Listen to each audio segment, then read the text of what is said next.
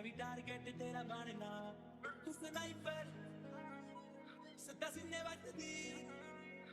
गंदी हाईवे तेरे बस तेनू लभदी गड्डी लैम्बोर्गिनी पीले रंग दी मैनू कहंदी ए चलावे स्लोली ओ पहले गेयर ते ओ जदों मोड़दी ओ मैनू लगनी ए द वन एंड ओनली किते दिस जीना नेड़े काका टाउन विच मेरे नाल शूटरां दा टोला तैनू लभना नी रा काका छड्ड जेगा कौन हमारे समय नी पुरोना लग गया टाइम तेरे हाथ नहीं होया किती नहीं पप्पी वेव नवी आ चलाई तेरे शहर विच वेखे पिटलों दी चढ़ाई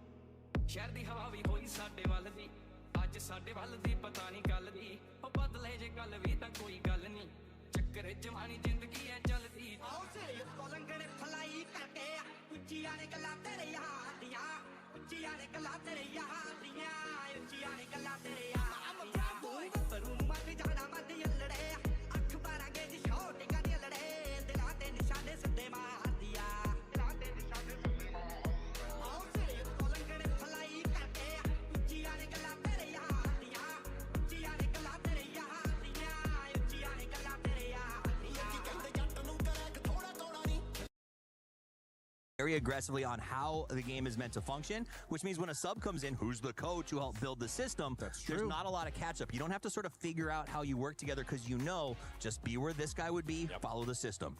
Yeah, and for this squads, I mean, we're talking about the top dogs from Group A. Let's talk about those. Hello, bhai, sabko welcome to the stream. Underperformed yesterday, honestly, and it comes down to AGA. Let's go day 2. And Full Sense being the reigning champions, they expected a lot coming in, but right now things are not firing. And the thing is, for everybody currently watching at home, keep in mind this next 6 games will be the last 6 games that these two squads are going to be playing. Absolutely. Full Sense has been a big letdown since they won the championship. 100%. They have not changed their team. It is the same roster. And here's the big hard thing for them is they had to prove themselves. To be honest, the fact that they got a direct bid to the finals of PGC was a hot topic. They won. That's cool. But you have to come out. It's like when Sonics won their championship at PGIS. You got to have a good next year to sort of silence the critics. And so far, Full Sense has not done that.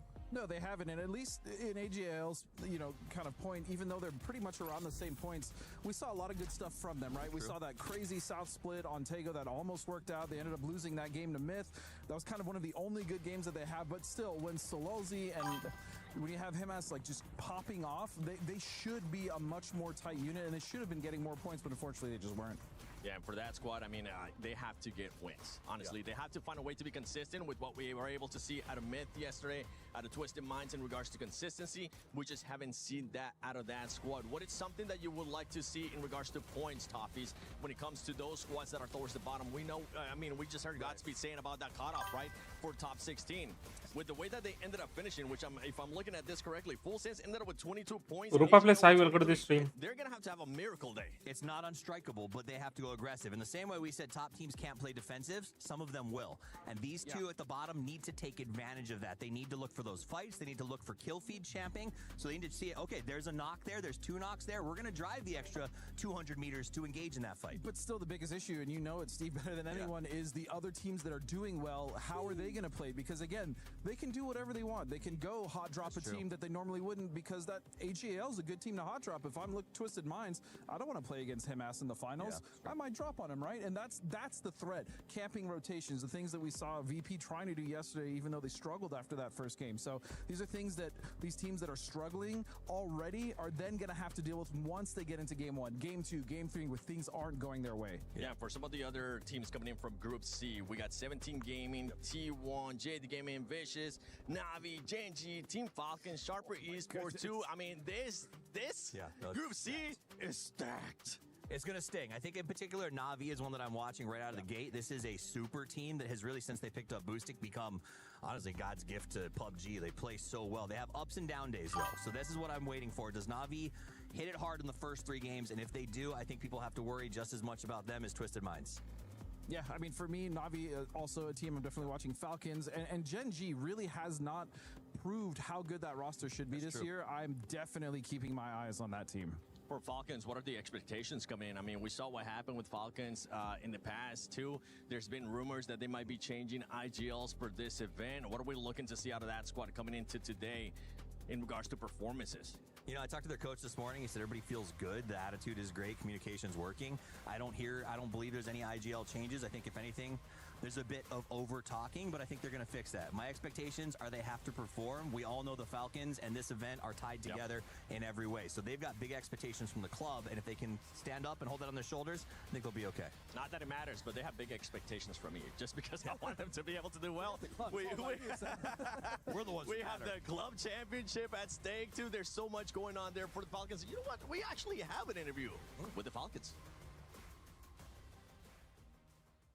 Hey, I'm here with Tiggleton as he's just joining us here for day number 2 of EWC 2026. How are you doing, Tig? Decent, slept well, good 9 hours. Nice. Okay, right. Well, I guess my first question then for you is, obviously you've come into this tournament here, day number 2, and I'm hearing there's a little bit of a change going on the Falcons roster. Tell me about it. I don't want to talk about it. Keep it under wraps for now, and maybe we can talk about it if we play well. All right, okay. You're going to let the results speak for themselves. That's fair. I guess another question is, has Trimsy had the breakfast of champions? I think we all had the same military egg slop. Like this, it's about the sustenance out here. There's no joy. The dopamine will come from the game, not from the breakfast. Okay, so how are you feeling about the games in general? Obviously, you were able to watch day number 1, how those teams are kind of playing things out. How are you feeling coming into this, considering your preparation, as well as kind of how you match up against these teams? I mean, we watched Myth yesterday, and we realized the tournament's already over. Just going to try qualify today and then get second in the finals. You're giving me no inch here, right? No. All right, get out of here. Thank you very much, Tig. Good luck for today. I'll see you in a bit. I brought today big groups. ఈరోజు CND bro. But obviously later paper then we are CND. going to do a little bit of a prediction. Okay? So you guys at home can of course place your predictions, head to the esportsworldcup.com and you can go to Pick'ems, okay? Now you can actually place 5 different squads in your top ones for each group stages. So obviously we have group A and group C. Now paper, I want you to pick 5 squads that you think in today's groups that you would put in your pick'ems. That's good. I like that. I think I'd be leaning towards teams from Group A that need to have a bounce back day, like maybe Virtus Pro, who's kind of hovering on that point threshold where if they have a similar day, they might be there, maybe not. Maybe they'll just put the coach back in. There you go. Yeah. let's just get another coach in. Ibiza, come play. And then I really think that Petrichor Road might bounce back. They're PGS winners earlier this year, so I think they're one of the ones I'm going to have for a big day. Then I'm going to look at Group C that's coming in here today, and I'm going to go a little bit regional bias for myself. T1, I think T1's going to have a big day today. Big fan of them. I'd like to see Genji bounce back from a rough year, but I'm not convinced just yet. 17 Gaming, another team that I think is always ultra consistent and is a good shout. Yes, honestly, I wanted to chuck Genji in there too as well. Obviously the T1 banter, but you guys at home can of course do your own pick'ems on the Esports World Cup website. Make sure you place them on them, and I'm going to also put the Falcons in there too. But I want you guys to do it at home. Everybody's like, what? No Falcons? No, I can't believe you've done this. But that's it from us. Back over to you, 7. Thank you, Lays and Paper thing. All right, so I hear you guys' predictions. By the way, I just want to verify for everybody watching at home. Made in Thailand, Myth is currently going to be sitting out because they are in Group B. Same is going to be with Twisted Minds. So with that in mind, I'm going to actually be picking some teams. You guys can start thinking about some teams that you want to pick as we're doing the predictions thing. For today, to be able to perform well, we're not picking who's going to be winning the first game. Okay, we're not doing that again, even though you guys were able to freaking nail it yesterday with Myth. But for today, I have to go with what I said earlier. I'm expecting Falcons to actually have a great day. Yeah, I think Navi is going to step up, and I think they'll probably be up there in the top 5 battling for it by the end of the day. It's just hard for me to not pick Navi as well. They've been so consistent. I think their PGS circuit one, I think week 2 was whatever they just dominated, right? Yep. They've been fairly consistent all year, so they're definitely a team that's hard not to root against. But you know what? Because Virtus.pro is still in there, man, I have to root for them as well. They showed us in the first game why they're so good and why we love this team so much. Yeah, they kind of slipped a bit, but they did make a bit of a comeback as well. So I think VP is definitely also a team to watch out for today in Group A, especially because it's their last day of play. I think the key is that the top 4 teams aren't in the lobby, right? So that means that it does blow open this entire chance to come in today and say, we're going to play super violent, and then we get to face those guys tomorrow, but we get to all kind of guarantee a top 8 by the end of day today. So I do think that sort of changes the way that map is going to operate, and I think the beneficiaries of that is 17. The fact that they get to play out of the middle basically all day today with that sort of up in the air with the top 4 not here will actually benefit their rotations and give them a little bit of an easier day. Yeah, for those Groups A squads, I mean, for the teams that are in Group A, once again, I just want to go back to those teams that were able to underperform, that just didn't perform to how we were expecting them to. With AGAL, that's a squad that is currently in the club championship. They're sitting towards the bottom, as we saw yesterday with 23 points. I mean, if they're able to get anywhere near those 60, 65 points that we're guessing might end up being the cutoff for top 16, that will be amazing. But if they're not able to, if they even start off hot, one of the things that we need to start looking out for is just the pressure is going to start getting to them because we have seen it in the past. I mean, I think my staple here is if you're looking for an indicator, how does Himas do in game 1, right? Like, does he come out and start putting frags? Is he solo, leaving his team behind? If he's going off on his own, they may fall apart. But if he has a good game 1, I think they have a shot at making some big numbers. Yeah, I mean, they're just not the only team that I'm seeing down here, though. Like, Supers, what about them? True. You know, Petrichor, they have no business being this low on the leaderboard. So I'm also, it's a rough day, but it's also their last day, which is the most important thing. So this could be the end of EWC for quite a few teams. That's the beautiful thing. I don't think we won't end up crushing any keys today. The crushing of the keys will happen tomorrow. We'll figure out which top 16 teams will end up going to the finals. I'm expecting for today to be as aggressive as we saw yesterday. And I think it's time to see if that is actually going to be the case here for today. Group A versus Group C starts right now.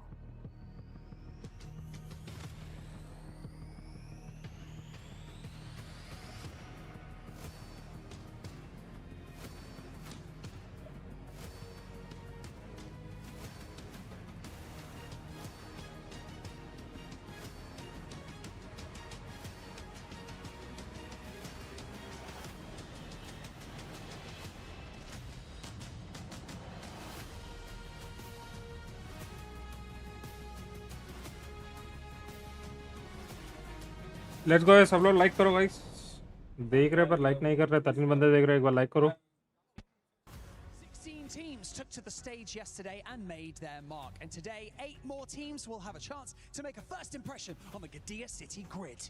In day 1 we got some insane performance coming from Mist, Twisted Minds, Team Liquids and GAM Esports, but today there is new faces on the battlefield. It is time for these teams to show the world exactly why they are here. The journey to this point has been relentless, but now it is time for them to show up once again. Barney, everything is set, and it's now time to welcome our team to the main stage, starting with 17 Gaming.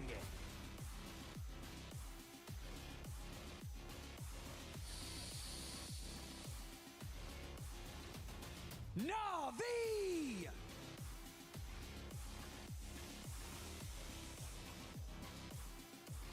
Petrichor Road!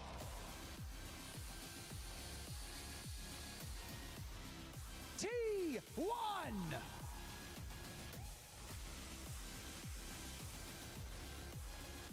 DN Supers!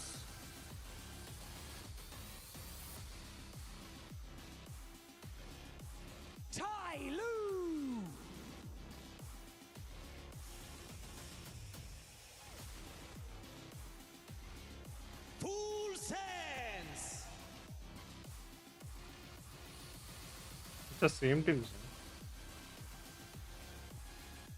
12 matches मिलेंगे ना वो भूल गया मैं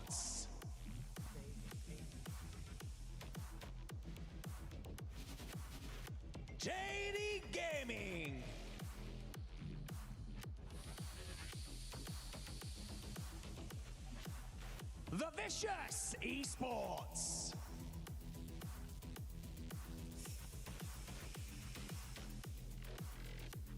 Shadow Esports.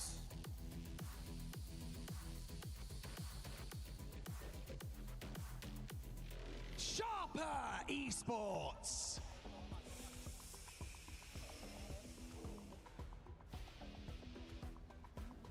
AGL.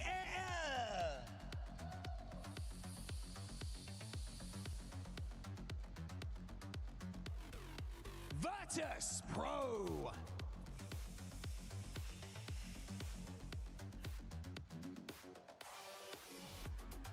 Team Vitality. Team Vitality.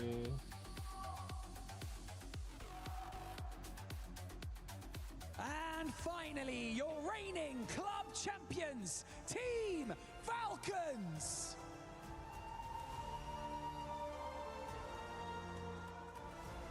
Falcon दूसरा kit लेके pin के आएगा आज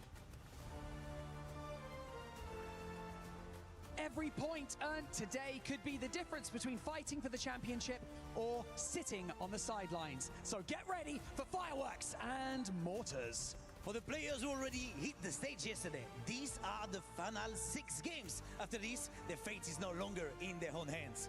It is time for day 2 of PUBG at HWC here in Paris.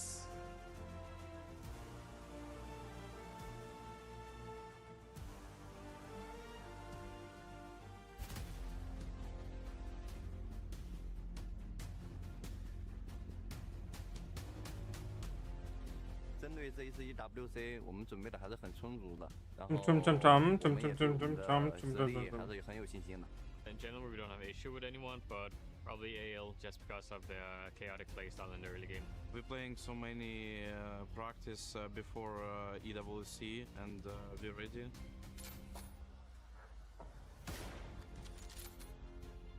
Our biggest rival is maybe VP. VP is a very strong team, and they really work hard. Probably say 17. They've been the most consistent team. Navi's also been very good, but I don't know. Just as ourselves, you know, how well we play. 其实小组赛我们没有什么怕的对手吧，然后因为我们的整体实力其实也不差，然后也都是老对手了，然后他们的整体风格我们也都知道。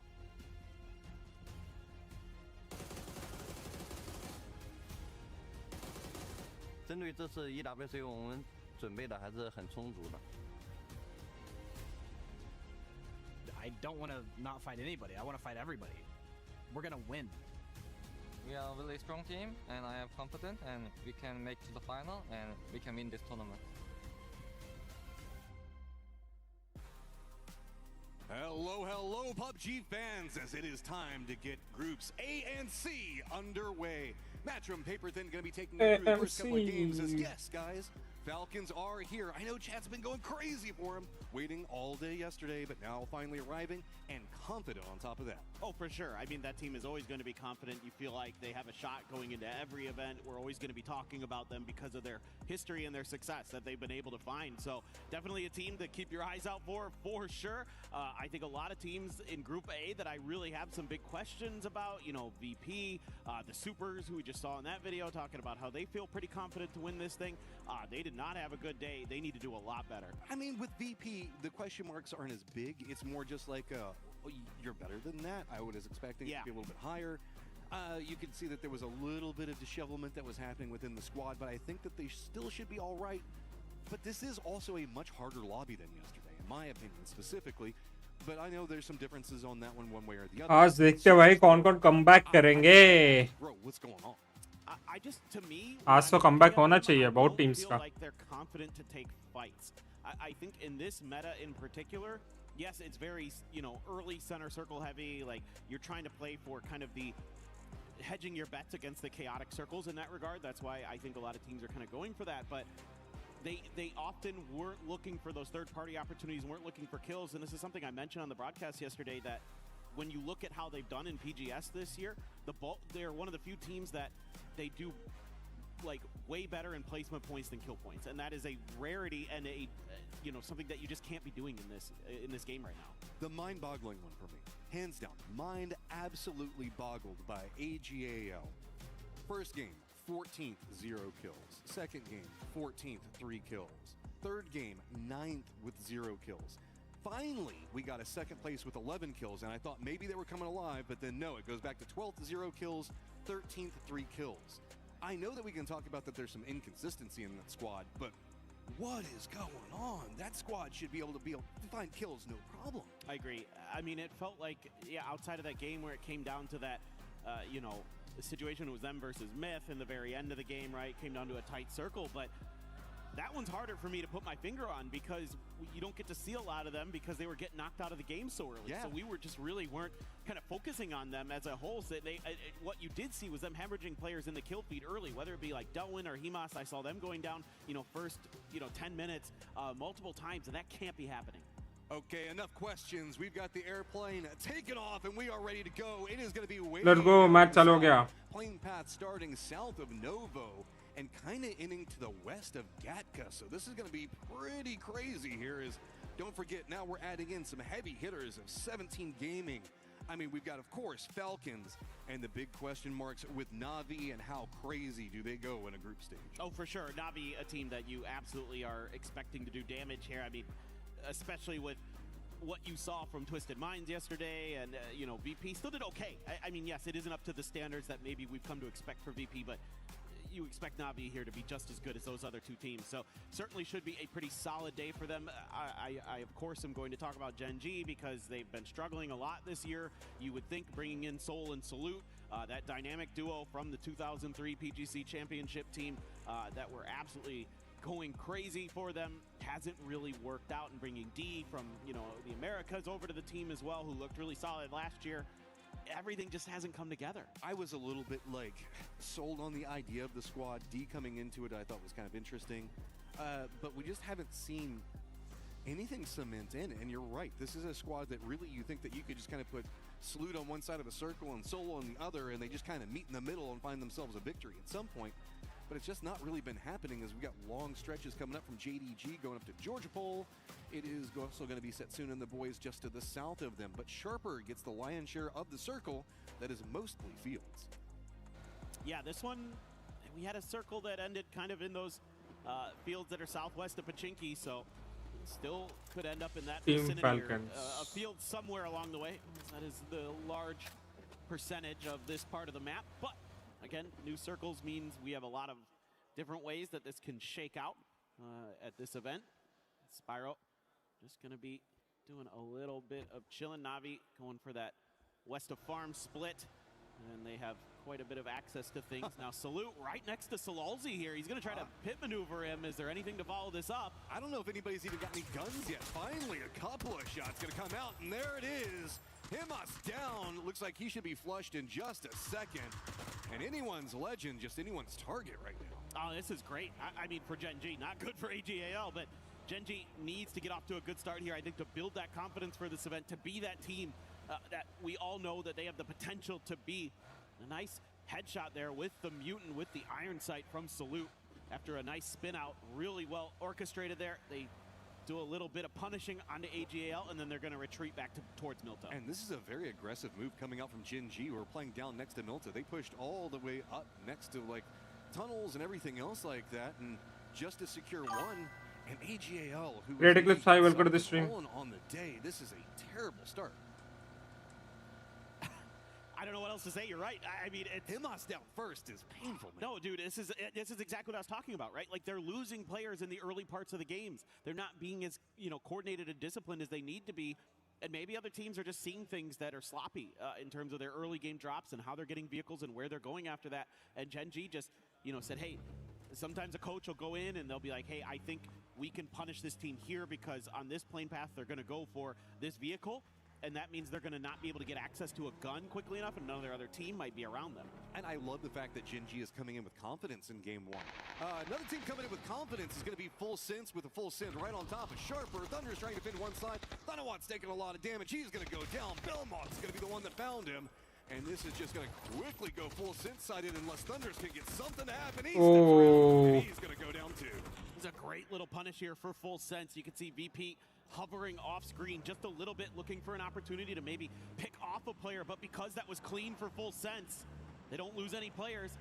I don't expect VP to really commit to this. I think they're just going to look and see if maybe they can find a punish. You can see the SKS in hand for Beamy at range, looking around for a potential target. He might be offered up an opportunity, not just yet. They're able to move the car around the corner, should be safe. I don't necessarily fault VP for going for this one, but Full Sense having a pretty decent day yesterday, walking away with 24 points. They're going to need to step up that points per game to be a lot more comfortable for qualifications, because remember, there is no survival stage. There is nothing else other than the points that you get through groups. So it is the top 16 that go on.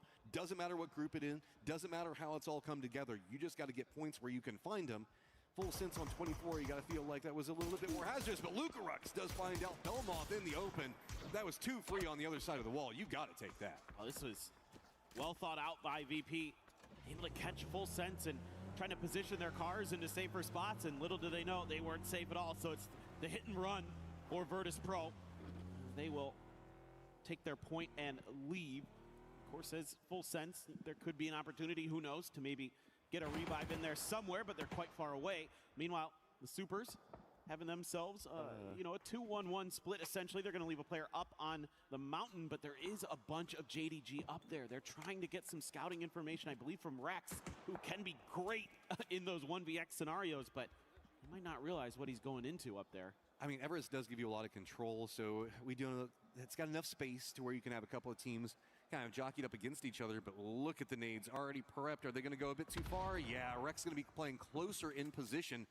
He is very vulnerable up here. The more these nades pop off, the more problems going to start mounting. And even if he has to try to get out of this now, shots going to be coming out from JD Gaming. But on the lower section, Petrichor Road is already moving and might be able to cut off his escape.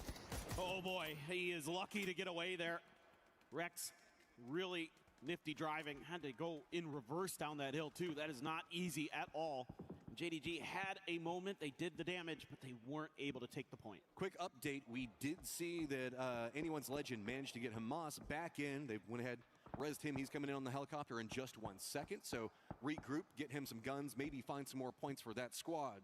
Rotators right now are going to be, of course, AGAL. It's going to be right up next to Rozhawk coming in.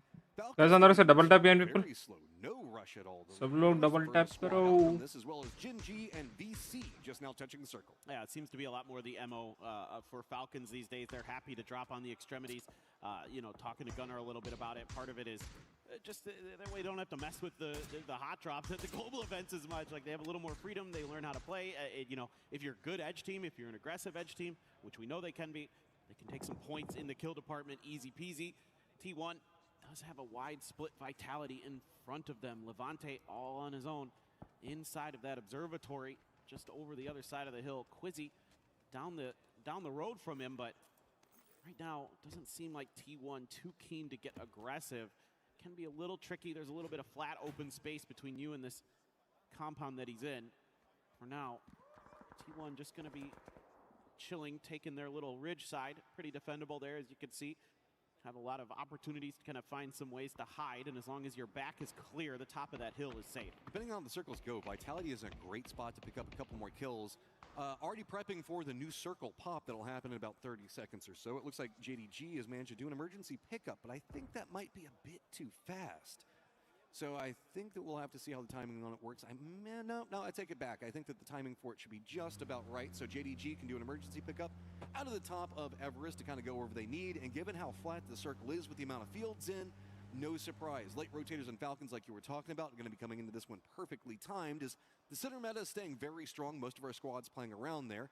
It's just a little bit of external skirmishing going on as we stay near Everest and the fields. And now you have some decisions to make, as some of those teams in the center, like 17 Gaming, do you kind of coalesce into a 4-man, or you try to maintain your split that you have going in the dead center of that circle, maybe a 2-2.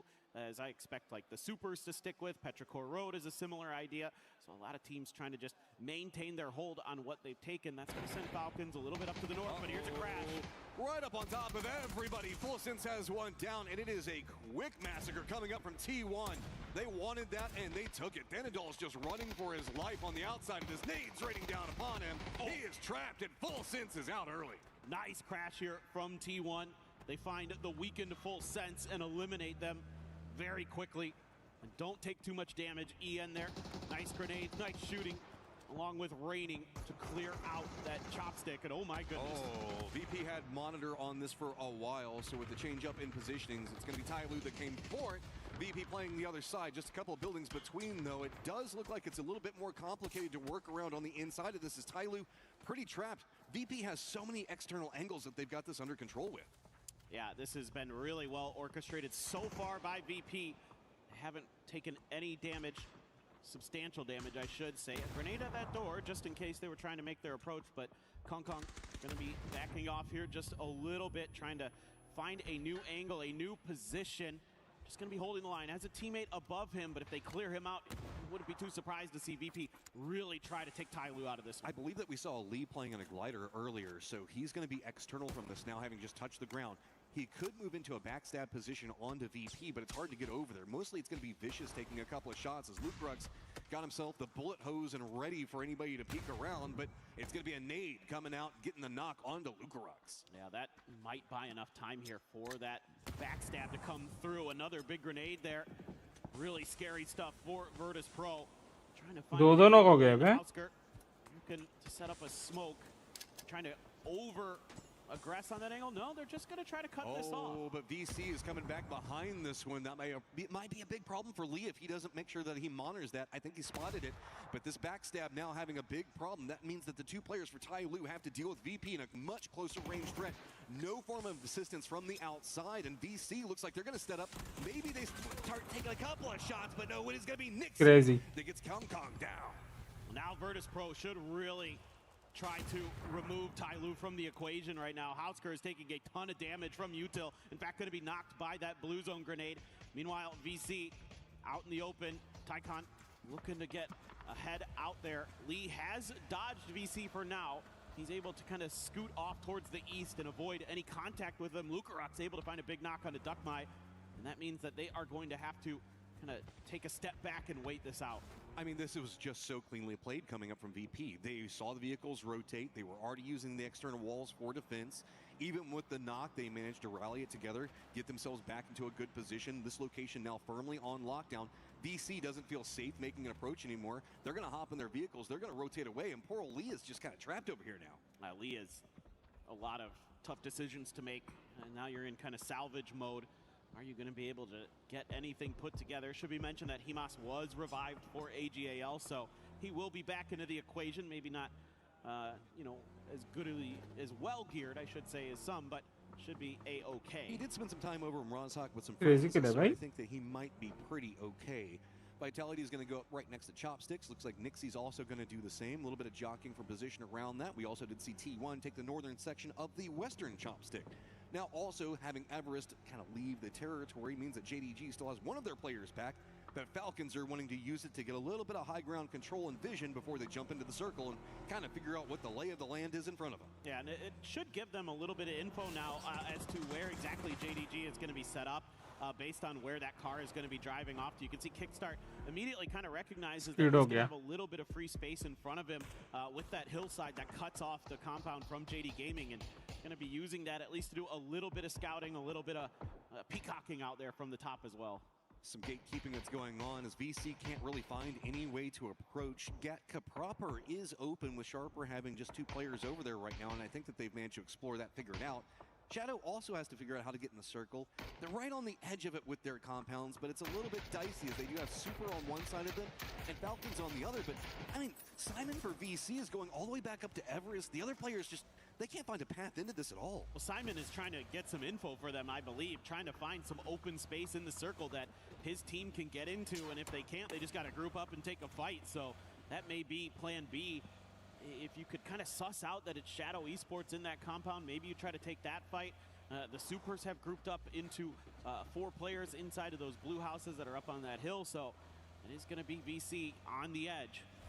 So we've got essentially a chopsticks game that's brewing. So T1 in a great position, 17 in a great position for it. Shadow taking the shots at VC, keep corralling them on one side. VC can kind of go up and touch a little bit of Everest, and yep, rotate right back down into it. ये लोग का That's भी gonna put fight them होगा. on the Supers path. Fight है तो दिला दी. There is no way to really make it past this unless you just run right by the Supers as fast as possible. Remember, Supers have been taking shots over at Shadow, Elevator. so I think that they can squeeze by here. You're now in the fields. Where do you go? If you keep going south, it's right into T1. If you go for the compounds, it's going to be 17. Yeah, I think the edge of the hill here. Fight तो लेना पड़ेगा. किसी से भी fight लेना पड़ेगा. Potentially, or are they just going to keep going and try to craft something, or maybe the other chopstick very open. Nice find here. जाते ही जा रहे किधर जाएंगे किधर भी जाने दो उधर तो मिलेंगे. Barely in it. Chopsticks just entirely abandoned by the circle, and it is अच्छा just डिस्क ले लिए fields galore in the center of this one. Nice one. Navi already on the move. Jinji on the other Dip side. shot for him. 17 regrouping, and it looks like those two squads are running right for the same compound. No doubt, pretty funny to watch the Supers there just turn right around to the compound, and here we go already.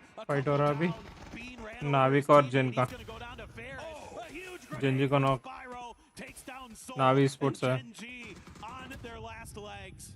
Navi just comes in full control on it, finally starting to have a couple of knocks as Salute manages to make some magic happen, but he is in a ton of trouble the way that this is all set.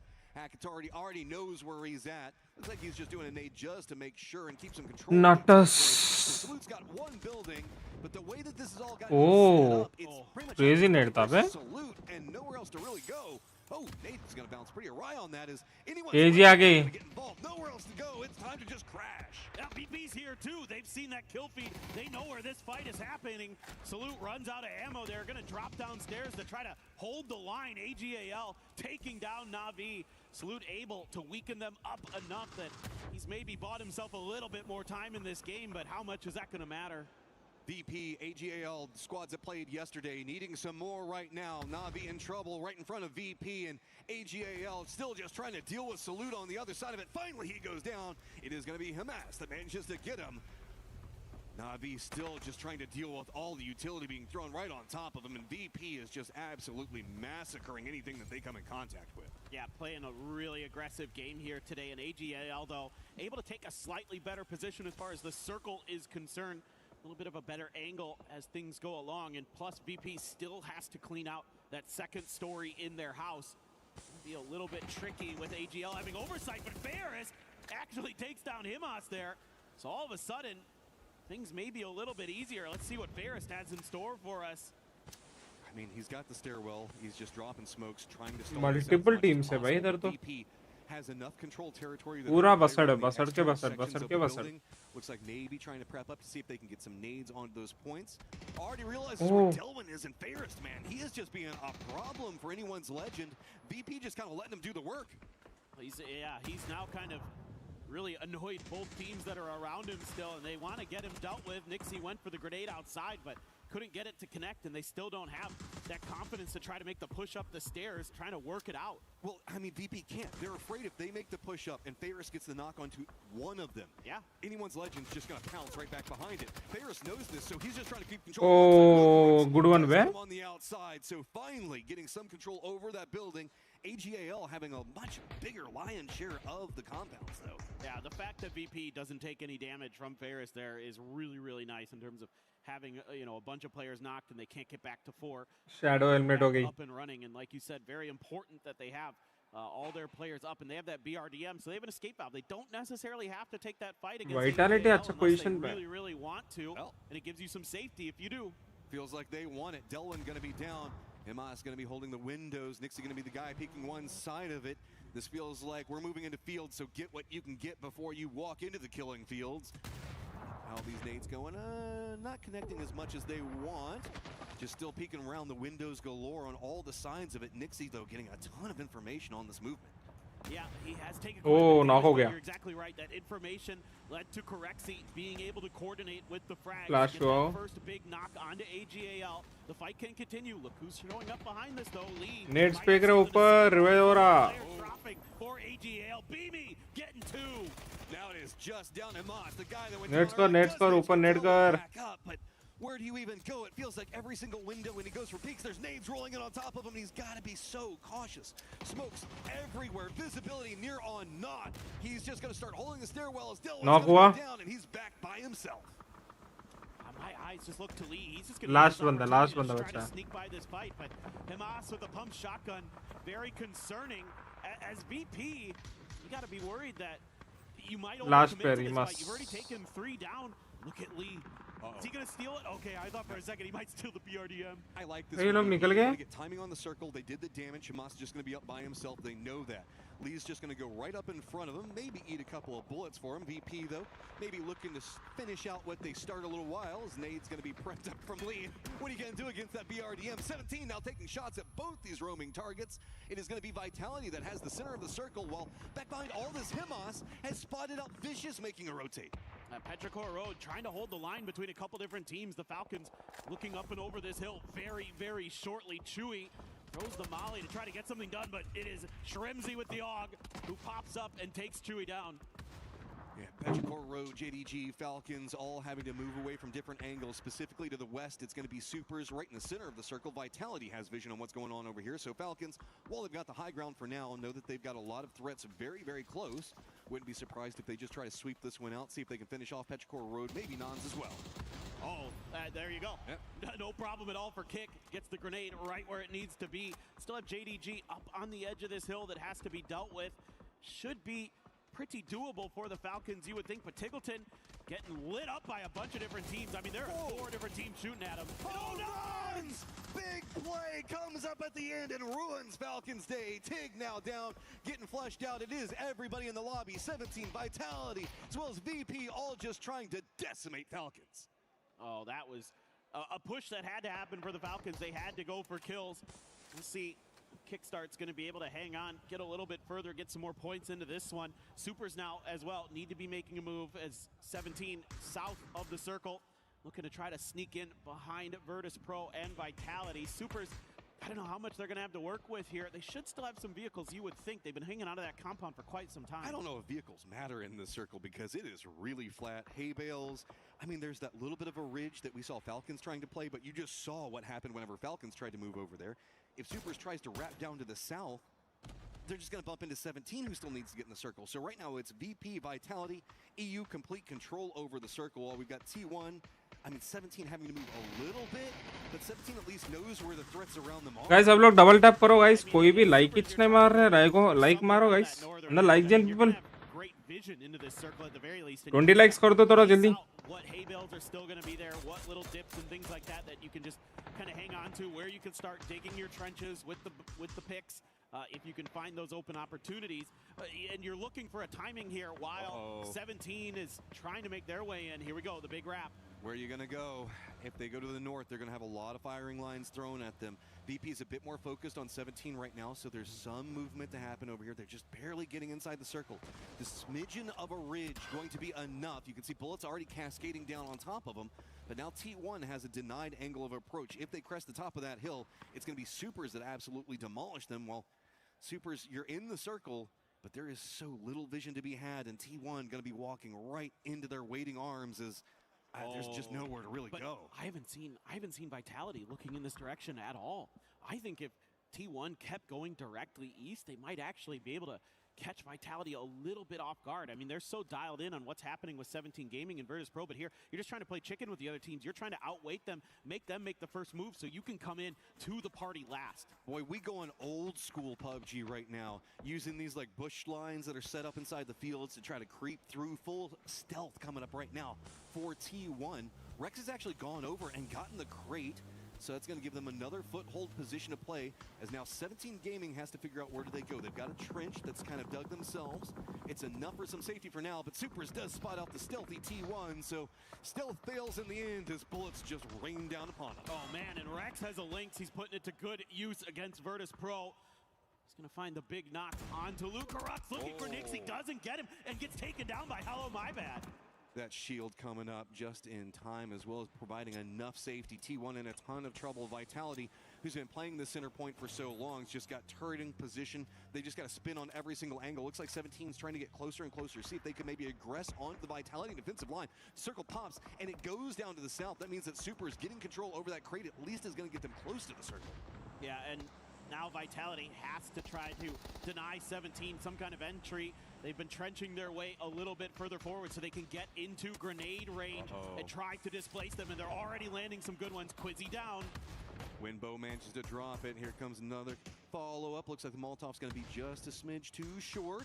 Levante's just got way too many targets in front of him, and the smoke line for 17's a bit further out. Looks like maybe they were trying to prep it out for a run, but instead it's just going to be nades landing down onto that spot, opening up more cover for 17 to work with if they want it.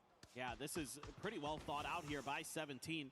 They've been able to keep themselves very much alive. The Super still trying to get Rex back onto his feet. I think they just are able to get there, but they're taking a lot of damage along the way because everybody else has been able to dig in, find spots inside of the circle, or create some safety of their own.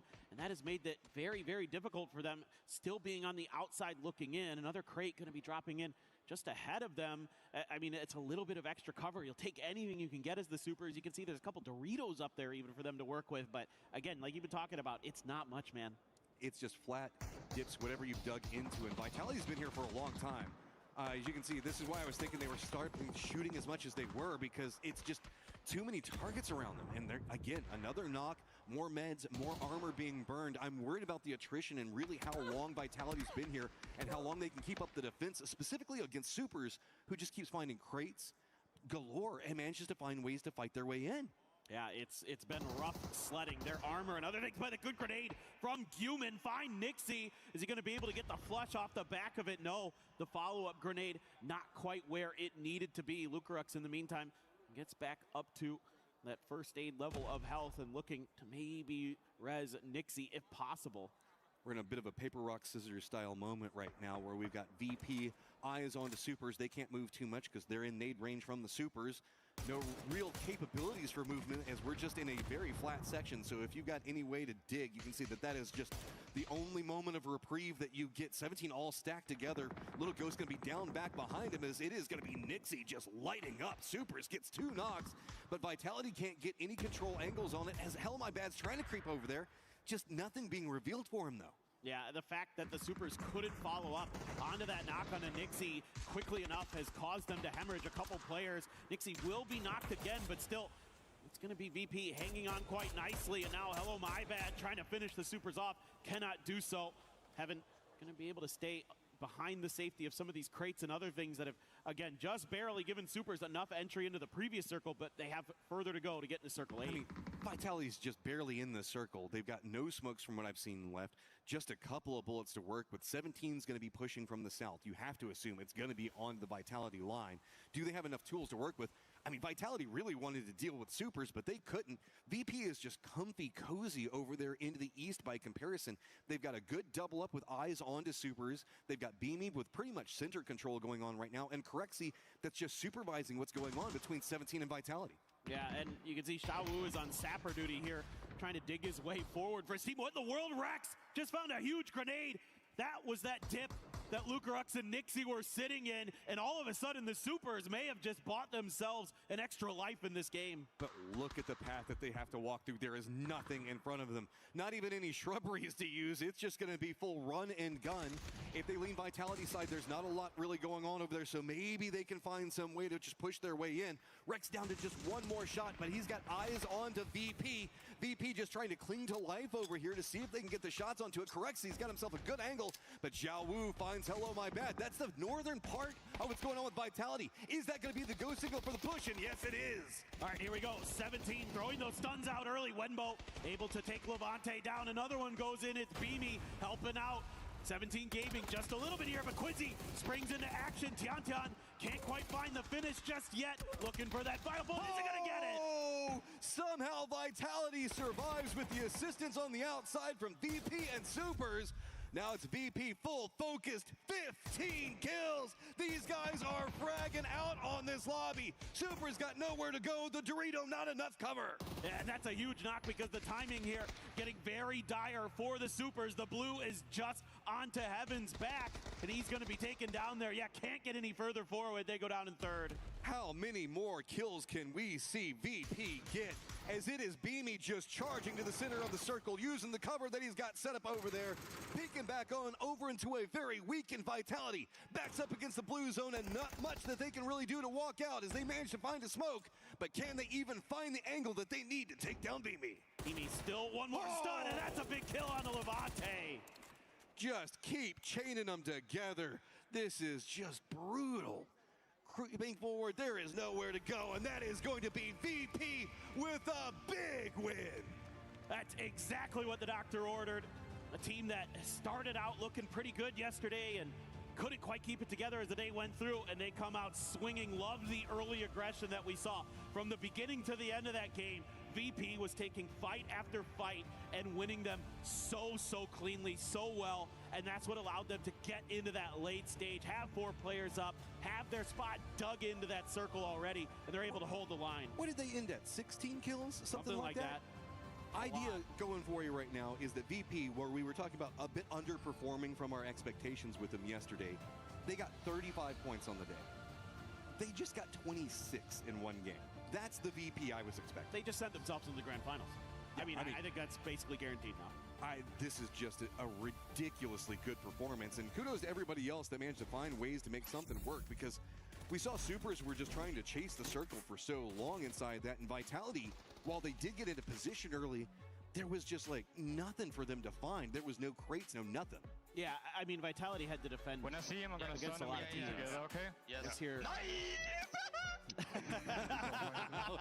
Was that Nixie? That sounded like Nixie. That was a Nixie if I've ever heard it right there. I want to give Vitality a lot of credit. They were dealt a really tough situation there because there were a lot more teams that had to try to fight through them than VP. So they were defending on like 3 different angles. Yeah, they had Supers that were messing with them, 17 that was making the foot push that was right on top of them.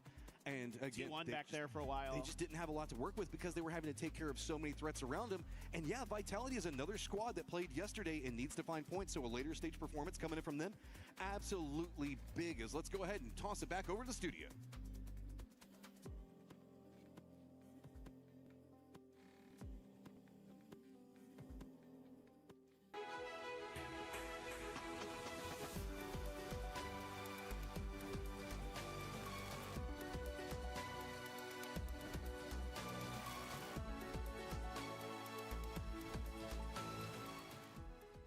Everyone is playing, you're not yet. EWC Play is your all-in-one platform to compete in fantasy, pick'em, and quests for a grand total of $300,000 in prize pool. Build your dream fantasy team in 5 different games and track your score with live results tables. Predict the winner of every game, every group stage, and every tournament. Complete daily and weekly challenges to earn boosters that help you climb the global leaderboard. Got what it takes? Join EWC Play now.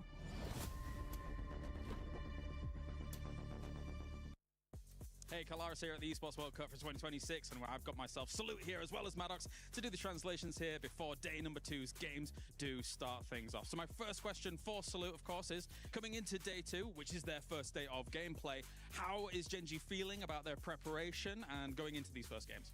일단 살로스 선수 첫 번째 질문은 일단 오늘 파리 경기장 와서 오늘 첫날 또 경기신데 지금 기분이 어떠시고 좀 어떻게 준비하실지 궁금합니다. 일단 파리의 날씨가 너무 좋기 때문에 컨디션이 너무 좋고 그 다음에 경기장이 EWC에서 너무 좋은 데를 제공해줘가지고 좀 마음 편히 준비를 하고 있는 것 같습니다. Yeah, I mean, the Paris atmosphere is very good, and the weather is really clear, so yeah, I mean, feeling really great. And also, the EWC actually provided a really good stadium for us, so yeah, it's actually a very good atmosphere to prepare. Fantastic. And I guess my follow-up question to that is, did you guys get to watch a lot of what was going on yesterday, and what do you think about some of the performances from those teams, and are you concerned about some of those teams? 이제 두 번째 질문으로는 이제 어제 경기 한번 보시면서 이제 슬슬 준비하셨을 텐데 어제 경기 중에서 좀 이 팀은 진짜 좀 걱정된다. 이 팀은 진짜 경기해야 되는 팀이다라는 팀이 있었는지 궁금합니다. 일단 저번 대회 때부터 좀 미스 팀이 되게 잘해진 것 같고 굉장히 경계되는 팀인 것 같습니다. 굉장히 현재 폼이 좋고 4명 다 자기 위치에서 할 거를 다 잘하기 때문에 그 팀이 현재 제일 잘하지 않나라고 생각을 하고 있습니다. Yeah, since the last PGS, I think Myth has been definitely a titan. So yeah, I think their gameplay is really great. Their form, all of their 4 players' form is actually really great here, and also their cohesive plays are actually showing off. So yeah, I think that Myth is actually the one to look for. Makes a lot of sense. All right, 감사합니다. Thank you very much. Gosu, the flute. Oh, so good. Oh, Genji. Oh, what a win. Interview, please. No, come back, please.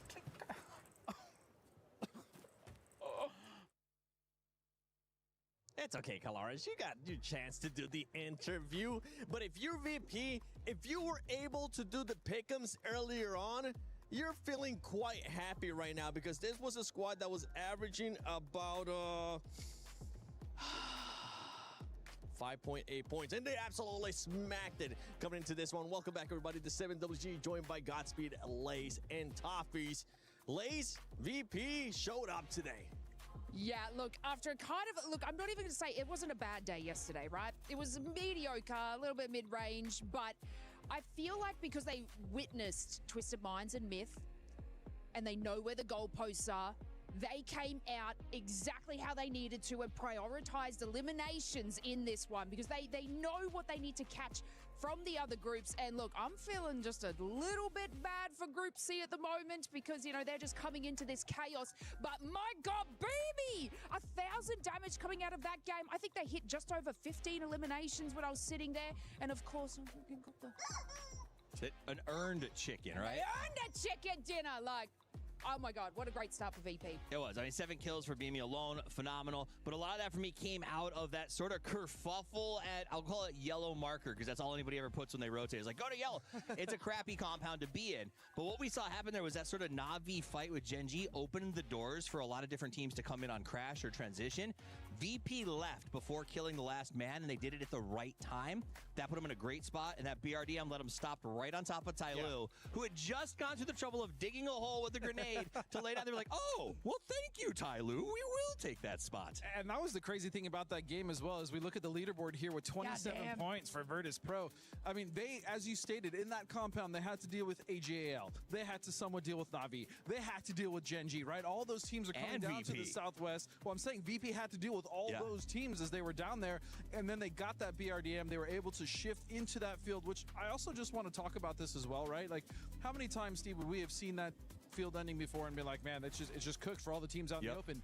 The fact that there is now defilades and the nades can create cover. You have a pickaxe. This is so cool for me to see because before these fields were it was just death, and now teams are finding cover, creating plays. It's so sick. So, Seven, I know that you haven't had a chance to be on this patch since they added the digging. Yep, I love it. This game was a showcase. Probably one of the coolest.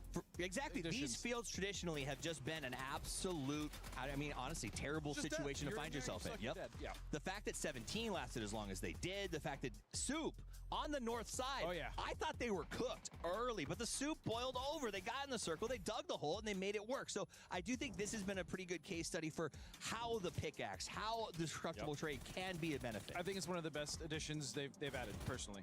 And when I was talking with Kalaris yesterday after the show, he asked me, what is the one thing that you're enjoying the most so far? I was like, the digging. It just changes the dynamics so much of certain areas. We got a chance to see it yesterday, but as you guys just mentioned, we just saw it perfectly in that scenario. And the BRDM, I want to see a little bit more of that splat maker because I wanted to see them being able to run some people over with it. Yeah, I think that BRDM has been a huge staple so far this game. I love it. I'm not the biggest fan of it. Historically, Godspeed has not been a BRDM lover. It has gotten stronger with the nerf to the Panzerfaust. There's a few less counters, but it's been very good. We've seen it over and over again. I do think, sometimes the pickaxe a bit overpowered. Maybe a few changes for like the durability or things like that would be good. But the holes, I love the fact that we can change the terrain. Yeah. I also want to give a shout. Another thing that was added not long ago was res beacons. We saw a trap at a res beacon in that game, and we'll get back to that. But right now, props for Virtus Pro, man. 7 kills for Beamy. That's what you were talking about too, Lace. Beamy with those 7 kills, and honestly, a good pick-me-up and a great start for this squad, considering what was happening yesterday. As you were mentioning, not really one of the best days. Today, they started off hot. Yeah, and like I said, they really need to have that momentum because, yeah, they know what's coming for them in these other groups, and they really did hone in on those eliminations and all those kills there. But I sort of want to move more maybe to our teams that didn't do so well and that I had on my books. My favorite segment. My favorite segment. The losers. So Gen... I had high hopes for Gen G. They came out, got their first elimination on AGAL. It was looking kind of bright for them. We've got 2 of our Korean teams here today. T1 as well, sort of facing it off. T1 actually did a lot better than I thought they would. They were more up that leaderboard with about 9 points left over. But yeah, this Gen G, not a great start for them. It was looking like they were sort of going to move up there. But yeah, honestly, Salute was holding that team together in that entire game. But unfortunately, I guess that confrontation where we had, it was AGAL and then VP and obviously all those third parties, it just wasn't looking good for them. I did have high hopes that Salute could get out of that situation due to the third party arriving, but it just didn't plan out that way. The problem for me, and I'm glad you brought up Gen G, is that their whole year has just been disappointing. When you look at the roster, you have Bean, you have Salute, you have Soul, right? You have D. These are players that in their, well, I say in their prime, they're really not that far off it, or if they're not still in it. I mean, these are players. Salute at one point with Soul was one of the best players in the world. Like, Soul was one of the best players in the world, right? We all said it. He's incredible. Him and Tig had a little set off. Where is that? I need to see that. They just brought back this roster, no? They sort of but all year they have been floundering, and I need to see something more. This is the biggest test they're going to have, and so far, the first game wasn't great. Now, I have to give him a caveat because that circle was rough. That whole circle, Steve, we saw a lot of teams having to go. Those fields traditionally underneath Everest have always been really rough to play around. So, I mean, you got to give him a pass, I guess. I guess. That's right. I mean, I want to see team not be getting a pass in AGAL. I want to see a little bit more out of that squad. They need more, too. They have 5 more matches left, and it's not going to be enough. But I know we do have something awesome coming this year, and that is none other than ENC.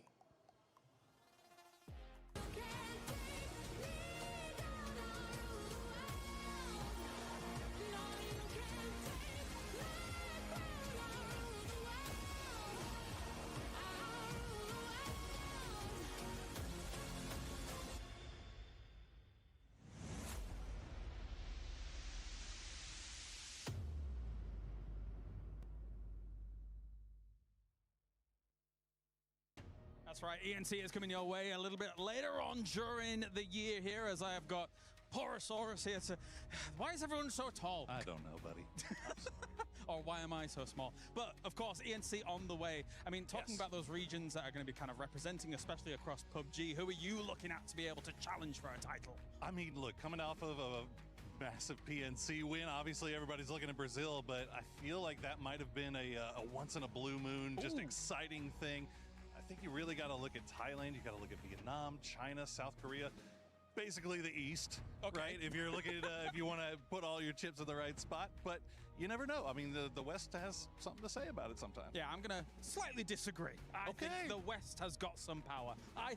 You think that Brazil might be once in a blue moon, and they looked good being able to do it over at PNC. At the same time, though, EMEA is able to represent in quite a big way as well. If you think about those individual components that will get a chance at ENC compared to some of our prior ones, you've got guys like Nixie and the boys able to put up some kind of numbers as well. So I think there'll be some big challenges. Thanks, Poro, for joining me here. It is time to head over to the casters here for our next game of the day. Bye. Thank you so much. Super hype for ENC this year. Yeah, okay, we just had PUBG Nations Cup, but I love whenever we watch what's going on with Esports World Cup in general. Now getting another, I guess, a different flavor. You know, we got some vanilla, got some chocolate going on, mix it up, get some fun going on with this one, because we just did the qualifiers for that. I think it was me and Poro, and it was just so fun already. Yeah, no, I mean, that's going to be a great event, just top to bottom. It's so much more interesting in a way, because it's different than what we're used to, where teams can just kind of bring anyone together from around the world and put together these great teams that we get to see here at EWC, at ENC. It's all that country pride, it's all those things on the line, and the stakes are going to be so high. Everybody's going to want to be gunning for that big prize that you can get if you win. So we'll have to wait and see. But this plane path, pretty fair, right down the middle-ish, a little bit east, but pretty reachable for most of the drop spots on Tego. Do we get another Northern Tego? Because while we've gotten the double up on Tego, it feels like it just keeps pulling back over. It's one of two things. We either get Song On with like 50% of it water, or we are up next to Shipyard and Army Base. It's kind of just abandoned the center of it, which I don't have a problem with. That's kind of one of the worst areas that I don't really like to play in Tego.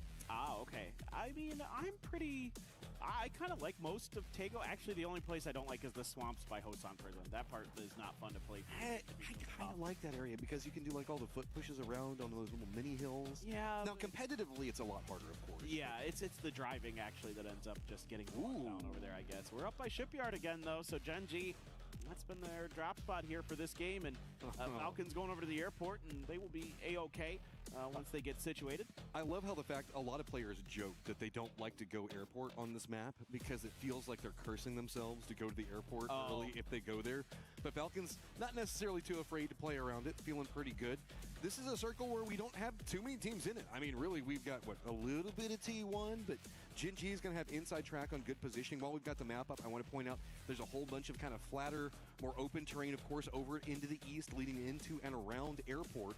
But whenever we come into Shipyard, that territory just to the south of it has got this, I don't want to say big hill, but biggish hill that's over there that a lot of teams can kind of fortify around in different sections of, and kind of creates a fortress for everybody that's kind of playing in the, I guess, the river that's more to the south, it's more open and flat, and then to that eastern territory. Yeah. The hill around it is one of the bigger ones on Tego for sure. And there's a decent amount of trees and other things to work with that's up by that Shipyard hill. So there is a lot of room in this circle, even though there's quite a bit of water. There's still options.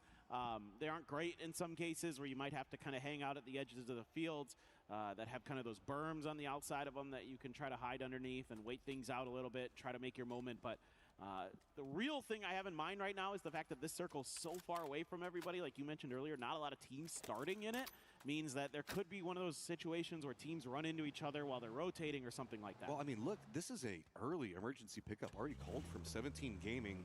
I guess maybe wanting to go to the opposite side of the circle. No harm in that. You know, if you go to the eastern area of Shipyard, you can get your back up against the water, push in, know the fact that you don't have to scout as much, going to make you feel a little bit safer. Maybe this is just going to be one of those things where you have a couple players go up, or nope, it is a full commitment. I was going to say maybe they're just doing some scouting with it. Nah, they want to avoid all of the mess because we have been seeing Shipyard a lot this year, and it is just dicey over there, man. I mean, we just talked about Pubg Nations Cup. Brazil had a massive game coming out of Shipyard. Yeah.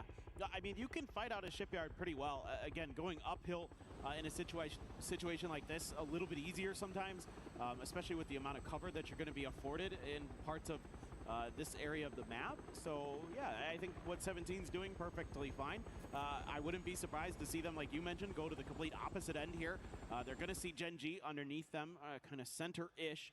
So I wouldn't think that would be where they want to get out. I think one of them just got tagged in the middle of the airport, guys. Falcons rotated really quick away from airport. They already have Gustav that's got a foothold in those hills that we were talking about south of Shipyard. But it looks like they've got a couple of rotation options. I think that they're just going to get more control over that southeastern hillside. A couple other squads going to be rotating over there pretty close to it. Petrichor Road going to be right back behind it. Tyloo actually has one Dragon that got stuck behind Petrichor Road. So the rest of the squad going to be in front is, 17's pulling, and they are going as far to the northeast as you can get on this map. Yeah, I think this makes a ton of sense. Yeah. Looking for maybe some vehicles that didn't get scooped up along the way, and, Wenbo's already got one for the team. And VC going to roll into Shipyard proper, try to figure out if anybody's in here. Gen.G has a player close. It's Bean and somebody else over there with him.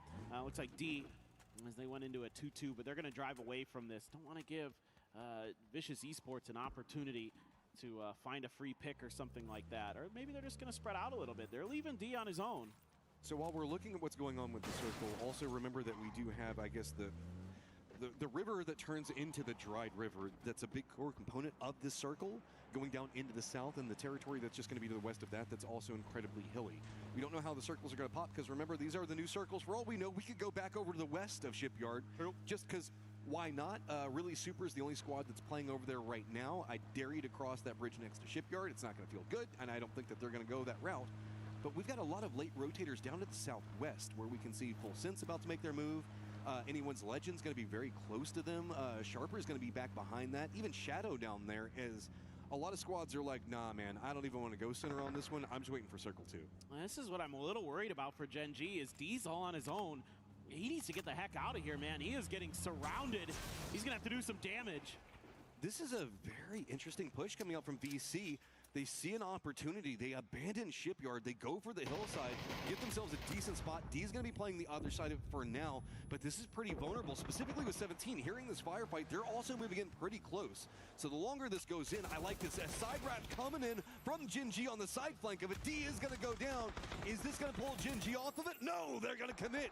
Beam gets down, duck by. Well, they have to at this point. I mean, D was dead to rights if they didn't get there quick, and being able to at least buy a little bit of extra time. Tycon will at least take the point for now.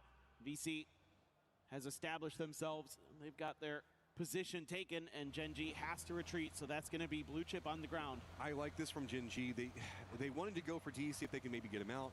Yes, they have a high ground position over that compound, but they know too many people are going to be vying for positions on this hillside, so they need to get out very quickly. 17's already just going to be in the north of them. Vitality already over into the east. To the south, it's going to be Falcons, and T1 kind of close as well. So abandoning that position, while it did cost them D, does also mean the fact that they can get into a better defended position for all of their neighbors that are due to start messing with them sooner or later. I think the mistake there is just leaving D in the beginning, and I talked about when VC goes into Shipyard, that compound that D is in is actually pretty easy to encroach upon from the Shipyard spot. So that's exactly what happened. When you're on your own, you can't really defend that. Super is going in for an entirely different strategy right now, as it looks like it's all the way up into the north of Shipyard entirely. They're out in the water. They're going to go ahead and wrap into that section of it. Should be pretty okay. So with VC kind of abandoning this spot, Super's going to find it for near on free. Yeah, but the Supers are going to have to get it done on foot now. Not going to have the luxury of having, you know, a Dacia or a US or something like that as they try to make their way forward. Now, the good news for them in a way is that everybody in front of them is a little bit split up for the most part. VC's pretty coordinated, like in terms of being pretty close to each other, but like Sha Wu, for example, who's on the edge of one of those warehouses in the Shipyard. Human can just do a little bit of scouting out there, make sure nobody's coming up behind him. He can watch the bridge a little bit. Hide behind the cargo barges over here. He's got that pier that he can kind of keep an eye on. I mean, there are a couple of foot push capabilities coming out, and I wouldn't be surprised if Supers went for this strategy, maybe to see if maybe they already have or are looking for another emergency pickup that they could use, because we often see bouncing out of Shipyard in that strategy pretty common. There's a couple of foot push paths that you can go for, but that's a problem for later because this circle's going to stay on Shipyard. It's just the guys to the south, so let's get ready. T1 is going to have to be defending or really abandoning that position, while it's going to be a VP, AGAL, Na'Vi, JDG, Full Sense, Sharper. I mean, we even have Shadow as well as Petrichor Road all having to regroup on the hillside we just keep talking about. Yeah, it's going to get a little bit chaotic maybe. It's starting to really narrow down the amount of playable terrain that is going to be available. AGAL once again going to be in a fight early, but Salalzi spotted out Hausker before he could get that Panzer put into place. And all of a sudden, Tai Lu on the ropes early here against AGAL. Lee was getting, I think, called back in or something here. Falcons taking a bit of a fight against, I believe, Vitality out there. Tiggleton's going to take a point for them, but Kong Kong trying to hold the line.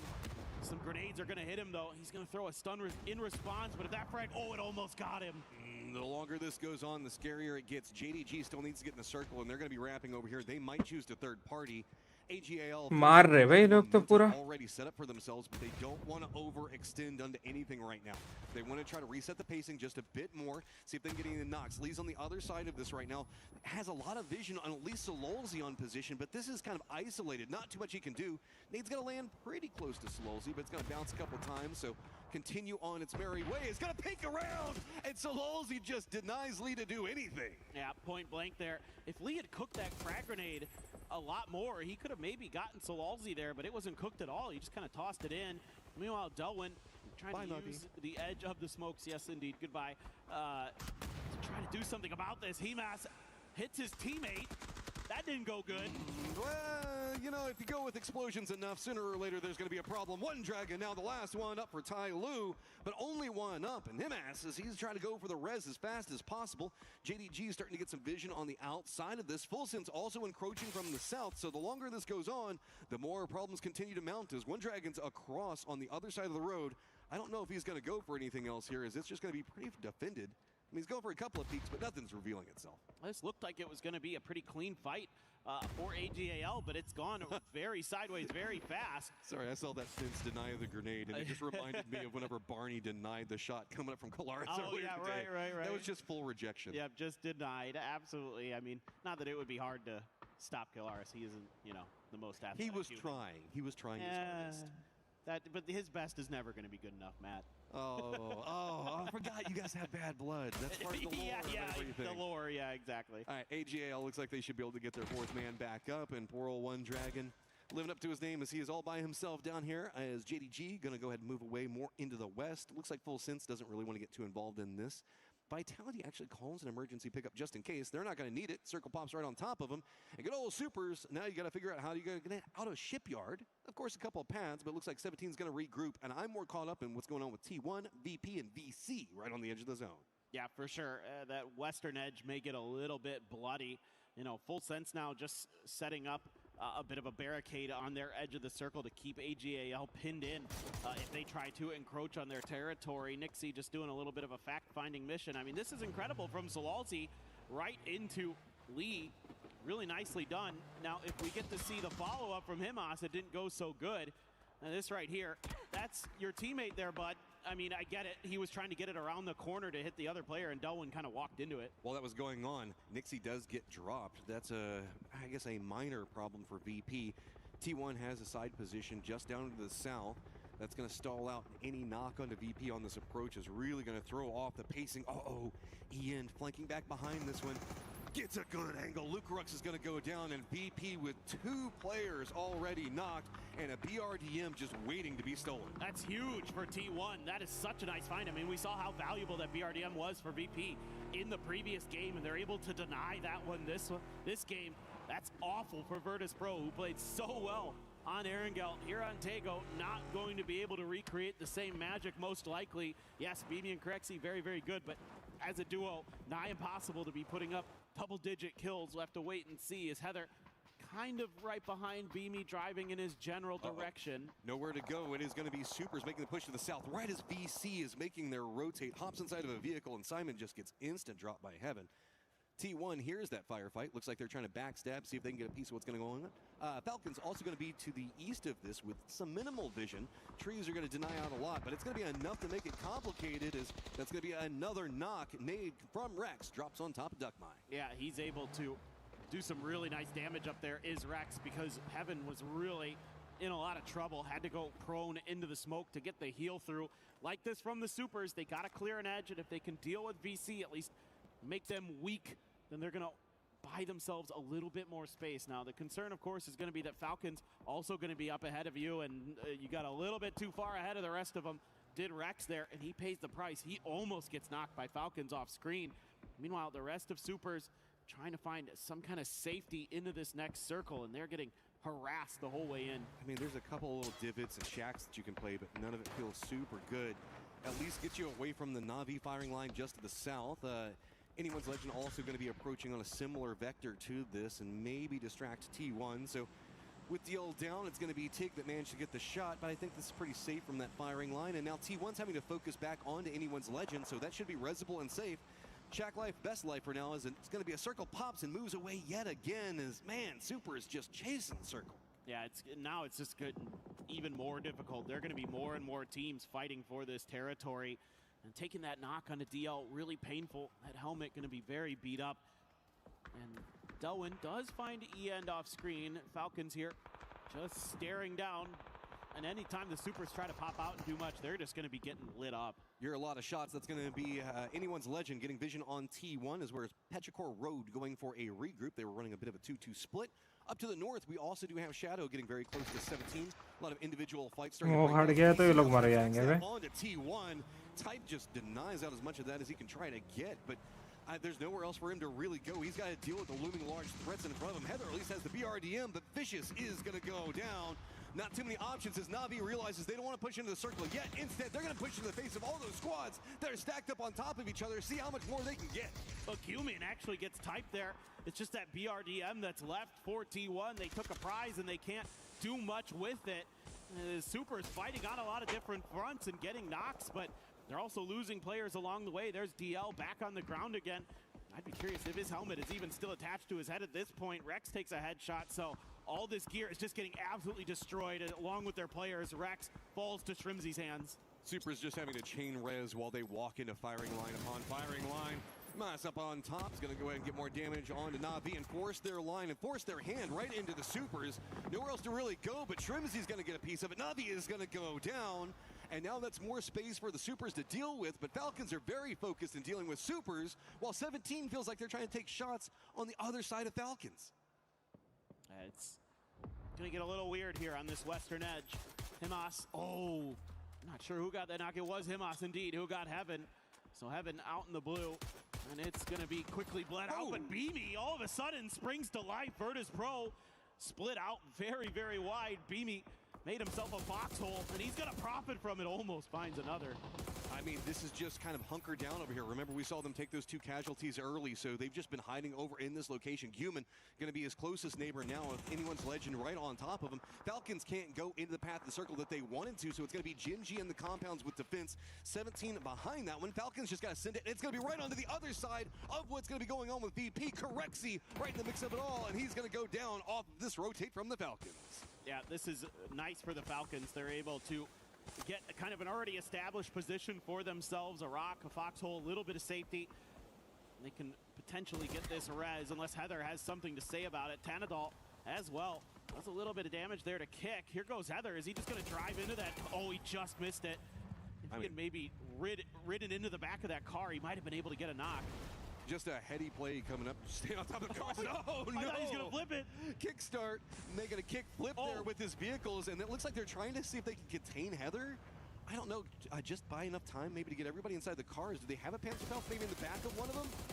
Well, now they just have to light it up. I mean, they've got to try to wear through that armor. But look how healthy this BRDM still is. I mean, maybe 75% health left here.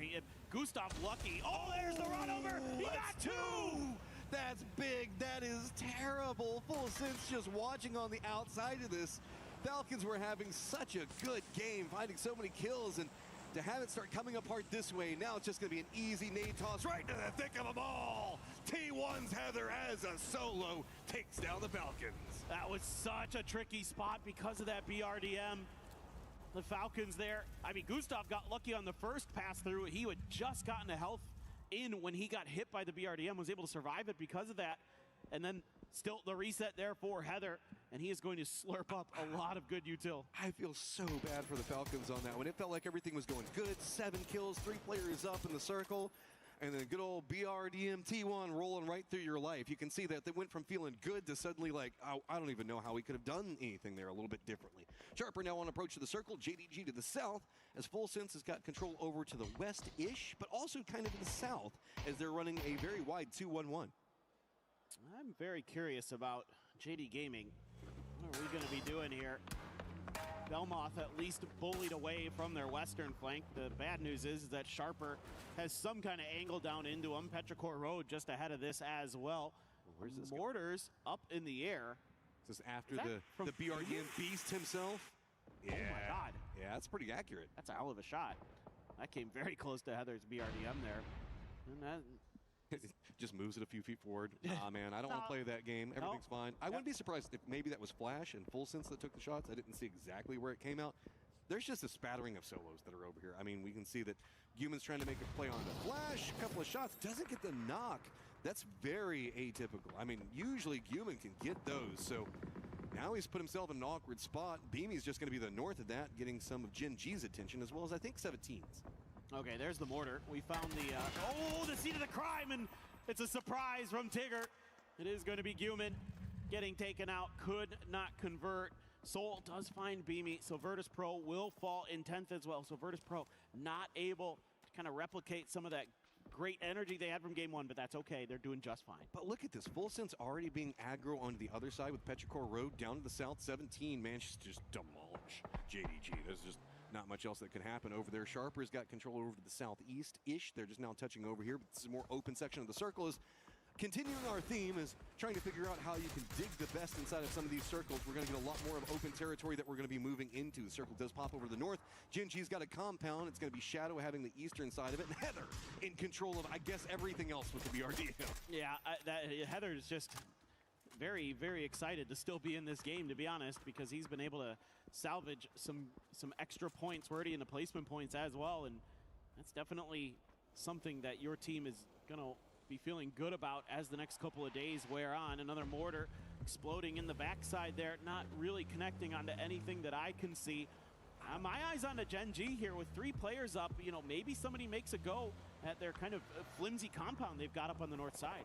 I'm just kind of confused in what you do down to the south. Okay, you're going to be moving into the more open section of the circle in the south. Even if you get there, Full Sense has got a lot of players already set up.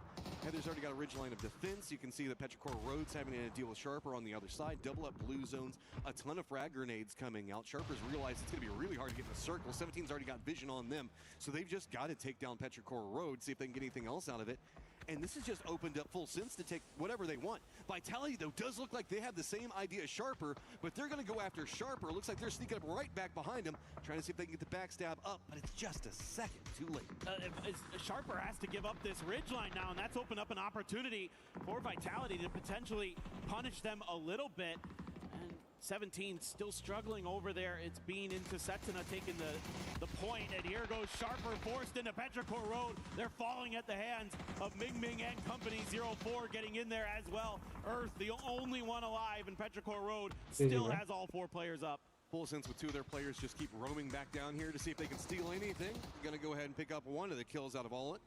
Good old Earth Zapuli now in the thick of everything with Petrichor Road. Looks like seeing if he can get anything more out of it. Not going to get the knock. He's outside the blue. He's going to go down. Ming's going to go ahead and send him back down into the dirt. Now it's going to be Vitality that has to figure out how they're going to get into the circle. As Petrichor Road's at least managed to get a foothold with one of their players. Yeah, Chewy's going to see some of Full Sense next to him over there, so he has to start letting loose with the grenades, but all that can really do is just move Tigger off the mark a little bit. Does have this Panzer here.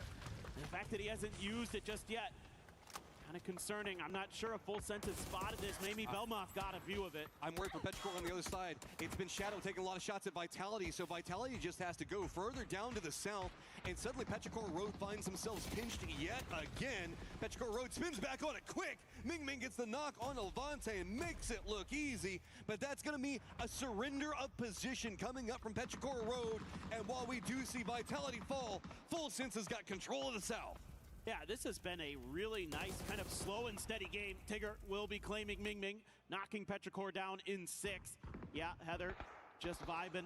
I mean, nobody's going to mess with him for a while. Now, there was that Panzerfaust that we saw in one of those vehicles on the southern edge that Chewy from Petrichor Road had. So I'm wondering if Full Sense was able to scoop that up, and that may be the thing that ends up spelling Heather's demise. Meanwhile, Shadow Esports getting deep into another game. Let's see if they can get another win. We saw it yesterday. They shocked us, and I'd love to see it happen again.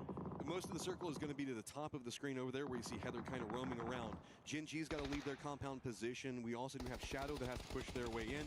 Heather's just kind of roaming around trying to see where he's not going to get shot at, to see how much more placement points he can get. Actually, he's going to jump back out, take a couple of shots. Very bold plays coming out. I think that Heather's found himself a bit more than he wanted. He's got Full Sense to the south taking shots at him. Gen.G east of his position. I mean, poor old Heather. He just want to be left alone. No one's going to be happy with that when you're in a BRDM, though. I think it blew up. Yeah, it's gone. He has been flaunting it, to be honest. True. He's just been roaming around in front of everybody, be like, look at what I've got, guys. Yeah, it's like, you know, the oligarchy over there. Well, finally, he's going to be going down. Soul will take him down in the end. That BRDM only had so much health, and eventually it gets blowed up. But this BRDM still very much alive. So Shadow looking to see if they can maybe get a little bit further into this circle, digging. I mean, you got quite a way to go here, Hansy. I mean, that's a solid 10 meters, 14 meters in front of you there that you have to dig, so could take a little while. Meanwhile, Full Sense, full control because they have that BRDM and quite a nice piece of land. Most of the high ground for Shadow is going to go away, and even if you keep digging more forward, you're going to start putting yourself in a vulnerable spot. So yeah, I like this. Go for the rocks. Not quite yet in, but at least now you're committing down onto one squad, because there was no real way. You had to either go Gen G side or you had to go Full Sense side, and Full Sense has been doing such a good job on covering their movements. Every single time that they need to bounce into a new position, they've been roaming around. I'm talking, these guys are putting in the miles. They've been over into the east, over down in the south, control of the west, time and time again, finding a new position to play from. Yeah, well, the kills haven't been like astronomical for Full Sense. They've been really good at not like giving up themselves for free to other players. Now, Hansi does go down, but Flash gonna steal that point away from Gen G's salute. That's huge.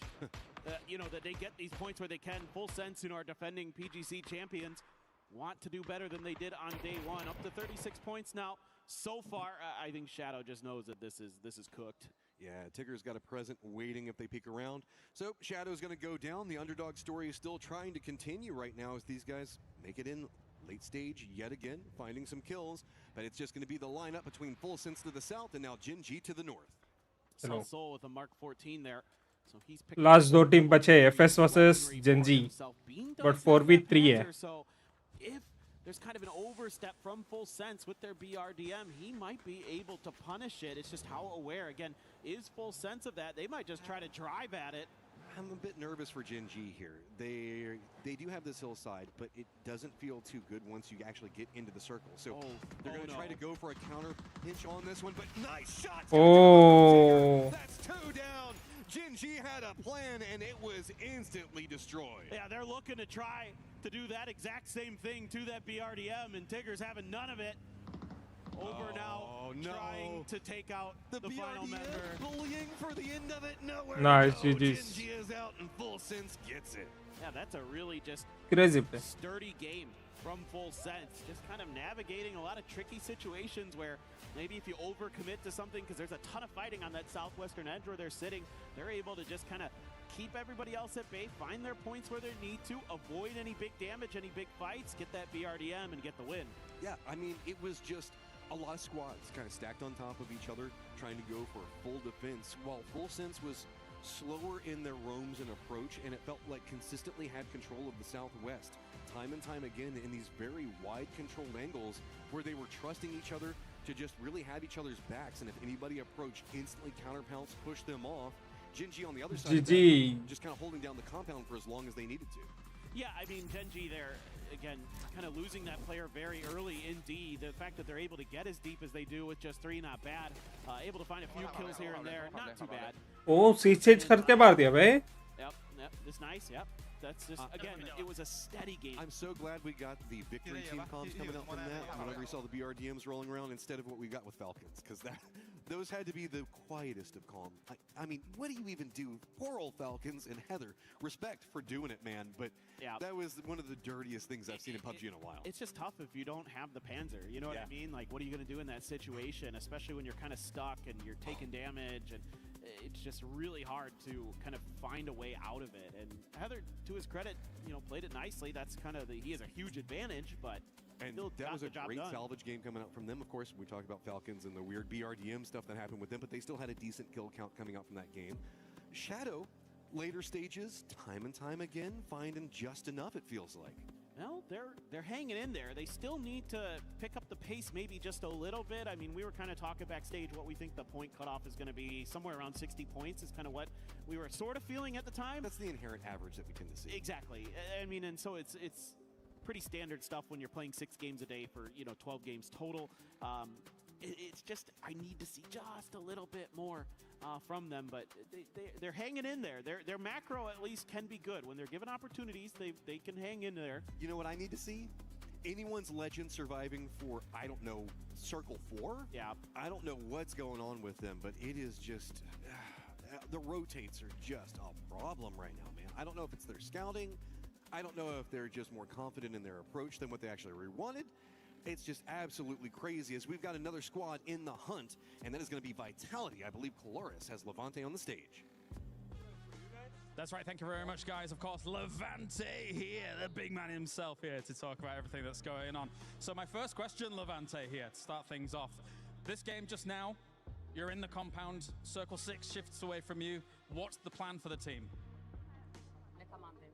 Найти поинты, сделать игру максимально хорошую для нас, зафармить все и попытаться зайти в плейсмент-поинты, найти киллы, найти плейсмент-поинты, в целом все.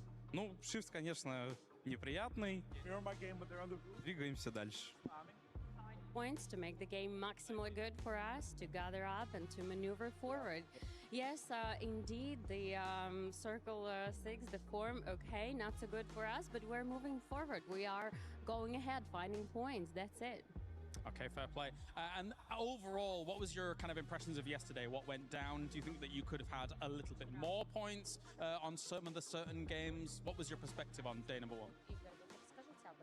Конечно, мы должны были и обязаны были вчера набрать больше поинтов, но мы допускали в своих играх глупые ошибки, из-за этого где-то не добрали, где-то плохо сыграли, но сегодня дали себе обещание парням, кто нас поддерживает в нашей организации, что мы справимся и сделаем сегодня все для того, чтобы пройти финал.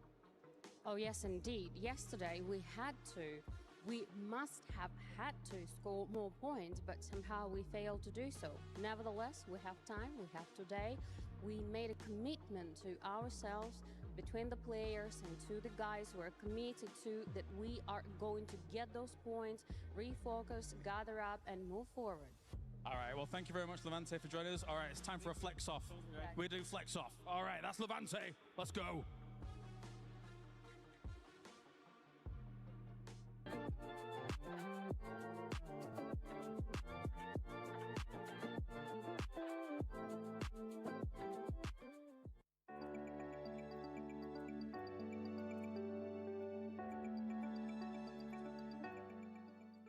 He thinks he can come in here and play my game. He knows nothing but go!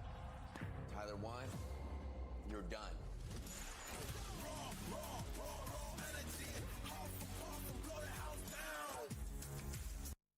You tired of taking down your enemies with those boring regular frag grenades and blue zone grenades? Introducing the red zone grenade, the newest addition to the Pubg throwables. With the red zone grenades, you won't have to worry about scouting the enemy team anymore. Just pick one up, throw it into your enemy's territory, and watch them get blasted from the skies. The red zone grenade, your savior when one explosion isn't enough. Coming soon to your Pubg lobby. Visit throwable before using, make sure it won't bounce back into your playing zone, and don't use it in a closed environment. Common side effects include friendly fire, blowing up vehicles, and destroying terrain. Consult with your team leader or coach before safe use.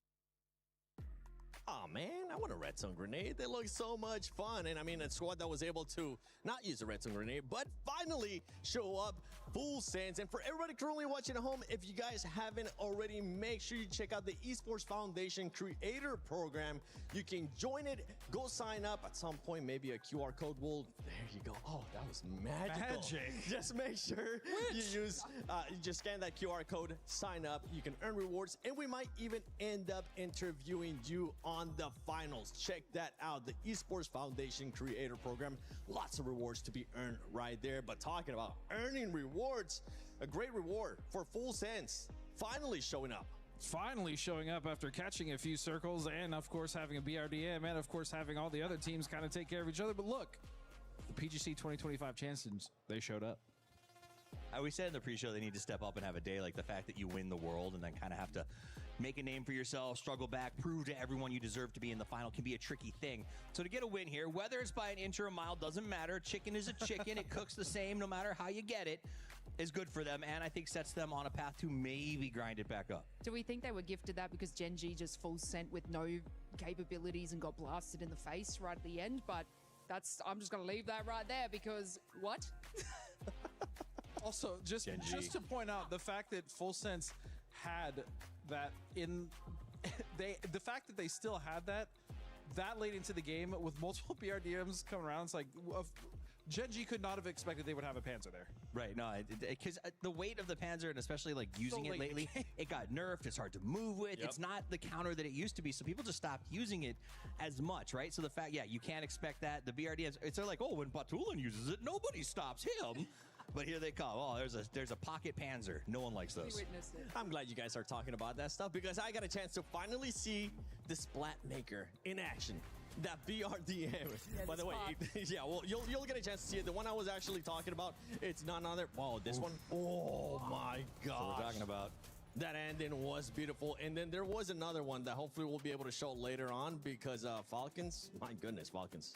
What were we thinking at one point as we look at team stats right here from Full Sense? Yeah, I mean, we were having this conversation about Falcons before. You know, I was like, oh, they were kind of gifted a great zone, and you know, but they lack that ability to defend their position. And I mean, it just took T1 to sort of use the exploit against them. And Falcons really slow decision making in that altercation with, I think it was Heather. I mean, they did an interview before. They were trolling in that interview, and I'm feeling like the trolling is bleeding into their gameplay because that was questionable. I mean, at the end of the day, Heather, I think he knew what he was doing. He was like, I'm just going to try to pick up a little point here. Be a little bit of a, for lack of a better word, a butthead to these guys. And he drove around them in a circle.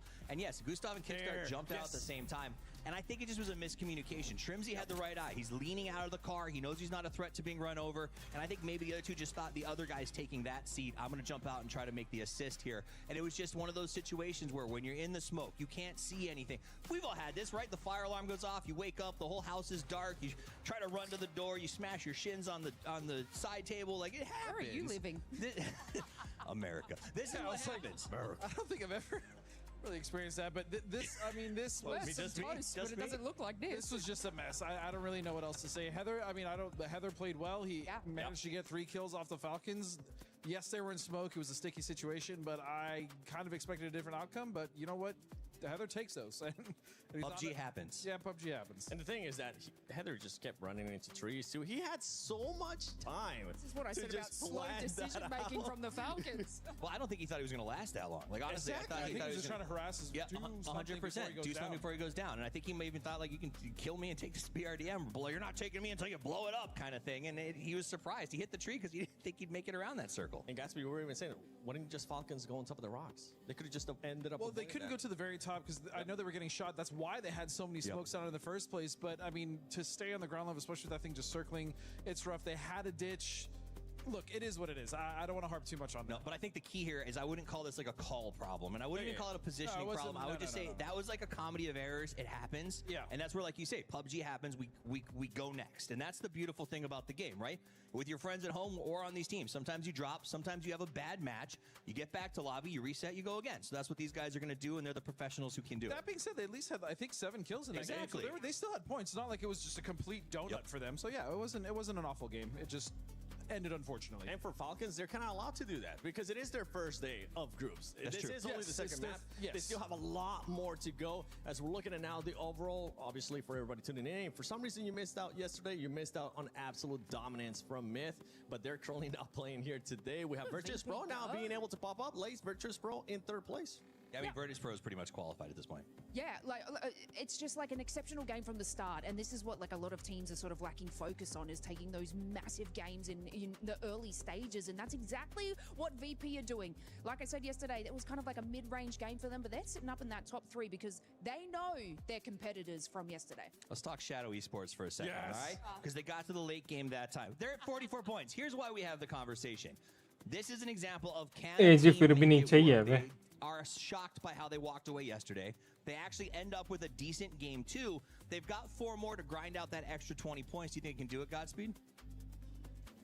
He's sighing. He sighed loudly. You guys couldn't hear it at home. I don't think so. I don't think so. I think this lobby, as it continues to manifest, I think the teams that are better than them are going to figure it out, and I think they're going to get trapped in rotation mainly. I'm calling it now. He was much more polite here on the desk than he was in the green. They're going to have rotational issues. That's my guess for them. I agree with that. I think as much as it'd be fun to go all in on them, I don't know that I can do that just yet. Yeah, you know, I ended up saying that my predictions have been going off on the pick'ems, but to be completely honest, Lace, I kind of just want to see them in the finals. I know you guys are saying that it's going to be hard, and honestly, we kind of saw that in the first game as well out of that squad, as they ended up with a big old donut on that first game. Here, being able to bounce back, but if they can maybe just string some good performances, they just might end up doing it. Yeah, well, let's talk, if we're talking about donuts, let's talk about another team that's been sort of sending those in, and that's Na'Vi. We're 2 games in. I know it's early, but I've seen 4 points, I think, total coming out of them in 2 games. I expect better when it comes to a team like Na'Vi. And I would agree with you, but for whatever reason, they just haven't been able to get it together. I don't know. That team, it's difficult for me to pinpoint what exactly the first two games. The first one, the circle was rough, right? Yeah. Second one, still, it's rotations. They couldn't even make it in. So I think that's definitely something, as long as they can just, maybe the first two games, they weren't feeling it. Maybe they kind of had to go a little wider on their rotation than they wanted to. But either way, they should. I still think Na'Vi is okay. I'm not super worried about them. They didn't really get to capitalize on like a many eliminations in match one, so that was probably their sort of time to get points on the board. But yeah, game two, I just didn't even see them show up. I saw Vitality's get sent in. Their last player getting patted on the back by the coaches looked like he was masked up and not feeling great. So that could something maybe get our team on the floor to go look into. Because again, Vitality in that race needs to be on their game, and if they're doing it with a player who's not feeling at the top, like that is something that can have a massive effect on the team. It hurts your comms, it hurts the speed of your thought, it really can get in the way. Yeah, well, for this squad, especially for all the squads that are in Group A, you do have 4 matches left. For some of the other squads in Group C, you still got some time. Falcons will let it slide. You did end up getting 7 eliminations. I just wanted to see the Splatmaker in action once again, but I'm hearing we have something amazing with Kalaris and Avenger on the stage. That's right. Thank you very much, guys. Of course, there's a lot of great players here, but we wanted to talk about some of the very best so far here from Esports World Cup 2026. I am with Avenger, once again, another very tall person here to talk about everything that's been going on so far, and we'd be missing the point, I think, if we didn't start with good old Kiss Magic. Yeah, we have to talk about, of course, him coming here, changing into the French Kiss, getting 18 kills in just 6 games. Not playing today, but still leading that is just insane, right? Sure, we've just played 2 games so far today, and it's all up for grabs. After the second game, Levante actually jumped into the second place of overall damage, still behind Example. Yeah, got to hear from him just before, of course. He's able to, he's flexing on the lobby. He's muscling everybody out of the way. He's one of the very, very best here so far. But of course, as you say, in terms of that damage done, yeah, you don't quite have Example here to be able to keep that going. But you say, what, 2 games still in hand, and he's still able to put up those kinds of numbers? I think Levante is something like 3,000 damage, and Example, with 2 games less played, is 3,500 something, so still leading by more than 500 damage, having played less. So yeah, crazy amount of damage done yesterday. Remember that game on Miramar where he was on the roof, fragging out, getting tons of damage, but few kills, but he was farming that game. All right, well, that's the bronze. Let's talk about some of the brains here as well. I mean, I'm not going to stick with Twisted Minds right now. Sure. I'm not going to talk about Batulas because he's always kind of in the focus of all of that.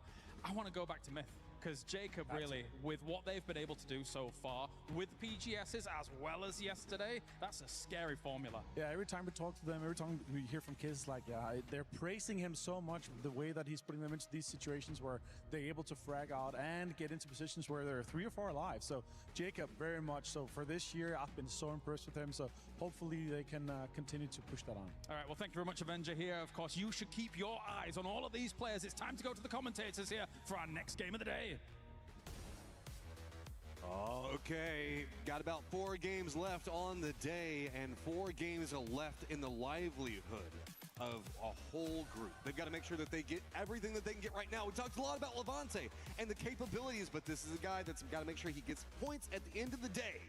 No doubt. I mean, he's had a nice day so far. One of our top fraggers here throughout these first couple of games. So that's a nice start for Vitality and Levante, but still work to be done for sure. I mean, you can't take it easy right now. You got to keep up the pace, got to keep pushing to make sure that you finish this day as strong as possible. You don't want to leave kind of that point cutoff anywhere that feels dangerous. And I'm scared because the desk was talking about it. Na'Vi has been kind of non-existent so far. There's going to be a point where that stops being a thing. And once that happens, they're going to start eating up the points around them.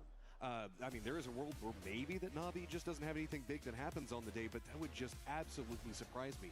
AGAL needs to get something big going. We can look on the other sides of this, and if you are a Shadow fan and they are in the hunt, they only need a little bit more. They just need to find something. It's really them and Vitality. Can they find just enough to really squeak in about another 20-ish points? Yeah, for sure. There's still hope for Shadow Esports and, for Indonesia. I mean, definitely something to be said about this team and their way to at least get deep into games. Like, they're relying a bit on placement points.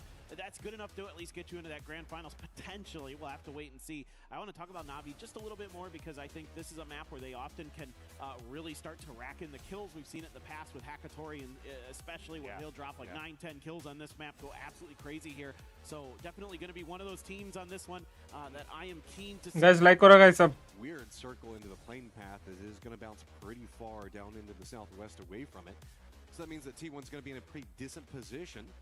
Petrichor Road is one of these squads that we're kind of thinking about is Petrichor Road. They're going to have an odd rotate into this one. It's also another squad that, I mean, since Akeslift has always been kind of a face for it, a lot of people are very focused in on what's going on with Petrichor Road. And so let's go ahead and hear with Ming Ming what's happening. 这张地图我最喜欢它的是什么？然后因为它地方城大，收的东西物资也很多嘛，然后也很肥，然后转移路线什么，我感觉也都挺好走的。你可能就像教练说的吧，然后周围其实没有什么很大的很多人嘛，周围可能就我们一座主城。 Quick, easy, efficient. Petrichor Road. Pull that into your game a little bit more. Quick, easy, efficient. Find some stuff, man. That's all I play for. I just want easy and efficient. That's what I'm all about. So I'm glad to hear that. You know, one of our all-time great players in Ming Ming definitely knows what's up and definitely keeps it simple, and that's my kind of gameplay. So they start out in Impala here, but the circle went west. More Monte Nuevo. Okay. I got a hard question for you. Okay.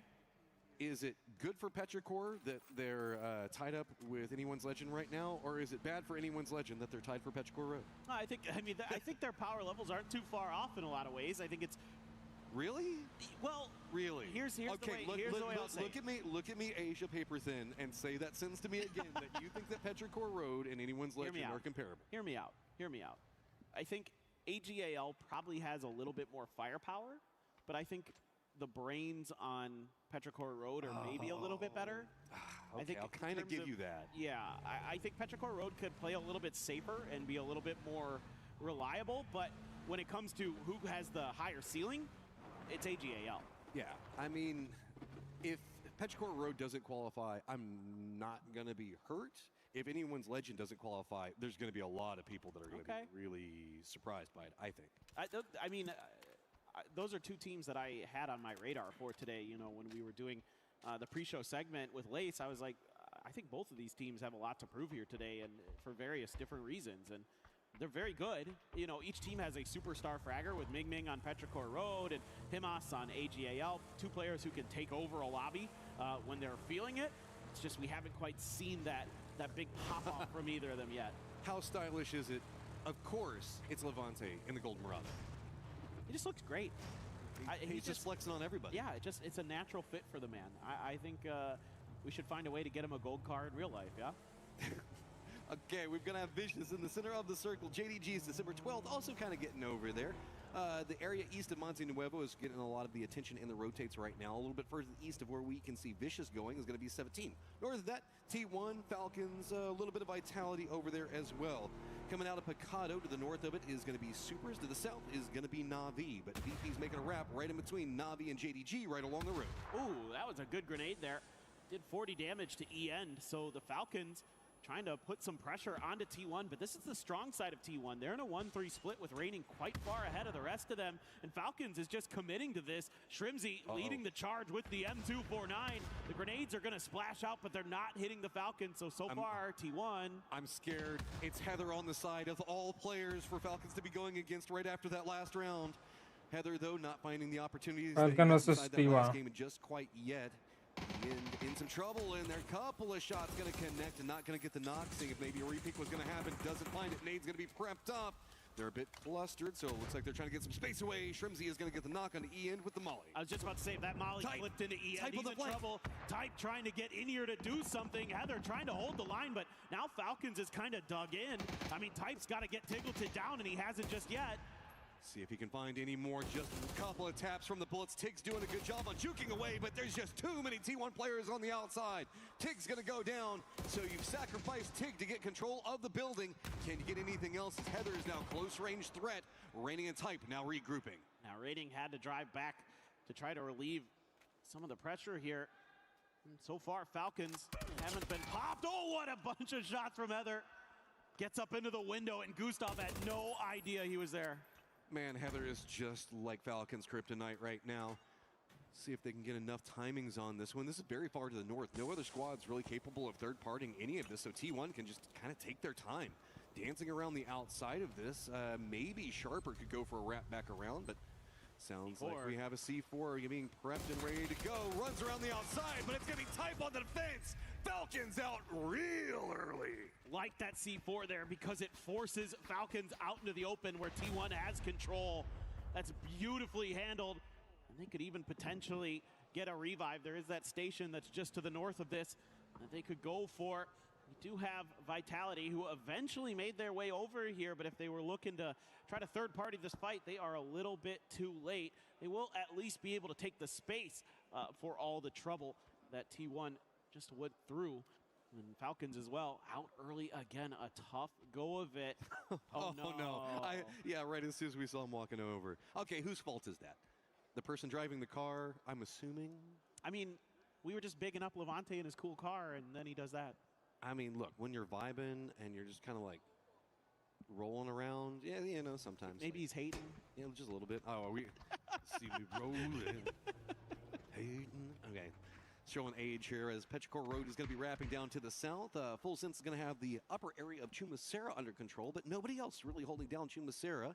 Monte Nuevo is going to be Tai Lu, and then it's going to be Brickyard for AGAL. Most of the other squads kind of a bit spattered across the hillside.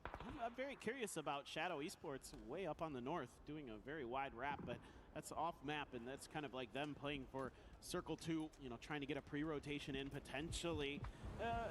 17 and kind of a normal split in the center. They're going pretty wide. Most teams are. The Supers as well, split along the Picado Mountains on the south edge of the power grid. Meanwhile, Petrichor Road trying to get in their cars a little bit earlier, see what's available around the edge of Chumacera and potentially a little bit further forward.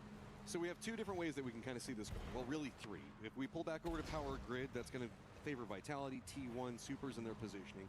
Go more of that Chumacera staying center area.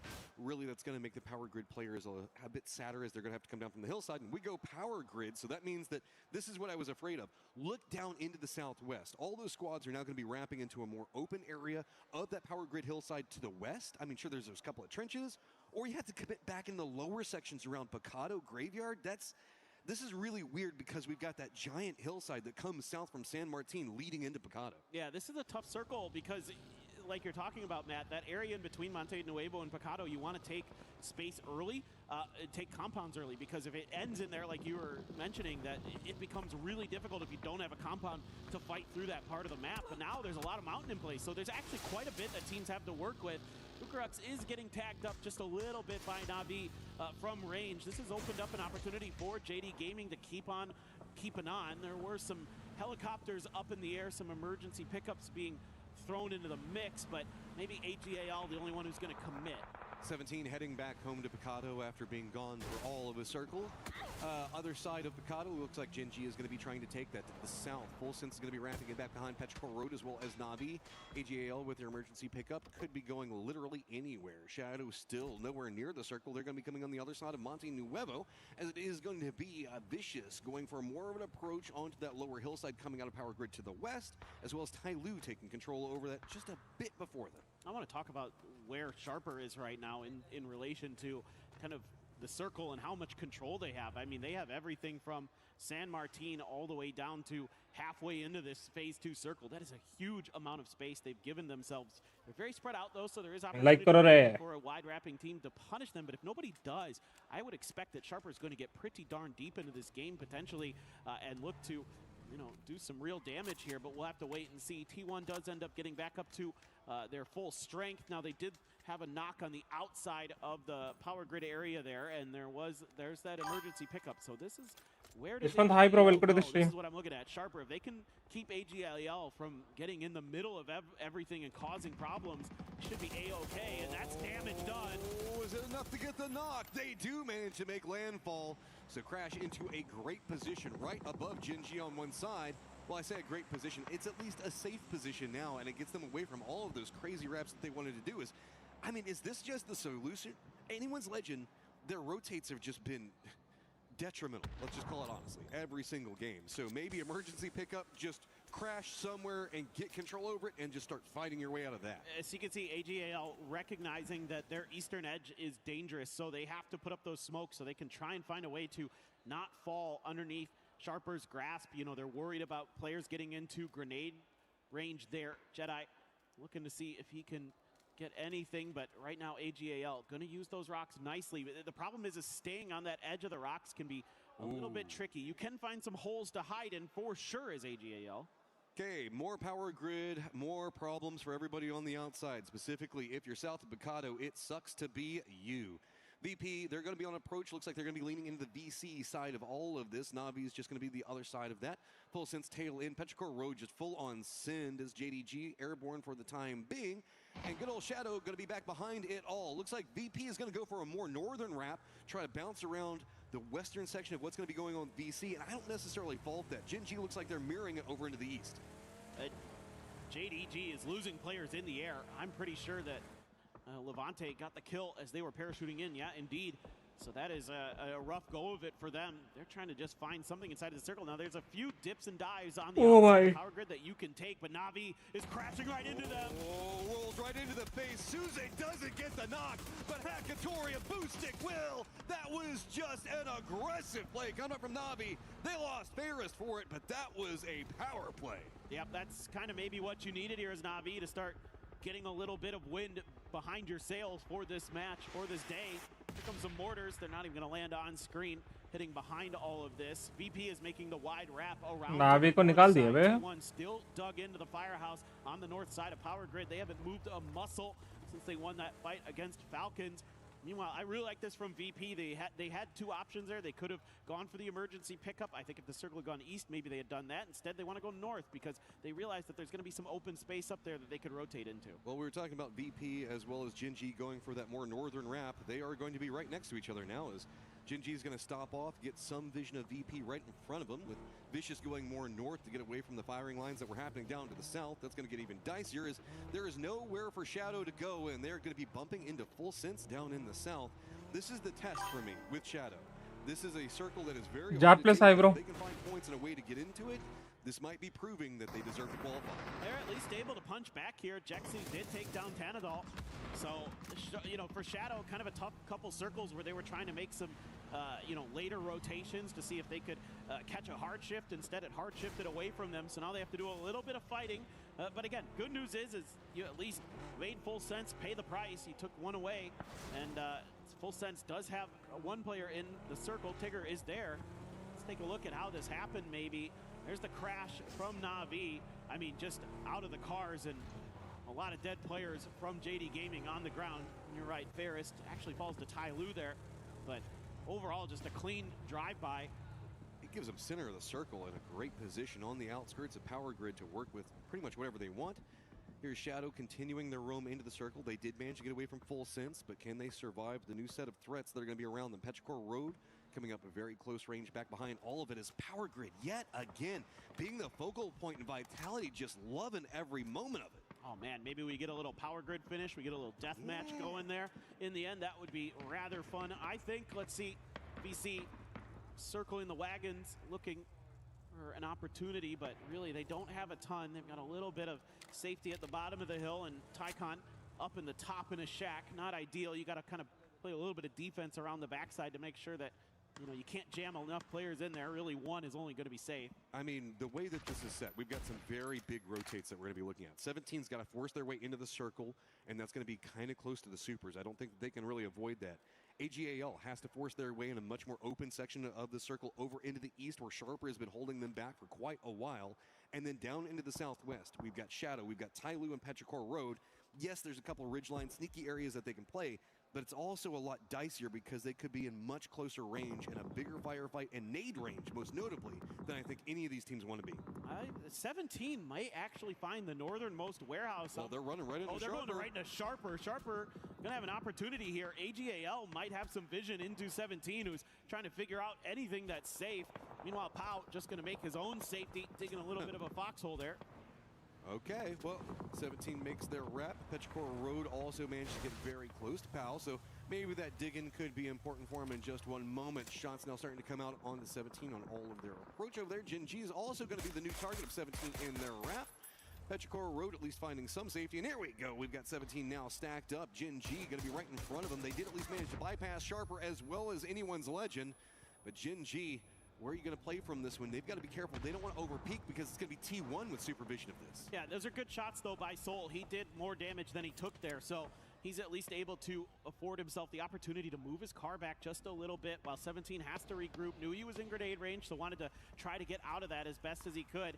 Get a better firing line from the rest of his team. Meanwhile, VP cutting in towards Full Sense. Full Sense trying to dive into the power grid proper. Nixie running out of bullets there. Might have popped a tire, but Full Sense at least gets to the fences. Where we started with Falcon's death is where everybody seems like they're focused on getting to. Full Sense does find a nice little position to play for now. VP is going to now have control over everything into the west. Tyloo still got to get into the circle, and it's going to be Shadow. Actually, Henzi he's gotten all the way into power grid by himself. The other players for Shadow are right on top of Tyloo, and it looks like they're just full on stealth as Tyloo's literally driving over them right now. I mean, I wouldn't think that would be possible, but it is. I mean, they've done it, and Jexy actually finds another kill there. Type knows that Full Sense is out there. Jexy gets two. One with the barrel, one with the Mark 12. Looking to see if he can finish this off. Tyloo getting absolutely shredded. Another angle is found there. It's actually Beamy from VP who gets that. A grenade almost finishing off a player of Petrichor. Circle's popped. We're keeping in most of power grid, but we're going to move into the more open sections of the south and the hillsides into the east. Petrichor Road still has to vault over what's going on with Supers as well as Vicious in front of them. Luckily, Tyloo falling off to one side has denied out a competitor onto one angle of approach.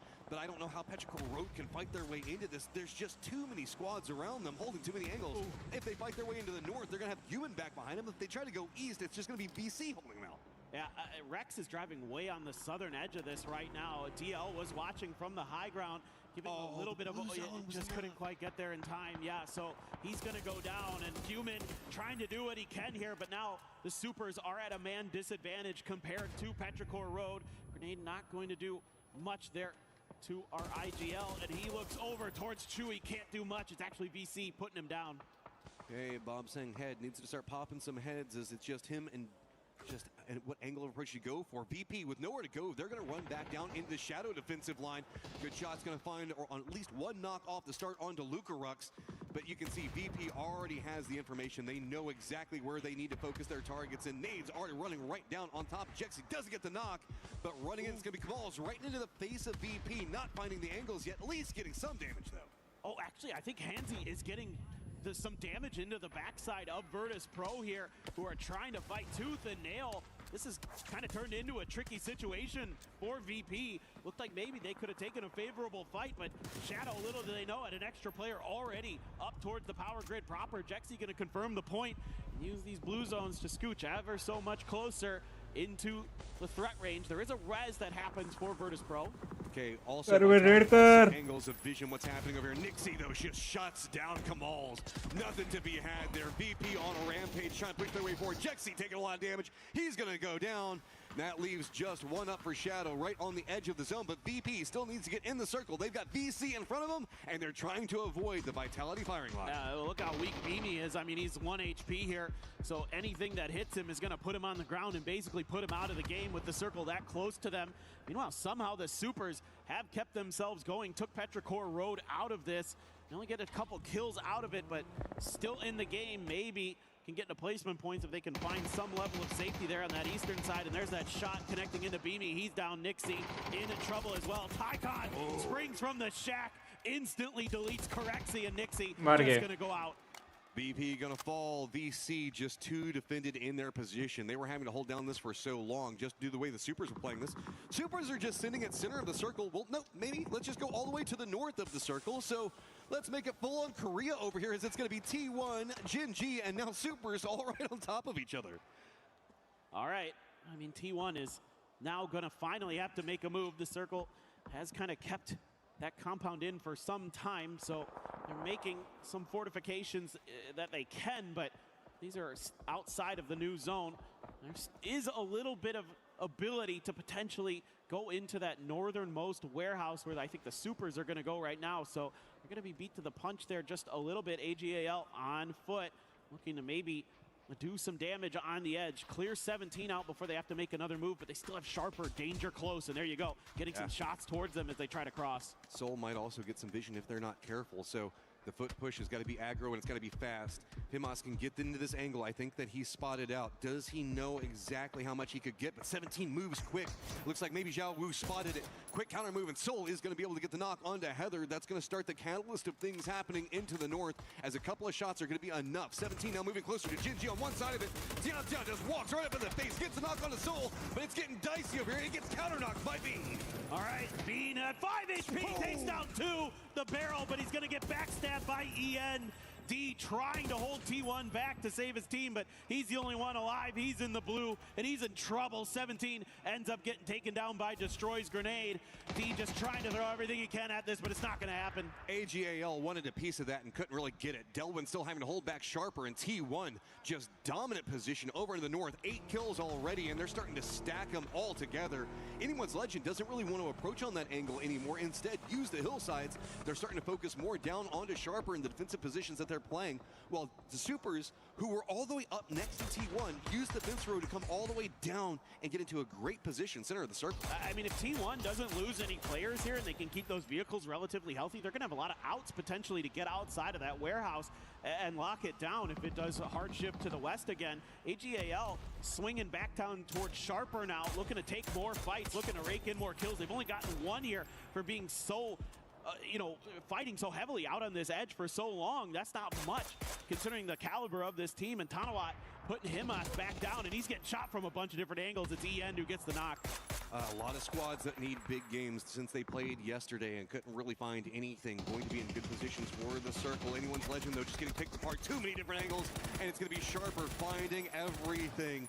What do you even do off of this? Now Sololzi looking at T1. Type's got control over the warehouse.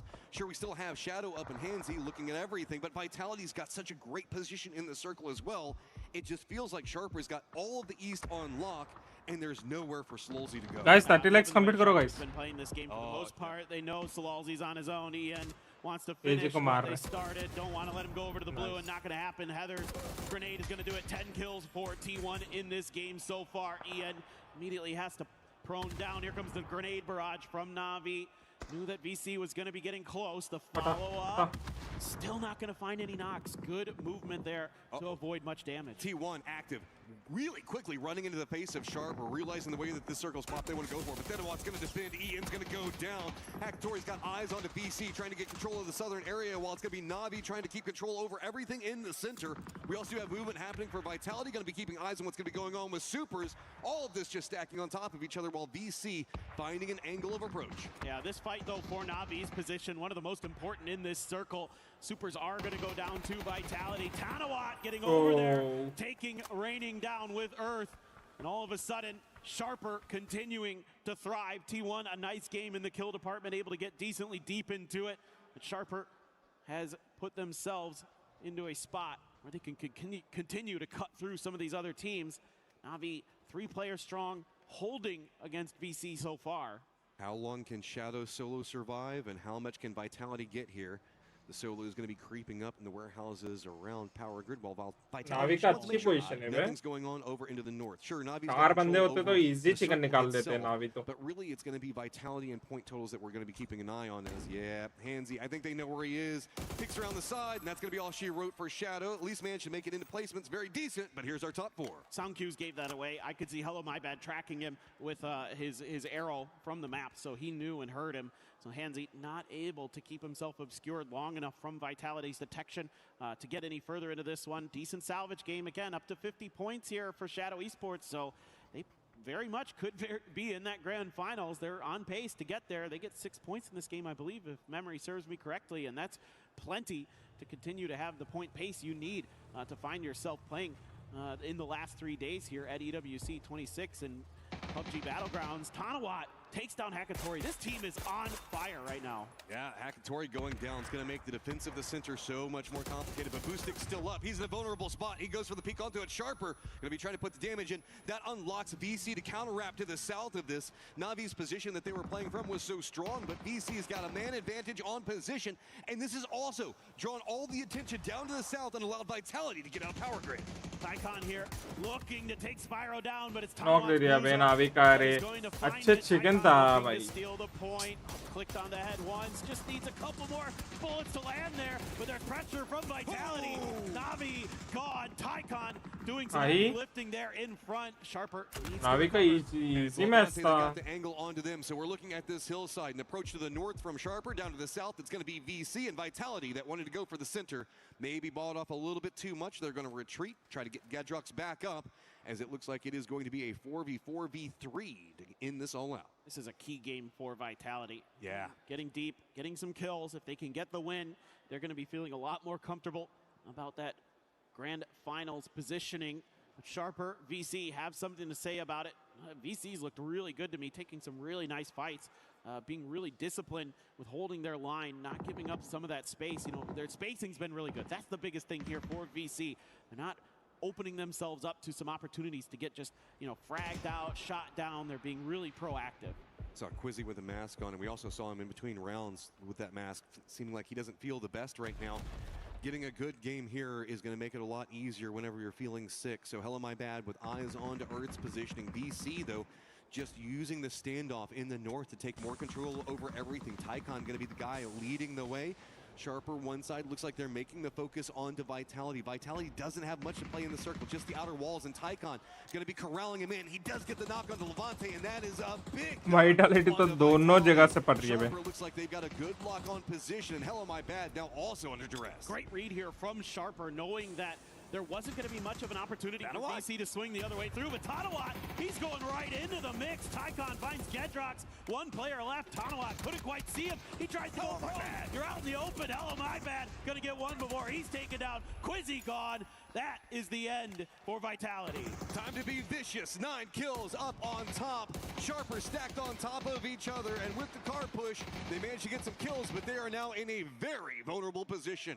Earth just back up against the blue zone along with Jedi, as it is VC. इनका match खराब कर लिया और दूसरा लोग का भी match खराब कर दिया. Over the blue zone, and that is Vicious Esports with a victory. Yeah, again, really good spacing in a lot of those fights, and they play that game really, really nicely. That early setup they had, I really liked, where they had Tycon up in the shack and 3 players down below him to guard it, because that's a really tricky position to defend if somebody gets underneath that shack. So really like their setup and the way they're able to use that to catapult themselves into the late game. But it's the big game for Vitality.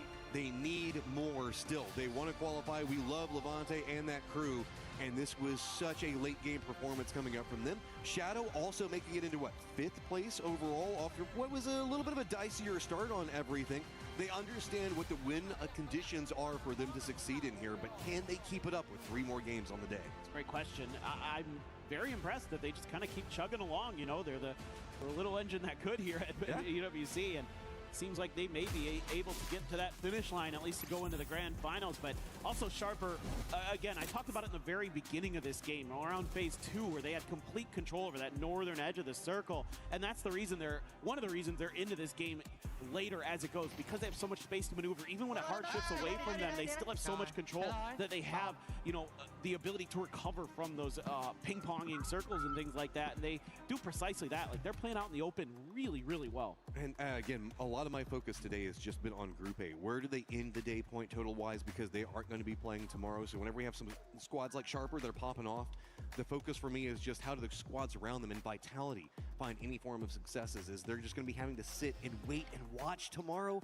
Oh, that is just so nerve-wracking to have to do. This is absolutely ridiculous, but we're going to go ahead and try to get game number 4 all set up. We'll be back in just one moment.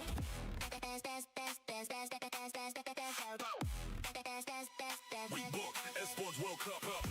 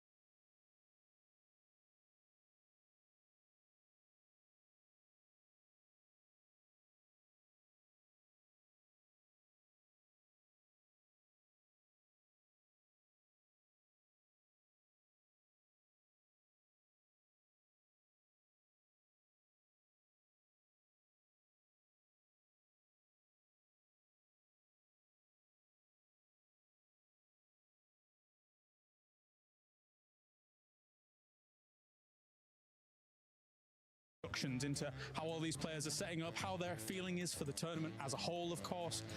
And you can see they're getting mic'd up as well. And they're going to be talking about some stuff. A very different setup here for Esports World Cup 2026, as you can see. Another lovely stage. And over to my right-hand side as well. Actually, I could even sign this myself. This is for all of the players to sign as they do come along. But right next to... don't know who that is. I'll just put myself right there. The real goat of esports. We can now make a little bit of a move on into the quiet zone. Come in. All right. Whoa. Spooky. All right, as you can see, as is signified over here by the quiet zone.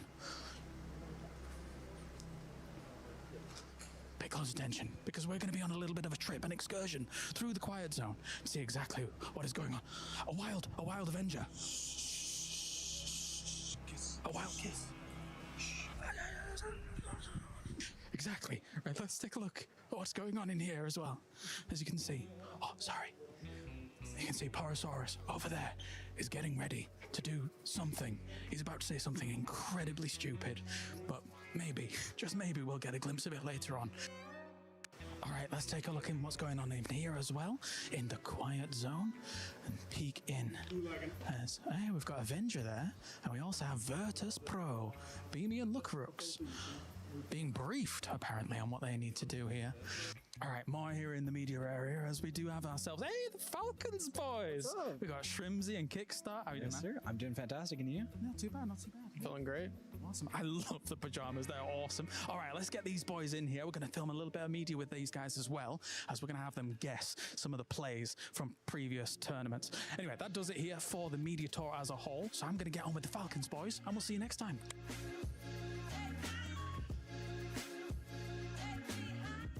All right, guys. It's going to be the quiet. All right, let's try that again. Absolutely not. Absolutely. One more opportunity to see players in their natural habitat. Nothing. Spectacular scenes here at the Esports World Cup.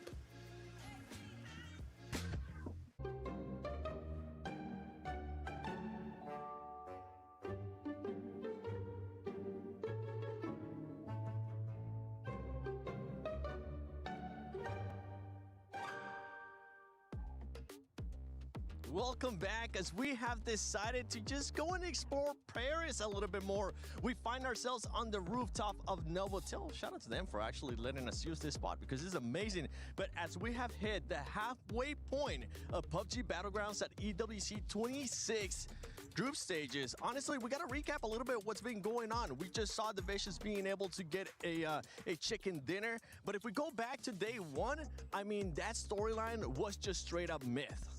Yeah, I mean, if that's what we're doing, if we're saying let's take that halftime, let's look at where we're sitting in the tournament right now. Myth and particularly Twisted Minds we can get to. These two are insane, but Myth, 3 wins on one day is unheard of, and the fact that they could come back and do it again tomorrow, let me tell you, every legend starts with Myth, and these guys are close to taking that title for themselves. Name change in the future, I think. Yeah, I mean, they sort of started out after match 5 at like about a 7.2 elim average, which is it's not bad, okay? That is exceptional. But before that, they're actually on a 5.5, and that was because of the several chicken dinners that they have, and that amazing match 6 where they got like 5 eliminations and that win. And I mean, that's exactly why this team is bringing it home. They are going to be bringing it home. And the scary part, if you're a Myth fan too, or if you're just scared of Myth, what they're performing, is that today they're getting a break. Yeah. Today they're getting a chance to see what everybody from Group C is going to be doing, and Myth is just looking at them like, all right, chill. Let me see what you guys got going on, because we're going to come in hot tomorrow. And they got no stress. I mean, the fact of the matter is we've played 3 games so far, and Myth and Twisted Minds still haven't been caught by the 9-game teams, right? Like VP, yeah, they're having an okay catch-up time, but they still haven't closed the door on those 2. Like, it is crazy how far ahead Myth was at the end of yesterday. Yeah, for some of the other teams, we talked about it earlier, but we need to touch base as we're kind of recapping everything here. Full Sense finally ends up showing up. They get a win today, but they need to start being more consistent, because now now they're going to be going into their final 3 matches. And if that consistency is not there, tomorrow they're just going to be sitting down, watching the show list, just biting them nails. Yeah, I mean, today is all for them, so they need to really do something there. I mean, it was a little surprising, I guess, from the first kind of group stages that we had, but, you know, they do know what's ahead of them and what they need to pick up on. And look, it's an okay job, I feel. Like, it needs to be a little bit more aggressive, I feel. The problem is when you look at the leaderboard right now, you think, oh, maybe they're okay. Maybe they're in 7th. But you got to remember, they have 3 games up on 16 of our teams. And that is time that has to be made up somewhere. So for those teams, even Shadow, our defending world champions, everybody who's got those 9 games played, just because they look like they're in a good rank now doesn't mean it carries over, which is even more stress-laced because that means they don't know what happens tomorrow. They have to put up, I would say, easily 12 to 15 points higher than they expect to make sure that they are still guaranteed the advance. Could you just imagine playing this and then watching the games just from your hotel room going, oh, did we make it enough? Did we make it enough? I mean, it's crunch time right now, but yeah, I would not want to be in that position. They definitely need to amp it up. If they have the Novotel view, honestly, it might not be that bad. You're not wrong. Actually, I know teams who, when they're in that situation on the 3rd day, they'll just go to lunch, or they'll take a day at the zoo, or they'll do something like that. Their coach obviously is like watching the whole time to give them updates, but I've met teams who are like, you know what, we don't even look until the very end, and then let's enjoy our day. Let's not have that stress looming over us. How about some of the other squads that have came in today? 17 Gaming. I mean, they've been putting up some points. We just saw what Team 1 was able to do in the last one, and they ended up eliminating Falcons early on as well. Yeah, I was sort of touching on this. Like, we looked at match 2, and obviously Heather just being able to pop that grenade into their situation, and it looks like T1 is just clipping the Falcons' wins at the moment, because coming out of match 3, it was just an obliteration from them too. I mean, they're from my region. I love the Falcons, boys, but this has been a very rough start. Now, I'm not going to write them off. How many times have we seen the Falcons sort of thrive up and go full phase Sunday, if you will, on that last performance day? So I'm not going to write them off yet, but it's been a very tough run for them. T1 looks so good to be as high up on the board as they are. 13th place with only 3 games played at 30 points. That's the same track line that we had Twisted Minds and Myth on yesterday. So these guys can feel very comfortable. Another team that's in that same situation in regards to what we were talking about, being in that Group A, maybe not performing that well.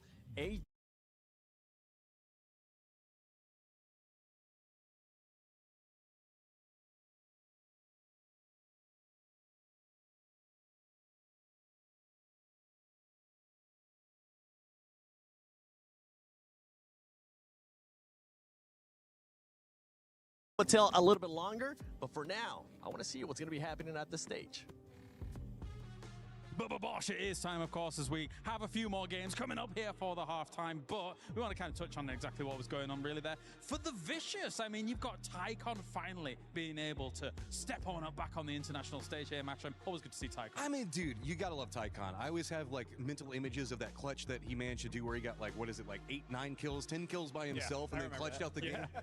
I got in trouble because I think I said some naughty words at the end of that cast, but I mean, it deserved. Tycon's that good of a player, so it's great to have him back in the forums. Yeah, look, and especially you and I had casted Tycon, I think, in one of his first games, right? And we go back to those times we said, hey, this kid's going to be a superstar. Now I'm hoping he has the team behind him. And so far, the way they played that south edge, the way that they kind of pushed Vitality out, they watched for the other team coming across, which of course was sharper, and they were able to capitalize. And winning that game is going to be a huge boost of confidence for them as well. I think the first time in Fantasy that we ever played, and Tycon was a sub on that during 10K. Do you remember? He was the cheapest. Didn't you also pick him up like super early and rub it in our faces? I may have heard. Sounds like something James would do. Yeah. I'm sorry. I've got my ear to the ground, as it were. But let's. You're so low. You should. Sorry, I didn't. Yeah, I mean, because you're so much shorter than me, I'm going to enjoy this job. I don't know if I should be speaking. Let's talk about some of those teams that are on the bubble here for this one. Of course, as you've got teams like Tyloo, AGAL, and Petrichor Road all really needing to step up. It does feel like Tyloo's probably done here, though. I think Tyloo is done, unfortunately. I mean, even if they have an incredible last 3 games, they're still going to be behind by a full 6 games of the other group coming back in. On top of that, I haven't seen anything from them that makes me think they're going to do it. Final thoughts? Same. I mean, Tyloo's just not getting there. Petrichor Road finds something. Anyone's legend, pull a trigger, man.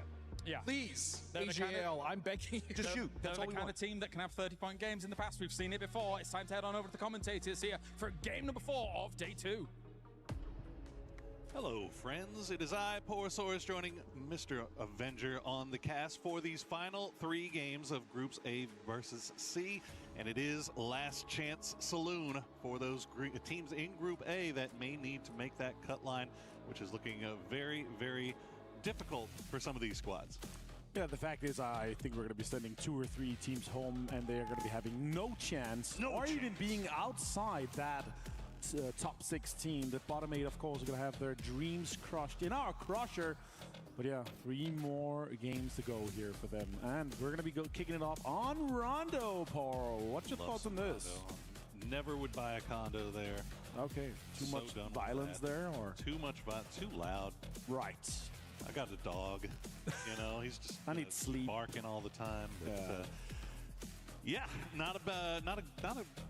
not a great map to want to start on if you really need to make a push to get some things going here, especially if you're looking at what we were talking about. Tyloo, we were talking about some of the other Group A teams that we've got our eyes on here.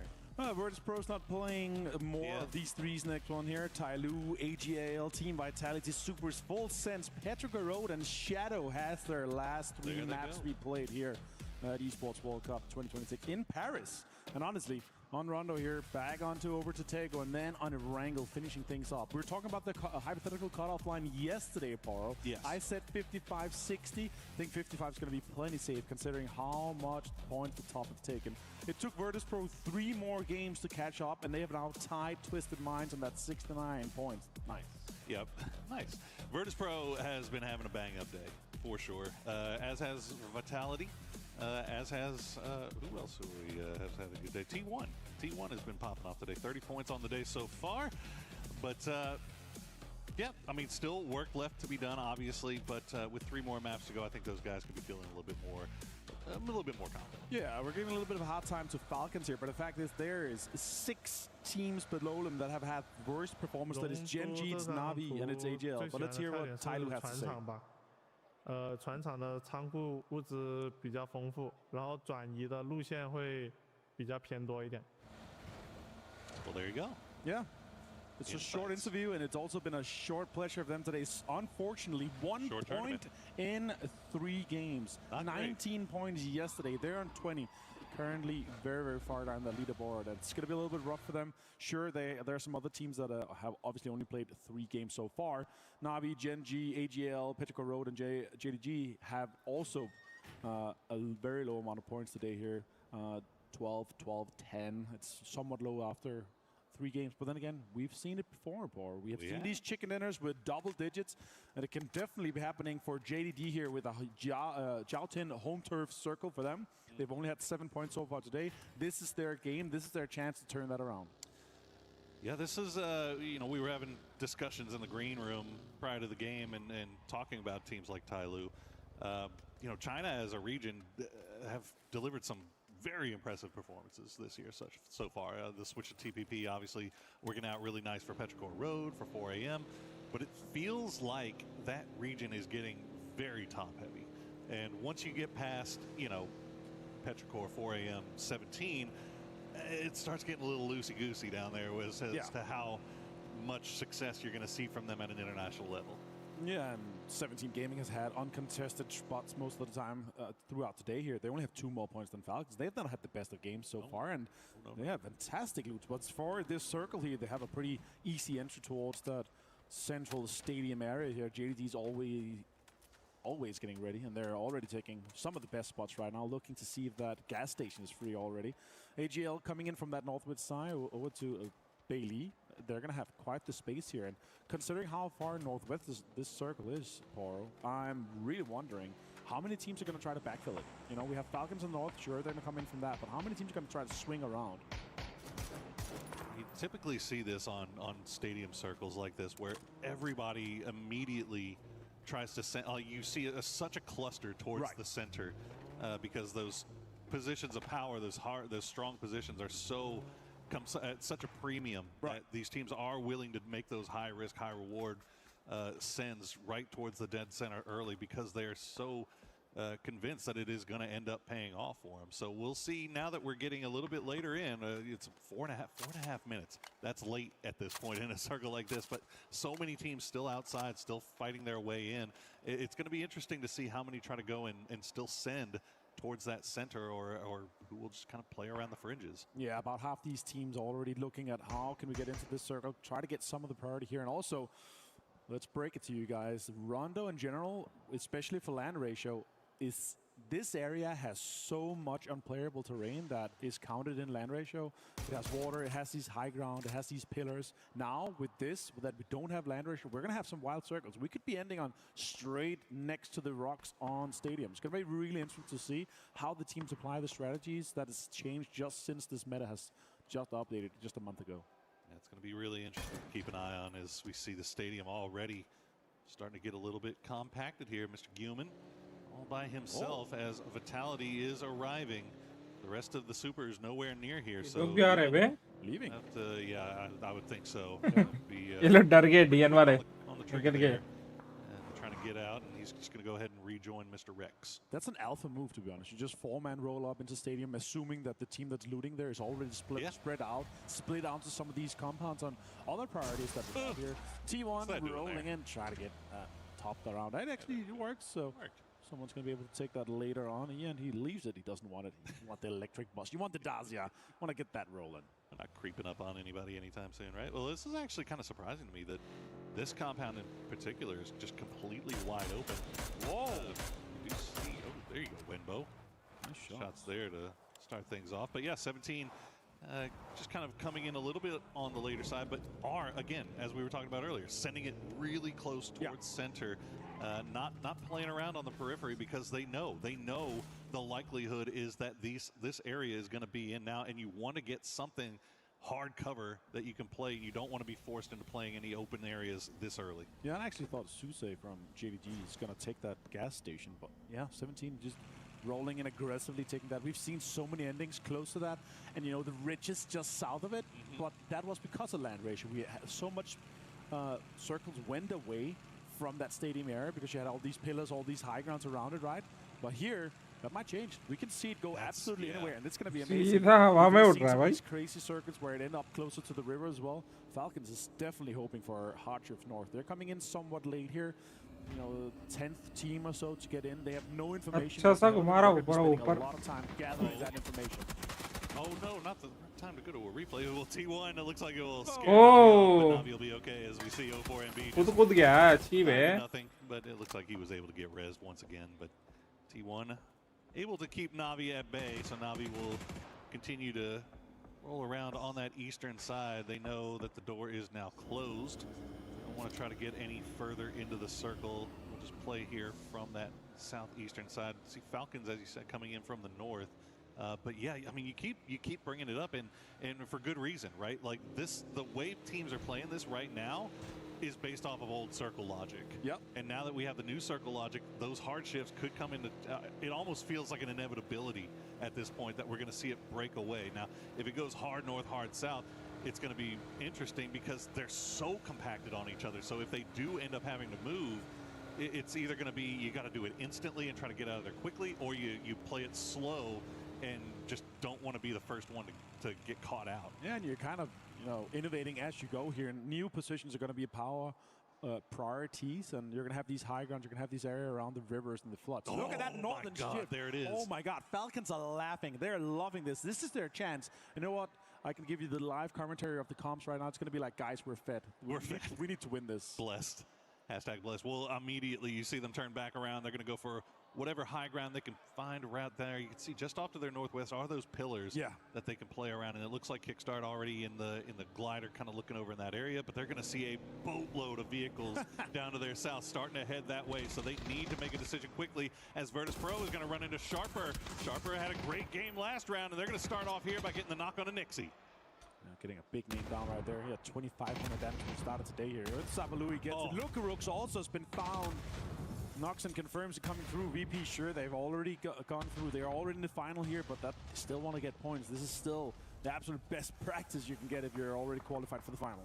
Goodness gracious, once again, just a portable red zone of grenades being sent over here. The utility being such a major factor, and Sharper not scared to go ahead and send everything they have in the bag there to go ahead and secure those 2 points off of Virtus Pro. Virtus Pro, the rest of the team will go ahead and escape, as now we see 17 running into Supers. They've got Falcons just off to their north, and you can see Shadow just off to their east. So this is not a fight that I think either of these teams really want to invest too much time in. And yeah, there you go. Both of them are going to pull away immediately.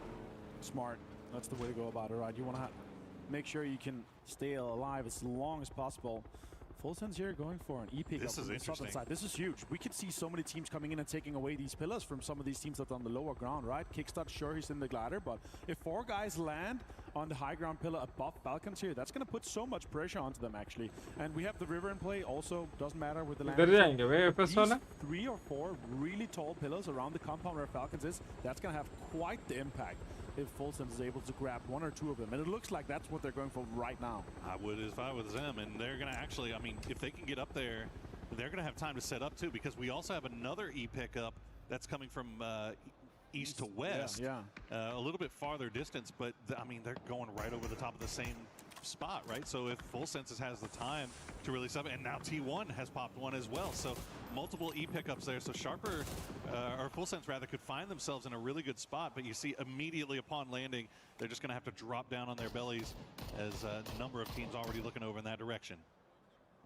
Yeah, Falcons hunkering down this compound. This is quite a strong compound here. You have multiple sides of cover. You can be in the roofs, and it's really difficult to breach unless you breach from that northern area where the rocks is. Just this direction that Gustav is looking at. But they're fully aware that Full Sense is taking some of these northwest pillars, but we're going to have this next circle pop. Let's see where we go, Paro. All right, we're going to get another hardship. Wow. We will. Going to cut all the way over to the west, and that's going to leave a look at all their pretty big chunk of Bailey in. Where's Vicious going to go? Where's T1 going to go? Obviously, Full Sense has landed on top of that pillar. Right now, you see Falcons currently content and hanging in their compound. Why wouldn't they? As you see a number of teams trying to make their way past. It looks like they're going to be able to do it. Vicious not towers. Instead, they're going to continue going all the way over to Bailey. I'll have to admit this. I've never seen such an VLT तो पूरा zone के बाहर ही है। Look at that. अरे VLT का eco बोल रहा हूँ भाई मैं, VIT है वो। Going on the Kadia city grid. I need to get a beret, man. Yeah? Red or blue? I mean, honestly, the red one is looking pretty nice. You have to go with the lipstick as well then. That's kind of crazy. But look at this, 17 being absolutely getting in here as T1 is flying in above them. Delvin finds C4 and B from Petrichor Road. Shots coming in. AGL need to have a good game. We have just 3 more to go. On the south side of the circle, you can see there's still 60 alive left in this game. और T1 को देखना. Number of fights going on here. T1 have run into 17, and 17 proven to be a little bit more of a hassle to clean up than Falcons was for T1 last time. In fact, they will go down as T1 gets eliminated in 16th place. We'll see if 17 has the time ये लोग भी helmet हो गए हैं before they get crashed. T1's had a good day so far today, so they can afford 1. But now look at this. Speed हो रहा भाई पूरा. 17. Beamy finds JDG as well. So much fights happening here in the northern side. 17 Gaming's out of 15th place as well. Tycon is back to being him old self. 2022, 2023, Tycon is back. Beautiful timing there by Vicious.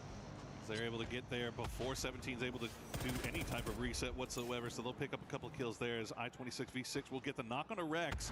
That's going to force Supers to pull back off, but they don't have time for this. Vitality is coming in, Petrichor Road is coming in, Tai Lu is sniffing over in that area as well as Falcons also on this fight. So the entire South fight all kind of playing a game of chicken right now to see who's going to commit to a fight so that the other ones can then third party on there.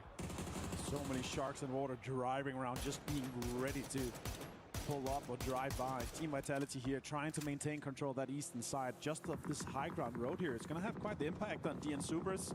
Nice to see them driving around here. It's going to be a little bit difficult for Deal and having them back. Yeah, they're going back south here. They're actually going to go straight towards AGL and Petrichor Road. And maybe Tai Lu on that southwest side here. Having popping some tires is going to be annoying for Vitality. Also a headshot coming his way. Damage is done. Difficult for Vitality to recoup. Hello, my bad if he's going to go down out here, but I think he's going to be fine. The blue zone is not taking more than 1 damage per second. Until we get to the next one, just 10 more seconds, we're going to go to triple that damage, so you need to get into that circle just now. Super's one of our teams that's on the clock. 43 points overall right now. only this game with 2 remaining to try to make sure they're above that cut line as the circle will bless up just a little bit here. That's great news if you're Full Sense, as they still have 2 on that high ground, but they've sent Belmoth and Thanadol down low to kind of that as well. We'll see where Falcons decide to go, and when they decide to go really is more the important question. You don't want to be the first one there, right? Yeah, Full Sense also on the clock. 3 more games to go for them here, and that's exactly that. Need 10 more points so they could be safe, and they could definitely get it from this game here, or with having high ground control and also having all the eyes in the sky. Being on 2 pillars here is quite insane. Now Falcons are moving on the north side of the road. Vitality drawing on the road on the southern side, but that's going to be a fight between AGL and Vitality just shortly happening here. Looks like Petrichor Road is sent it towards the middle as we get a quick replay here of 17 quickly dispatching with T1. T1 did manage to get a couple in return, but that was very well played there by both squads. It really just turned into a 1v1 at the end, as we see a number of teams just kind of playing along that roadside. The high ground on the east and low ground on the west. Kills just picking one off here and there. Now Na'Vi focusing down on Kamal's. Coming in from the south side, no one really there to support Kamal's. The rest of his team is at distance, and there you go, he is going to go down.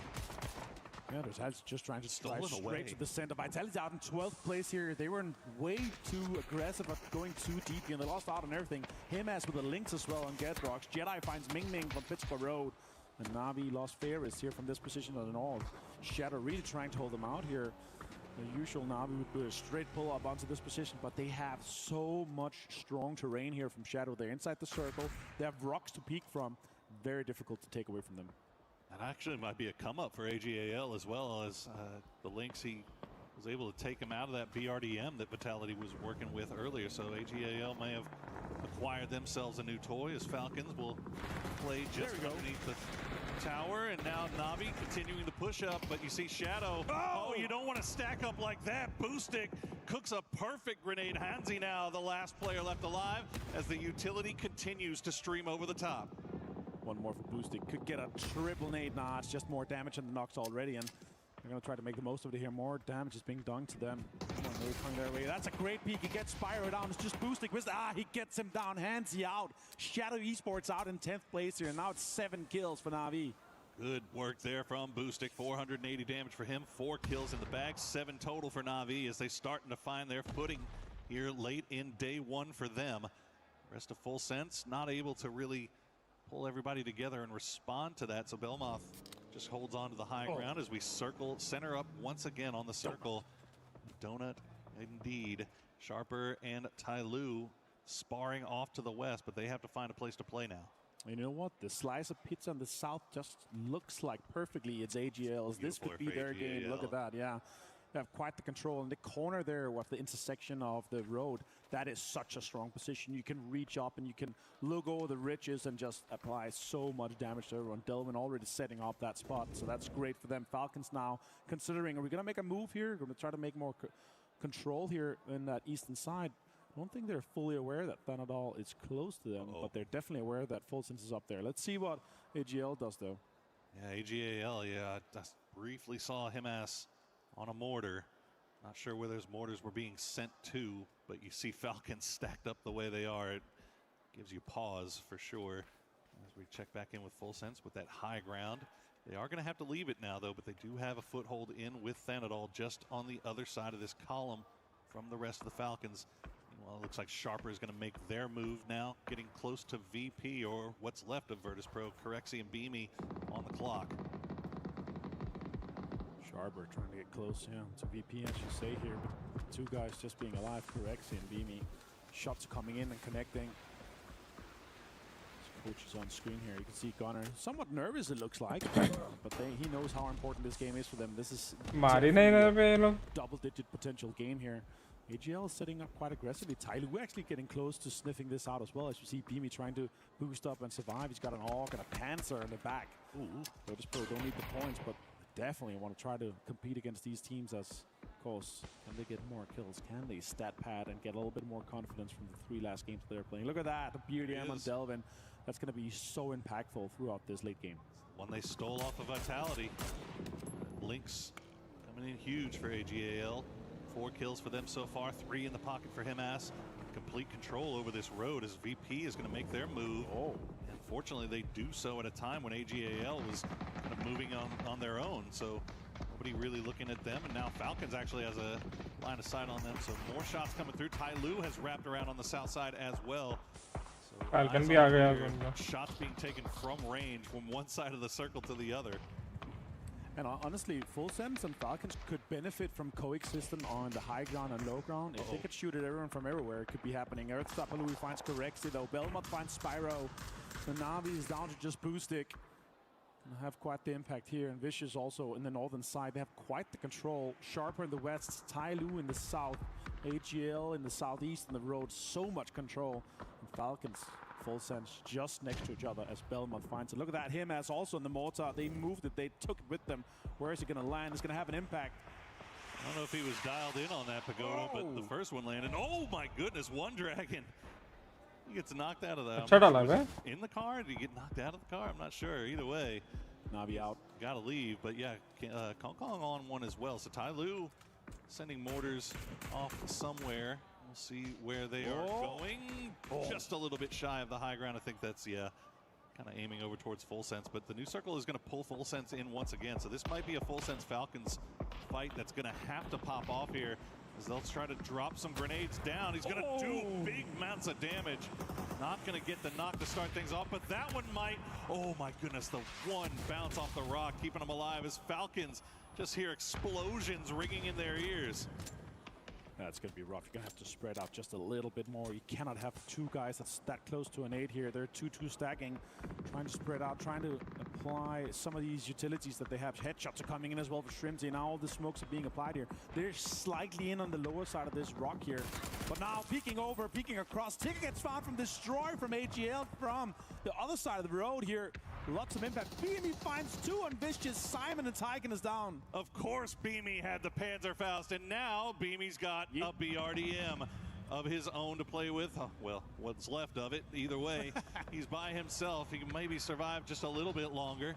We'll see. He'll at least use it for cover, if nothing else, as Vicious will try to make their way in, see if they can finish him off. Meanwhile, Falcons trying to take out what's left of Full Sense. They have just been hanging around, getting shot at by AGAL from the low side. Gustav will find 1, he'll find 2, and now it's down to 1 for Full Sense. Tigger left alone here now. He's going to have to make a push for it. Can he make it happen here? Shrimsy on the absolute front here. Utilities being deployed. Now nades are coming out as well. Cook it. Shrimsy might have... Oh, great peek on him, but the nade's going to do a little bit of damage, but they're going to be fine here. Now they're inside the zone. They're going to be able to reset a little bit, and they're taking the PGC 2025 champions out of this game. 6 teams left, 20 players left alive. That was a good fight for Falcons there. Clean fight. And obviously, AGAL was kind of pressuring them, so they weren't able to set it up the exact way that they wanted to, but they were still able to come out on top, so well played by them. AGAL just exerting so much control over this lobby from this southeastern side right now. They are a problem that everyone is going to have to deal with here eventually, but right now, Falcons the only one that have their eyes. Himas finds Kickstart with the links. Tickleton finds Dogby. Vicious is in.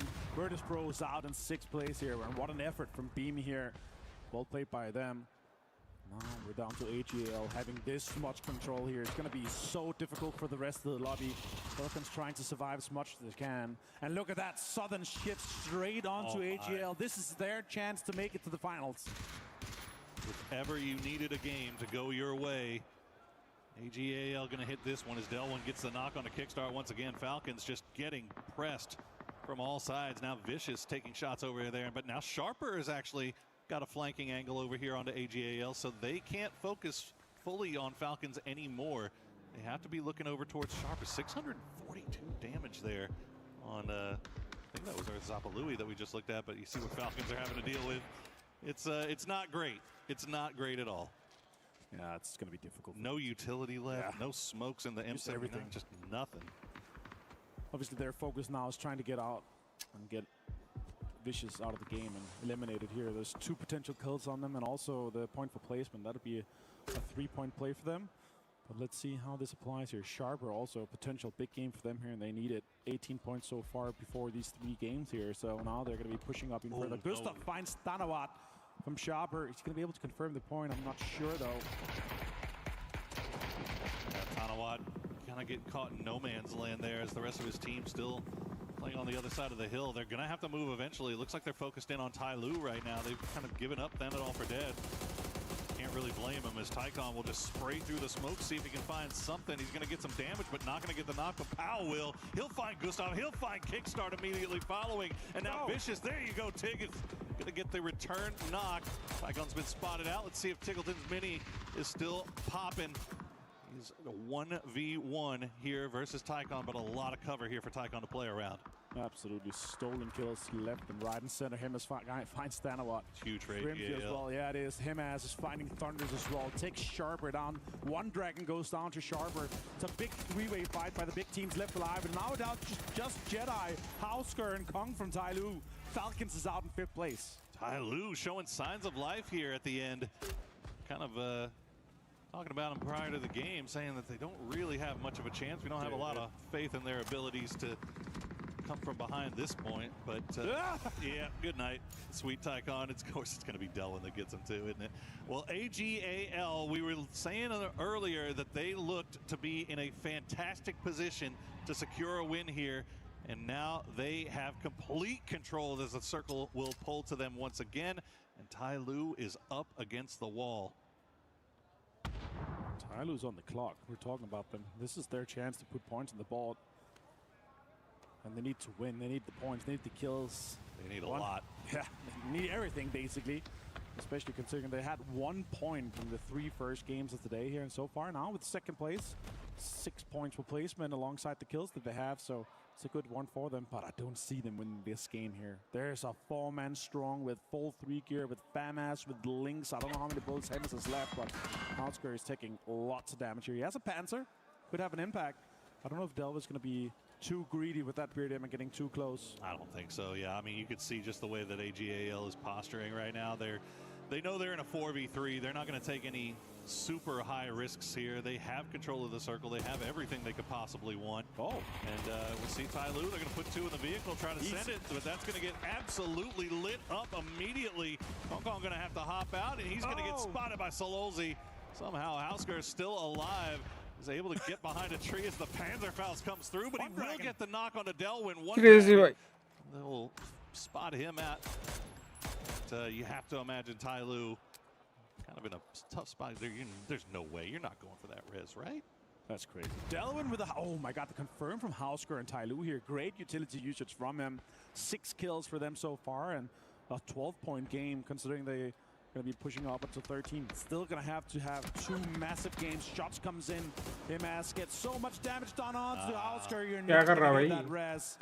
Surely one Dragon's going to get damage being thrown his direction right now. The red zone comes through, and that's going to do it. Come back. AGAL clutch out a huge victory for themselves here at EWC. Absolutely cinema here for them. They were looking actually pretty rough so far today, but that game was their absolute victory here. What a way for them to do it.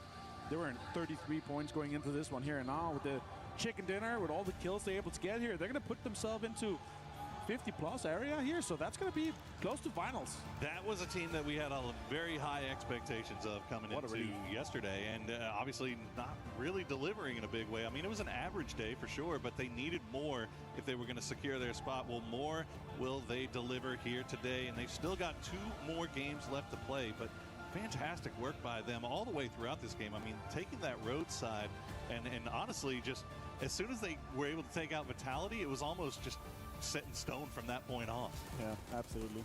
As we look back here, Himas absolutely slaughtering Hausker here. What a great way. And look, 6 nades. Himas had 6 nades when there is just 1 player left standing. The bombardment of the red zone just starts here. And look at that.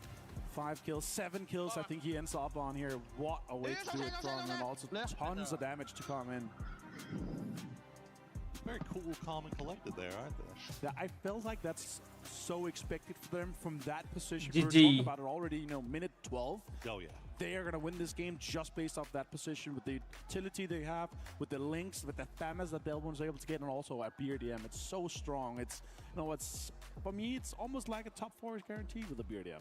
It almost feels like it sometimes. Well, we have seen teams kind of run into trouble with them sometimes here and there, but I mean, when the position that they had that time around, it was going to be really, really, I mean, I don't think we saw anybody even take a shot at AGAL there for about 15-20 minutes. Well, there you go, 23 points for them, and that's going to do a load of work to securing their spot here in the grand final. Vicious Esports and Ty Lu, though, showing out here at the end. What a great day and start for Vicious. So I actually didn't have high expectations for them, to be honest. It's a situation where Tycoon is just back, maybe? Like, it's a newfound motivation. Did he ever leave? I don't know, man. Last year, 2025, 2024, he was a former shadow of himself. Remember Dubai, remember 2023. He was an absolute beast. I don't know if he's going to be able to continue to do this throughout the final, but Vicious is looking great. They're looking poised. Absolutely. Well, we have a quick interview, so let's throw it down to Mr. James Calares-Carroll. Yes, that's right. Thank you very much. I'm here with Shrimzy to check in on what's going on so far here for the Falcons boys, one of everybody's favorites and one of my favorites in Shrimzy as well. How are you doing so far, man? Doing good, and you? Not too bad, not too bad. I want to ask you about the first, half and a bit of the day here, of course. A lot of people are looking at Falcons as one of the big names here for EWC. So what's been your perspective so far on how the games have gone here for Falcons? Games have actually gone pretty decent. I think we're playing pretty well. A few things haven't gone our way, and it's led to a lot of points not being acquired, but I think that's just PUBG sometimes, and you just have to keep pushing. Bit of a tough rondo here for this one. Obviously, you guys had a decent shift north onto your compound and be able to take that spot, but then the circle starts shifting away. You send Gustav forwards for that scout, but then beyond that, you're kind of stuck up against those rocks. So what's going on communication-wise, etc., in those kinds of moments? It's just pure chaos, Like, there's just so much going on all the time. Mortars, BRDMs, people above us, we're just trying not to die and trying to get as many kills as we can, but I mean, it's just crazy. There's a lot going on. Confident about your chances to be able to move on, though? 2 more games here today. Obviously, you've got another day in hand as well. You thinking it's going to be okay? Yeah, of course. We're one of the best teams in the lobby, and we're going to perform like it for sure. If I get you some waffles for the Breakfast of Champions compared to our previous breakfast, do you think that'd work? I need it. The Breakfast of Champions, very important here for Shrimzy. Thank you very much, mate. You can get them back, as now we head on over to even more here from the EWC.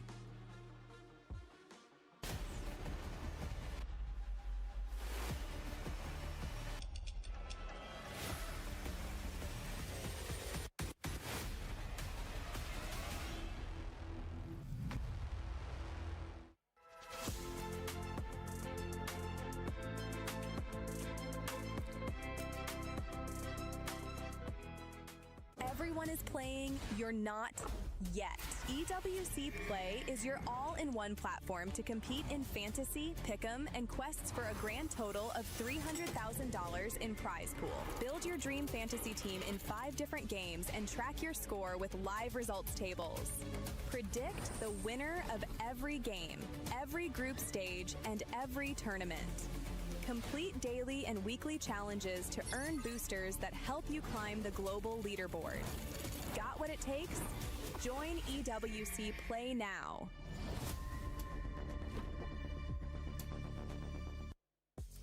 Another week of EWC means another week of club championship updates. We've got new games on the table, and we're hanging out with Tun to give us a little bit of insight about what's been going on over at the Lenovo Legion Gauntlet. Yeah, MLBB very much underway, starting with our group stage, which we've got going on all week long, into playoffs next week. But we're very early doors here in MLBB, but it's going to be really interesting, especially when it comes down to club championship. We've got a lot of the big boys in there, and some of the teams that actually really need to start putting their foot down.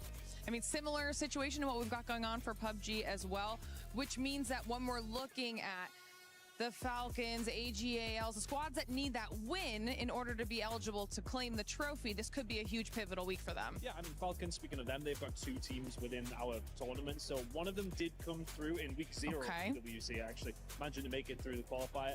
They've got those 2 different teams coming through, but only one of them is really in contention to be going for the win. For them, not being the greatest of starts, though, for both the Falcons squad, you would have liked something maybe a little bit more clean cut. But teams like Vitality, Team Liquid are our favorites when we're over there. They need to start getting going as well. They're not quite putting up as much of a fight as they have done in 2024 and 2025. But realistically speaking, they are a team who should be getting 1,000 points in MLBB. Whether or not that happens or not is another thing. Yeah, and they're one of those teams that have done well in years past for club championships, so we'll have to keep an eye on them and see how it goes. But of course, lots of gameplay left before we can even get into that, so we'll check in just a little bit. Well, if you had AGAL, one of those club championship teams, on your pick'ems, congratulations, because they are bouncing back, getting over 10 eliminations in that last one. If you haven't been able to put in your pick'ems, make sure you go ahead and do so. Go to the EWC website or the EWC app. And if you're sharing stuff on social media, don't forget to use the hashtag EWC. I want to start featuring some of your guys' stuff that you're sharing on social media. But, I mean, the main topic right now, Toffees, AGAL. Man, they needed it real bad, right? This is one of those that not only for this, but for the Cup in general. You heard the Cup update. They're a team that has to sort of put some points on the board for the organization. They actually managed to do it that time. Now, they did it with all the tools that they could possibly get on the map. The BRDM, they had a Lynx in their pocket. At the end of that match, I think there were 8 grenades left on Himas, so that was crazy to see. They played it really, really well. And while Tycon and Himas aren't on the same team anymore, it was nice once again to see the old Tycon-Himas show as those two teams went head-to-head at the end of that match. Ladies, we're enjoying this rooftop so much. We decided, you know what? Let's just stay here a little bit longer. We were expecting Falcons to make a bit of a comeback. We just heard on that interview they still have the confidence. Kalaris asked him, you expected to make it to the finals? They're like, yeah. Yeah, look, I'm just enjoying the sunshine, but not so much the wind. You guys don't have hair like I do that gets all up in your face, but you know what gets up in your face is, like, obviously we had full sense on the height there above the Falcons, and this was kind of like a little bit of a difficult situation for them, obviously being embedded under the rock, but I mean, they were kind of causing that chaos, and the Falcons were able to sort of hold them off. They, full sense used so much utility on them. The grenades were flying in, yet they still kind of kept that composure so they could keep that sort of southeastern side to make their way in. But look, it was a little bit better of a game from them, and obviously we heard the interview before saying they're like, we're doing well. I mean, it's not super reflective of the leaderboard for them, but like it's nice to see that their mentality is still saying, look, we've got this. But look, I feel like we've got 2 matches left. Yep.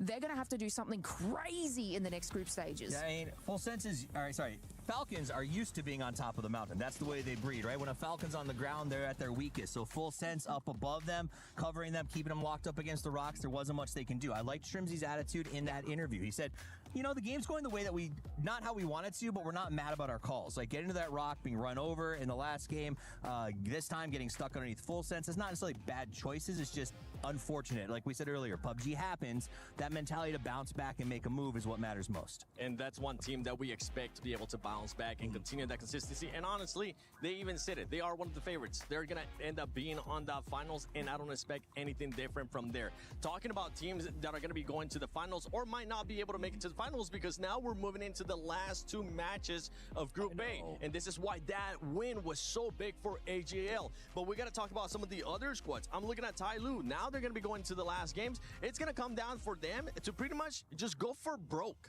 Yeah, I mean, sitting at 32 points with 2 games left to play is not where you want to be. We think the cutoff's going to be around 64 potentially, maybe lower. They might get lucky because there's 3 sponges so far that are developing, but that is going to be a little bit of a tough move. I will say, if they had managed to win that, going, you know, and pull out a couple extra points, I think it was better, but at least they now have some momentum. They can say, you know what, it's not our calls. We are making good choices, and that confidence going to 2 more games, maybe that's the difference maker. I mean, what if we even pull it over to Na'Vi sort of sitting down in that? They're making some awesome calls as well, like sitting at this sort of mid-range of the leaderboard. They were able to get that push on Shadow.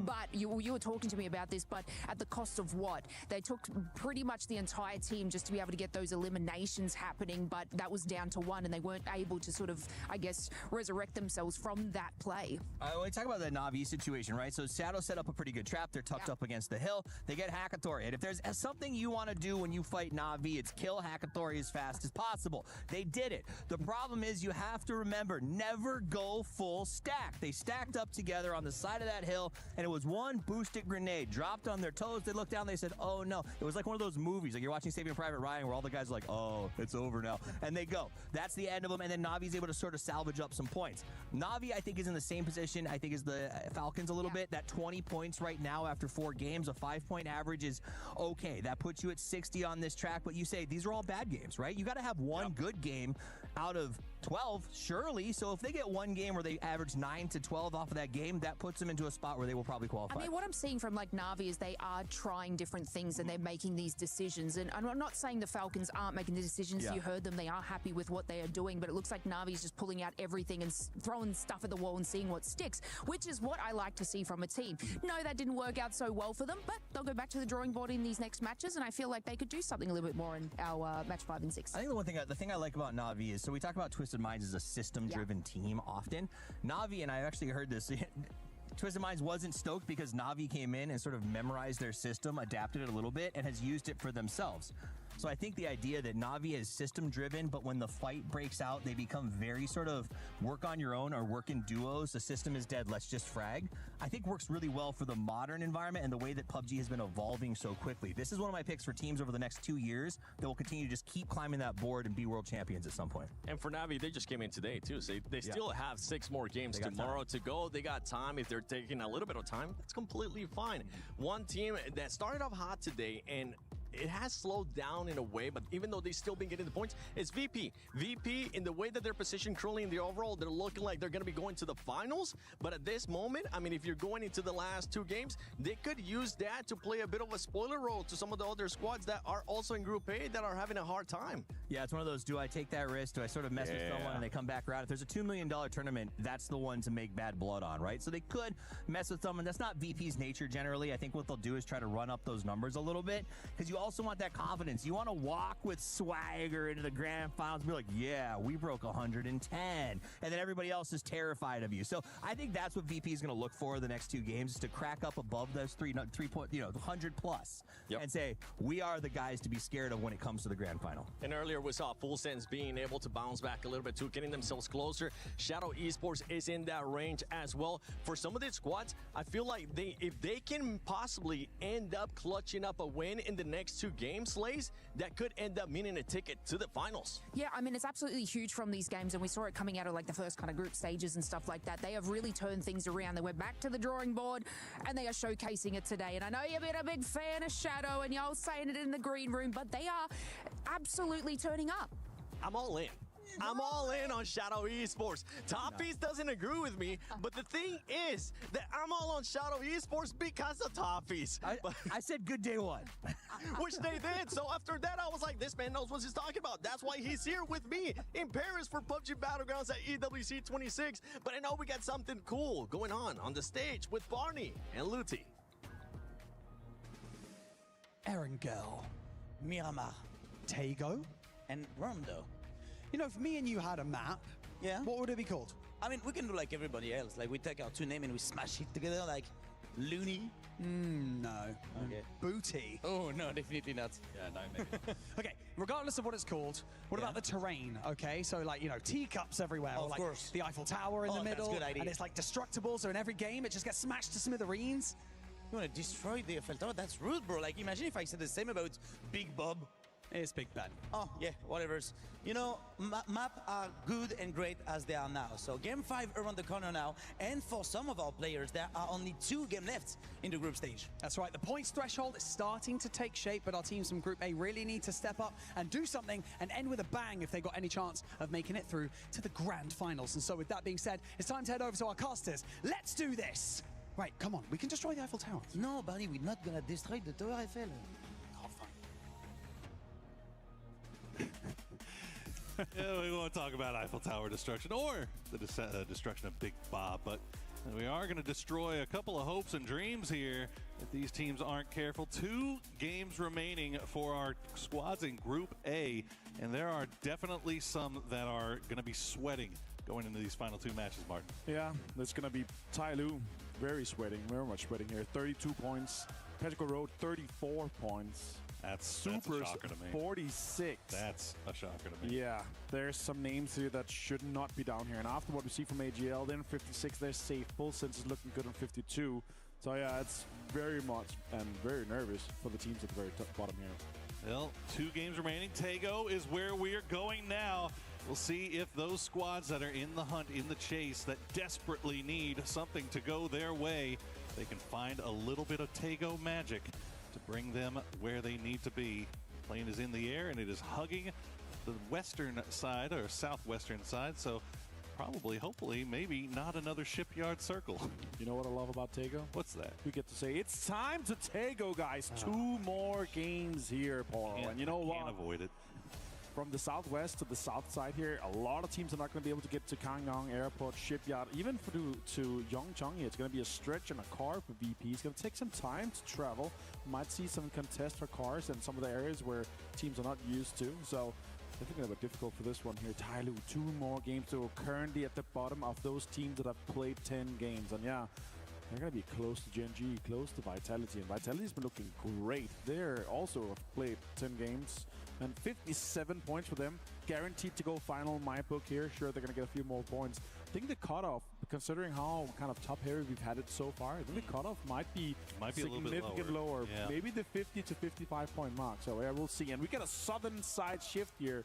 And look at that. Look at the team straight smack bang in the middle here. It's going to be absolutely interesting to see what they're going to be able to bring. Look at that.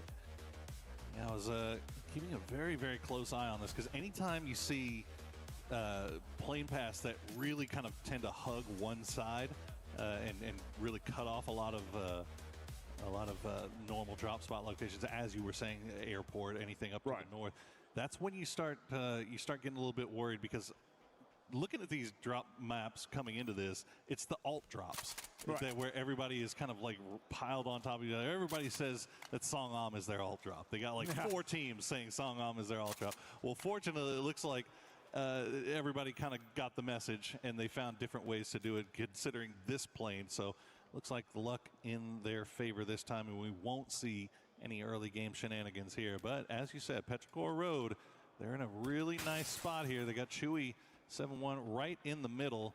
The rest of the squad over in Buksansa, and they're going to come and join him very quickly. I quickly want to talk about your biggest surprises so far we've seen. We've got 2 more games to talk about Group A here. What's your biggest surprise in Group A so Shadow far? Esports. Shadow Esports, 51 point, Poro. I mean, it's just not a even few a more doubt. and they're good. No, hands down. They've been very, very impressed with what they've been able to bring here. And yeah, sure, so far today it's been 16 points, but yesterday 35. They're actually the team coming into today here, considering we brought out and taken all of Group B out. They had the most points going into the start of the day here. Sure, they had a not as good of a day, but they still got 2 more games to go. And I'd say, again, with 51 points now, with 2 more games to go, they know they just need a few kills. They're going to set up and play around that. And with a home turf circle like this, where they're able to do School and Sangam alone, they're going to have all their prior compounds. My biggest worry is for this one and for Shadow, don't go too greedy. No. Like, I would even go as far as saying 4-man stack. If someone crashes you, as Delvin finds Earth Sapalui here, a lot of teams are going to be fighting outside the circle because they have no priority on that southern side. They're going to be fighting everywhere else in the map outside that. Keeping eyes on Vicious Esports, getting a little close to Supers right now. It looks like they're just trading shots, but Vicious looking like they might actually want this. I think they realize that they've got Supers in a disadvantageous position, but Supers will retreat to the coastline, and I think, yeah, Vicious is going to see the other squad members from Supers starting to arrive, so they realize that the time is no longer there, and they're just going to go ahead and pull away. It's probably a smart play there. That's some alpha move, just driving straight at them like a game of chicken here, as you say, and they're like, oh, we're bowing down. All like, okay, well, these guys are afraid of us, so let's just go towards the circle. DN Supers, as you say, 43 point Poro. That is not enough. They got 2 more games to go here, and it's a team we've been discussing throughout the year here. Like, we're thinking of them as a team where, okay, they're actually going to be able to do some damage. Now Levante getting into a secret room, and I see a 3-West. I see everything going on here for him. He's absolutely stacked with a Groza as well in hand. Full 7-6-2 setup for him. This is going to be a huge game if everyone else is able to set up Levante on Team Vitality. Tell me your secrets, Levante.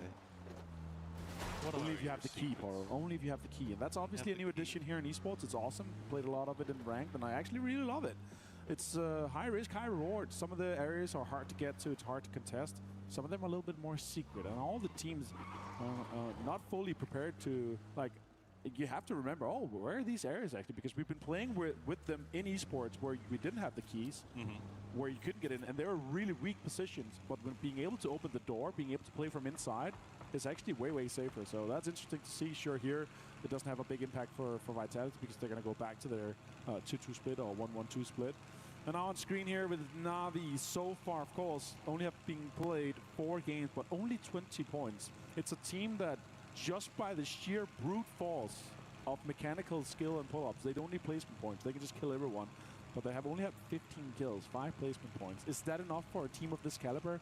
If you look at how many players and teams have mentioned Hackatory and Na'Vi as a contender here. Always, yeah. No, I mean, but this is kind of always been the case for Na'Vi, hasn't it? I mean, we've kind of looked at him and you're like, oh my God, Hackatory. If not if not the best player in the world, especially when he's really, really on. And we've always kind of said, like, he just needs somebody else there. He needs some support. And there's certain days that Na'Vi, the rest of the guys are able to keep up with him. And now that with the addition of Boostic, obviously, a lot more firepower, a lot more mechanical talent being brought in. But it's still kind of, it feels like the story's still remaining the same. Like, you'll have Na'Vi will put up these 70-point, 80-point days where they just look unstoppable. And then they have these where, 20-point or less, just stinkers. And it's if they can just find a way, and tomorrow they could come in here and drop 80. Absolutely. That's the thing. Is Absolutely. Like you never know with this squad. No. And for this game here, they do have some pretty good terrain here, but we have such a big southern circle here. A lot of teams already inside. The teams that are out right now trying to get in, let's talk about it. As you see, 17 Gaming flying around the gliders. We might have some air combat here, and I do love that. It's 17 and Na'Vi, so it's actually good for Na'Vi there. It looks like it's going to be enough to force 17 to continue their rotation, pushing off to the west. So Na'Vi will hold strong. They do have Petrichor Road kind of off to their south, but looks like they've got a decent spot to play here just off center. Yeah, Falcons also drawing in, trying to get into position from the northern side. They're potentially going to butt head with T1. Tyloo coming in from the southeast. 17 Gaming is coming in from the north right now, inside the circle of Hosan here, but they're going to be having VP flying straight across from them from the helicopter. And the emergency pickup, of course. And all the teams already very, very centered up, close and around Song Am. A little bit nervous if we're going to see a western or eastern hard shift. We've seen these, hospital kind of hard shift to the east when we have these Song Am endings. But I would love the southern side, like the area between school and Song Am, this high ground kind of king of the hill fight. One of my favorite areas here on Tego. And I feel like a lot of these teams may be thinking with those new circle changes in play, all right, what's the worst case scenario for us? It's that if this thing hard shifts down to the south. So let's put ourselves in a position to where if it does do that, we can kind of play around it and we feel better and more confident coming north, but it's not going to matter. It is going to hard shift down to the south. So 50% unplayable, and right off the bat, Falcons are going to run into T1, and once again, T1 running into trouble early. This time, it's going to be the Falcons. These two teams are just butting heads all day here. It's crazy. Type goes down here, big names to take down, and Raining and Heather's going to have to drive away. That's 2 easy points for Falcons with Beard M as well. The way you can just brute force your way with that is just insane. So well played for them. 2 points in the bag, and now with this circle be this southern, they have no priority. They have no rush to get in there. They can loot. They can get the chips if they want. You can just get all the utility and just recoup just a little bit. Type still knocked out there. That's going to bleed out eventually in here in phase 2. But sure, Tickleton found him. It's going to be looting out. And now T1 being down to just Raining and Heather. Sure, they've had a absolutely fantastic day so far with 31 points in just 4 games. If they can replicate that tomorrow, it's going to be fine. Red zone straight on where we potentially could be ending up. It's going to create so much destructible terrain and areas and dips and foxholes for all the teams to play later. You can see Virtus Pro, all hands on deck here, all pickaxes in action as they create a little bit of space for themselves, but they have to stop here momentarily as 17 has arrived, and 17 will lose Little Ghost. Nixie with a good Crazy, spray bhai. will take down one. We'll see if the rest of 17 could escape. Looks like they will be able to, but where do you VP ने मार दिया I7 को, to the west 2 now, बंदे को Vicious निकाल down दिया. to the south. 17 just finding themselves in the middle of no man's land. AGL has set up a great So, spot एक ही को मारा here. है. Mini Palace on the southern side. They're going to get so much points from here. Boosting gets Oh. so Xiaowu's out from the glider. Destruction is नहीं happening bay. everywhere here with the red zone straight on to like 20 मर गया. Absolute insanity. VLT में भी एक VLT बोल रहा हूँ भाई. Do you think Boosted could probably count Vitality on में भी एक the बंदा amount of knock है. times he's been knocked by a red zone? I can tell you it's not fun. It's not great. Falcons. You're never happy about it. Well, fortunately, nobody was really pressing them. They're still off to the east. They're going to get that revive up pretty quickly. Falcons, though, I wanted to ask you, so coming in so far from the north, right? You see the shift all the way down south, the second shift going all the way down south. At what point do you say, okay, now we're kind of in salvage mode? Right. We're not really feeling like we can maybe get a win off of this just because we're coming in so late. At what point are you saying, like, okay, now let's just go for kills? Everything just changes because they have a BRDM, right? They can play around it with where the BRDM can go in front, he can scout, he can see, okay, where's teams, and try to avoid the pants, of course. Here with this, they can kind of brute force their way through the circle where they still get space here. Even Tyloo shooting at them now here as it is. They're going to divert a little bit. They're going to kind of try to set up and still get inside the circle here. So they're going to be absolutely fine. Look at the utility here. Delvin finds Wenbo. Even though he had some cover, it's going to have a huge impact here. And Wenbo goes down. That car is also absolutely gone. And 200 damage already to Delvin. Another circle pop. We do go towards the Songan area and to the eastern side there, and Falcon's going to be happy with that. Wenbo flushed, Delvin get that point, and AGL absolutely on fire after that last game. Confidence at an all-time high here, Poro. And if we're gonna call out these teams that are having a bad day, 17, man. Oh yeah. Not even 20 points on the day yet, with one game remaining. Well, this one obviously, but only Tiantian left, and it is they're leaving themselves with a lion's share of work to do here tomorrow. As we see the new circle is popped, most teams already in. I did want to point out T1 Falcons, after they took out those 2 players from T1, did not destroy the chips. Right. But T1 was able to get those revives. We'll see if that comes back to haunt them here. Now we check on supers. They've got JDG on the coastline. Looks like JDG is going to be able to avoid them for the most part.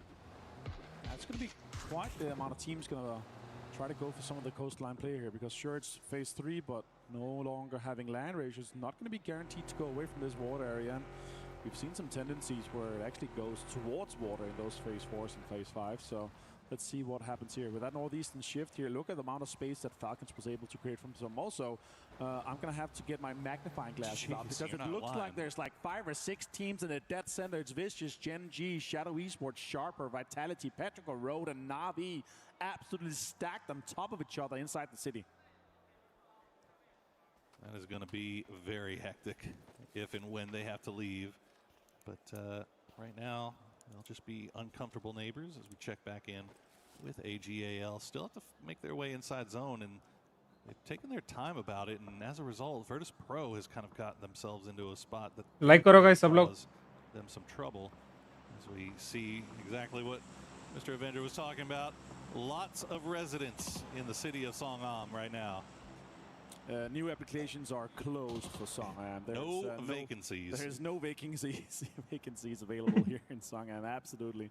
And with the area that Falcons have, both teams are already anywhere east, that's a double-digit game for them here. That's exactly what they need. You can hear the confidence from Shrimpsy. They're like, yeah, we're one of the best teams in the lobby, and we're going to play that. And this is definitely a game where we potentially could be seeing that, especially. Oh, look at this. Himas has no idea that Virtus Pro is just on the other side of this ridgeline. They've dug themselves in. Remember, we saw them. No way. 4-man diggy hole. Oh, bhai, kitna drops gir rahe bhai. Strike is now, of course.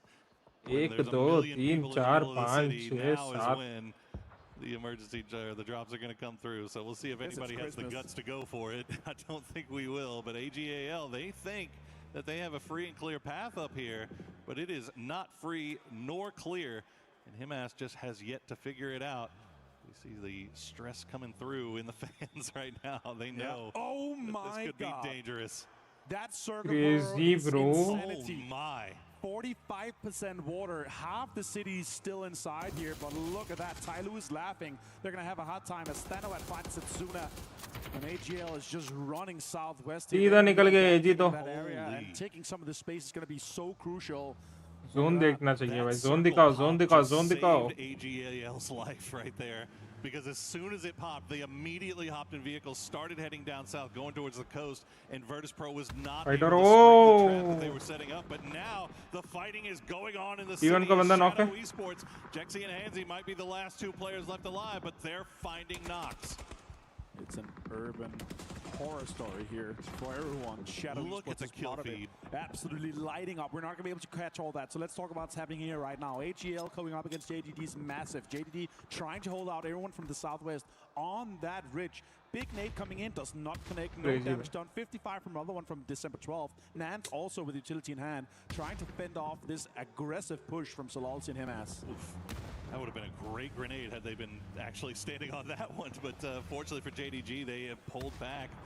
Did not want to make themselves too obvious. And AGAL smartly, I think, realizing that the timer is ticked down. We can't really afford to stay around for this. Let's find a different way in. Meanwhile, Vitality fighting their way on that northern side of the city. Petrichor Road still out there on the north side as well. You see the knocks coming through. Now mortars have arrived as well, as we see again just explosions causing chaos as Tiggleton will steal one away. Now Vicious will crash right into AGAL, or was it the other way around? Doesn't matter. Delwyn now has 4 kills. Oh my god, it connected just a little bit here. Some damage done as well. Dogmai flush here from him as Hausker finds Tanadol on the other side here, but Himas finds another Panzerfaust out of the vehicle. Absolutely easy for him to come in and clear this. And now he's going to have to run, try to disengage from this fight here. Trying to find him here. Tycon, oh my god, he's going to know. He's going to throw a molly straight to him. That's potentially going to do some damage. Tycon got out of it though, and now he has utility as well. Smart feet from Tycon. Will return the favor with a grenade that will be well placed, but will bounce just a little bit off. But unfortunately for Tycon, Gen G has snuck out. Vicious eliminated. Salute might be the last player left alive, but he is trying to get points any way he can. VP decided to get involved in the city because they're already qualified here for 76 points. They haven't reached after 10.5 game. Where Myth left yesterday. 79 points for them is insane here. But yeah, absolutely qualified there. Might as well have some fun here inside the city. Vitality, though, has a double crate guns, a Groza, a P90 on all of it. Oh, Falcons, they're making a push now, and Tyloo is spread across that ridge line. They're going to drop down some smokes. They do have that BRDM, but look at the Panzerfausts in hand for Tyloo. I think Kickstart may have spotted one. He's not going to take that risk, not going to push directly in, but the circle will pull away. It's going to go off to the west, so Falcons don't need to fully commit to this fight. Tyloo need all of it. They need so much to get everything in here. Gedrux finds Tano's been knocked 14 times so far in this game here, so he's also going to be flushed quickly here from Gedrux with the P90. Jedi finds Gedrux now, though. That's a P90 out of play. One Dragon trying to go for the flanking position, has utility left in the bag to send over, but it's just not finding the mark here, as Sharper will go down in the end, as all of our teams in Songam are still now fighting themselves through. They have to leave once again, as I believe AGA Vitality are just kind of shepherding all the rest of the squads into each other. Meanwhile, Falcons looks like they're going to pull away from that fight with Tyloo, as well they should.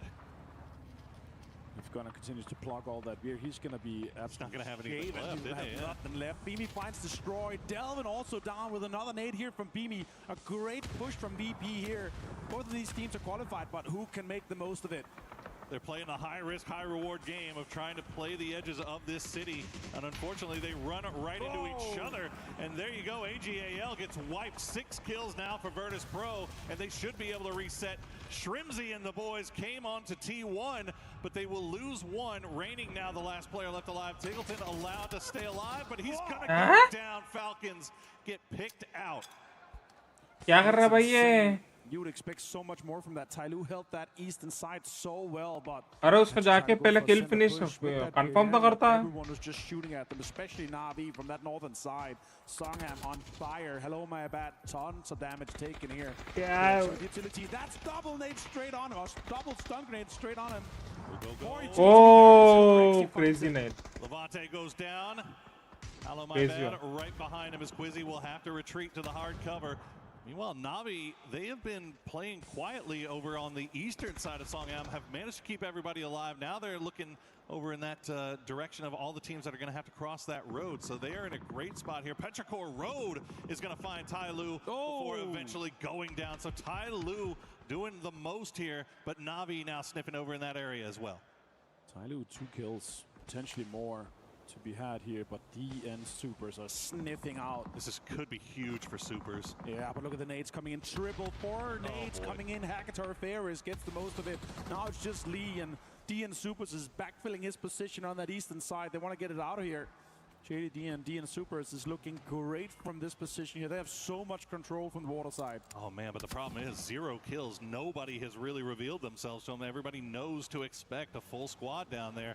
The only team that they can really have to worry about right now is JDG, who's playing the western side of the coast, and now JDG is going to have to move over in that direction. But we are playing a wide open field. T1 down to a duo, have basically the only cover right now as Navi trying to retreat. As our city scrappers, Virtus Pro, they're going to get another one. They'll finish off eliminated. And this is just Virtus Pro farming at this point. 8 kills on the board, and they are cleaning out what's left of Songam.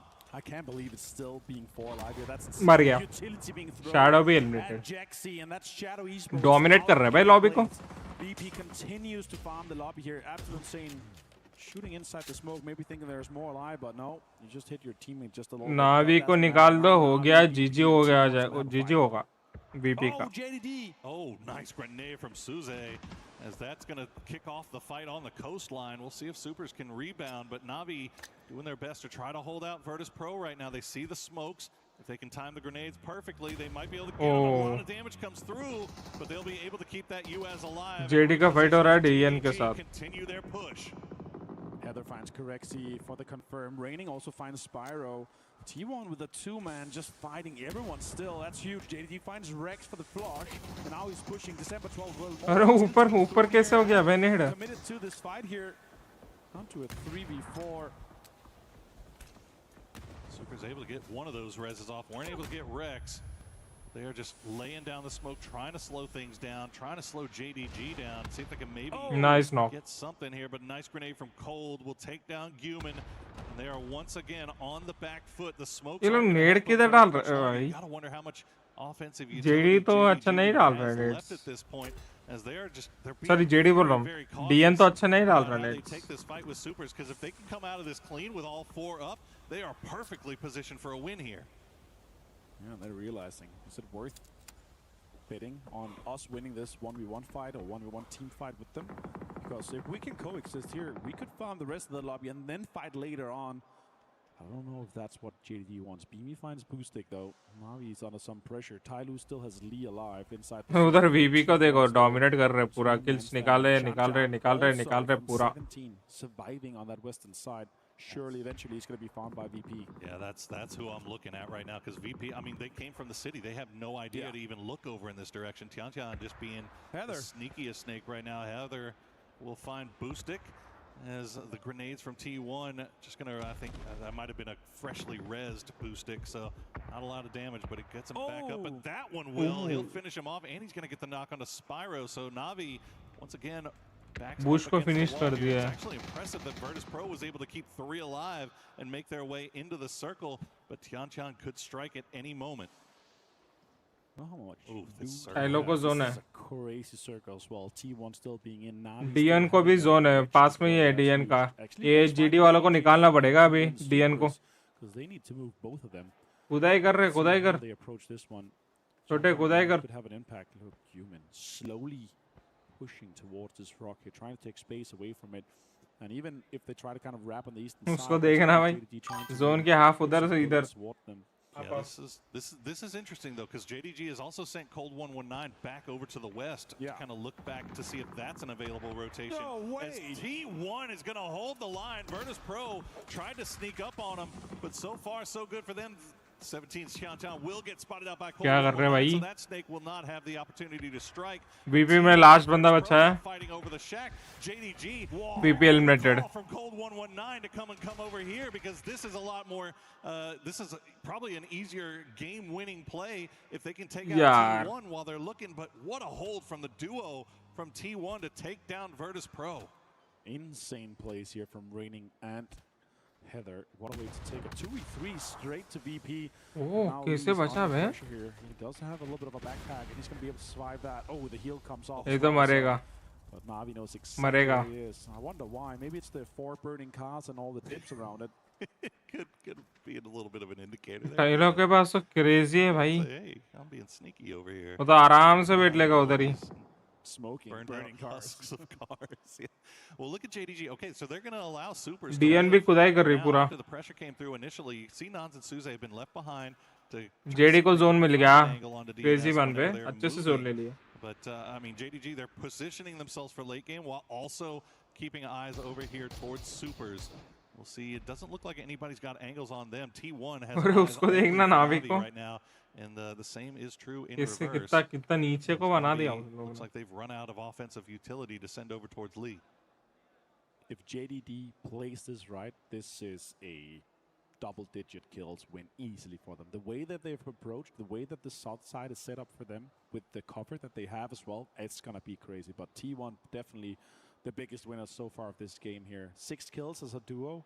They got hunted from Falcons, and then later on they killed them. That was absolutely insanity here. Deal trying to dig towards the circle. And this is actually sending around quite nicely. The only team that has a lip inside of it is JDD.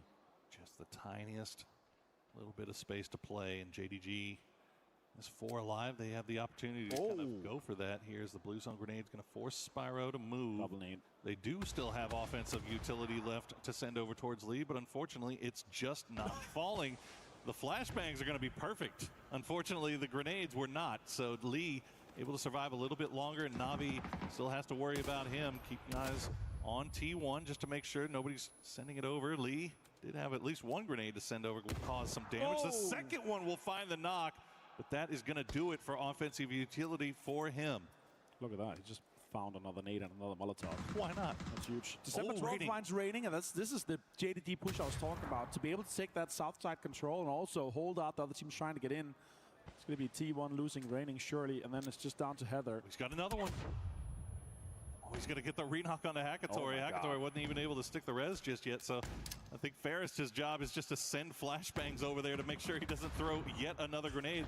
He's got 1 Molotov in, but Heather will spot out Spiro as they try to make the push. Will steal it away as well. Make sure he secures that point. Ferris now the last player left up for Navi as the blue is tickling his toes, and Lee will collect it. Lee doing the most here for Tai Lu. Such an important game for Tai Lu. They needed these points here. They're going to be pushing this even further here. Potentially more points to be had here as Ian Subas is trying to dig in from the eastern side. JD still has space. Lee with a Panzerfaust potentially going to send it towards somewhere in the middle to create some destructible terrain ahead of him to be able to play that. Picks up the MK12 with the 6x2. Has a almost full 3 vest. He could potentially get more points. DN zone में आ गए पर ये लोग को तो पड़ेगा भाई. गंदा पड़ेगा. This Supers. फास्ट कूद रहा बे. They're holding on the edge, but Supers have been able to फटाफट खुदाई कर रहा. And are able to kind of dig themselves down. See if टाइलो खराब करेगा. At the edge, you see Lee doing his most to make his way in as well. T1. That's the situation. पूरा इनका game तो खुदाई में ही चल रहा है. Still kind of flying out, but you got to imagine at this point all of these teams are going to be running pretty low on utility. Let's see who was the best at being disciplined, who was able to hold on to as much as they can. As Cold 119 taking shots over towards Heaven, not finding anything. ये लोग centre of attraction क्यों बन गए भाई? ये लोग जाके सीधा डीएन वाले. वो डीएन वाला नॉक हो गया. Molotov, Human solo as well. Oh my goodness, Lee just causing so many problems here as a solo. Human, just a little bit of HP left as Suze just continues to push through. Human not popping up just yet. He's going to find 1, he's going to get 2. Oh! TG is down to Nons and Cold 119. भाई क्या खेल रहा है? Capitalize. They have to go for the res. दोनों को ले लिया भाई 1 HP में. Crazy bro. टाइलो का एक बंदा बचा है. But he's able to retreat back into the smoke. It's a 2v1v1. Cold T1's out. 3rd place here now. ओ भाई साहब टाइलो भी क्रेजी खेला. हैश टू पोजीशन लेके आ गया. एक बंदा बच के. Be their push for the finals. He's still got some smokes, but now they break through and Crazy, Nines bhai. finds it. Easy headshot, and it's JDG for a chicken dinner. This Through man. the smokes will take out the raid boss of Tego. Tyloo's Lee did so much work there as a oh solo, भाई caused so but many दो problems बंदे in को the ले लिया system, भाई उसने ruined crazy खेला the उसने तो games for Navi, for Falcons, for Supers. I mean, he was such an influential factor there. Almost Oh, ruined my. it for JDG at the end. But Human stepped up big there for Supers. But I know Supers has to be a little bit upset with the fact that they weren't able to collect a little bit more off of that. But JDG has to absolutely be beaming there. Absolutely. 8 points so far today for JDD, and now this win to come alongside the 10 points for the chicken dinner, alongside the kills, is going to put them in a more comfortable area of that mid-20s points. What a wild Tego game. I mean, that shift.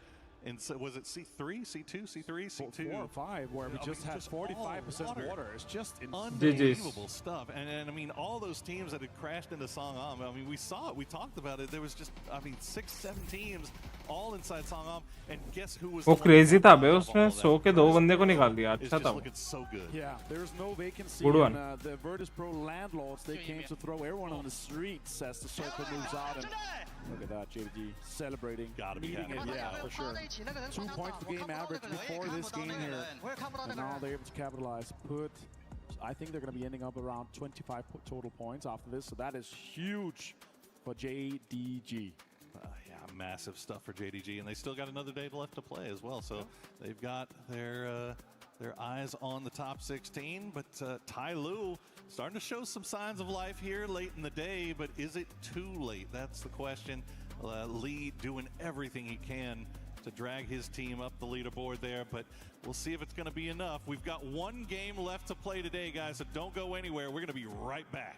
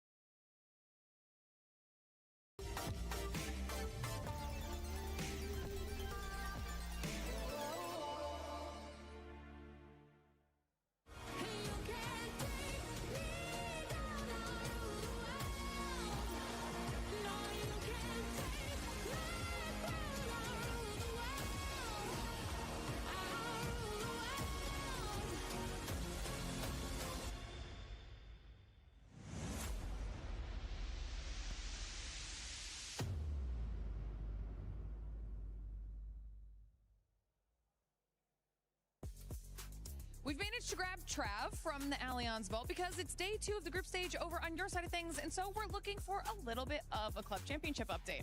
Yeah, we've had a few progressions here and there. Weibo Gaming are the reigning champions, and they've managed to claw their way through 2 real tough games, to be fair. It's been close, 2-2-1, so they've managed to get to day 3 of the competition, into that knockout phase. It's going to be tough for them, though. AJAL managed to get some points on the board as well, joining them through to that third day. So they're catching up on the heels of Vitality at the moment, only 100 points behind them. And speaking of Vitality as well, they've been struggling on our stage. They're down to the lower bracket. They're looking a bit shaky here and there. But also as well, got to touch on Virtus Pro, because they seem to be one of these teams who's flying under the radar at the moment, around about that 5th spot in the club championship, and they've guaranteed themselves that minimum 200 points as well. So the trend that I'm seeing for this week is that we actually have a lot of our big CC heavy hitters in a lot of these titles. So we're going to be keeping track of everything, how it all progresses, because I think this is going to be really impactful overall for the leaderboard. So of course we'll check back in. Last match है इसके बाद. Well, Glitter, AGL was trying to continue on that hype train, but that last game didn't end up going their way. It did end up going the way of JDG, which coming into this match, they were in last place, I believe, with just 8 points. A great bounce back out of JDG. Yeah, I mean, it's a good start for JDG, but I mean, it's still their first day, right? So realistically, they have little room to grow. Even some of the teams that aren't doing as well today, they have some space, but I mean, time is going to run out for some of the teams that we're about to talk about. Yeah, one of those teams being none other. I mean, we got to talk about the Group A. We're going now into the final match. We're going into pretty much make it or break it from the squads. AGL being one of those, Full Sands being one of those as well, and many more other squads in that list. Yeah, I think we got all those teams that are on the big race as we honor JDG for their win up there. But that kill count, I think, says the name of the game. Suze makes some nice big plays, but it's not going to be enough for these guys. And I think the teams that did have enough, you heard AGAL, they're a team that's in the hunt right now. Sure. And for the Club Cup as well, I think they've hit a point where if they can just get like 5 or 6 points out of this game, they're in good shape. And I think also you got like Vitality in the same boat as they grind up as well. They just need to have sort of an average game here to put themselves in a less stressful position, I think, Godspeed. Yeah, and they definitely had a much better day today, just like AGL, right? Which is ironic because they're two clubs that really need that as well. So putting those points, that's huge. They still have 1 game left. Now remember, our cutoff last year was just at 63 points, and we are getting close. We now look at these highlights. Disgusting sprays here coming out of Tyloo, which... Oh, Tyloo! Tyloo is... I'm gonna be honest. I'm just gonna call it. I don't think they're gonna qualify. I agree. I'd say Ty Little to Ty Late. You know what I'm saying? But let's talk about this Ty Lee, if you will, as he has been twice now this sort of solo survivor. He plays this backstab, absolutely negates. Crazy doubles the chance for Heather to make this sort of big stab and gets T1 deeper into this one. But more importantly, I think breaks apart the two teams who had a chance to dislodge JDG in the end game. So if JDG wants to thank anyone for that win, I would give it to Tyloo. And honestly, T1 as well. T1, even though it is their first day, their performance today has been great, Lace. Yeah, I know. I've been sort of matching up like the T1 Falcons narrative, and the reason for that is because every time T1 comes into contention with Falcons, T1 is sort of taking over the top. It is a crazy narrative from them, and time and time again, they're facing our EWC champions, and they are winning. Heather and End both have more individual kills than Tiggs and Kickstart at the moment, and this rivalry goes beyond PUBG, as T1 are actually actively succeeding in their sabotage mission to deny championship points for the Falcons. And I mean, coming in with that 3rd place as well just bumps up their average even more. I mean, 3.2 average for their placement points and 7.4 for their eliminations. And that's well above Falcons at 1.25 and 5 for their eliminations. So, you know, this kind of rivalry is pretty dangerous. I mean, it's funny because you think T1, like, from the organization's perspective, like, we're glad that you're hurting them, right? And, like, from T1's perspective in-game, they're like, any chance to see a Falcon limping, I have to go after, right? Because they become so strong potentially. They have a lot of upside. And I think any chance you can take to slow them down. Now, the king here is Heather. He has been unstoppable. We've seen multiple moves where they send him out by himself, and he walks away with 2 or 3 points strapped to his belt. Even if he's the one that's surviving last as well, we saw that happen with the BRDM play early on with Falcons, running them over and then finish them off with the nade as well. But for some of the other squads, we saw a nice bounce back too from VP in this last game, Godspeed. Yeah, I mean, VP is already safe, right? But at this point, they're just continuing to play how they should, right? Instead of stepping off the gas and being like, hey, we already qualified, why would we need to play harder? I like that they're just continuing to practice because they're going to need that practice going into the finals for sure. Exactly. I mean, that practice is going to come into play. When you're thinking about that practice, some of the squads that are starting to, we really haven't seen a consistent day today out of Falcons. When we think about it, you were just talking about it too, Lace.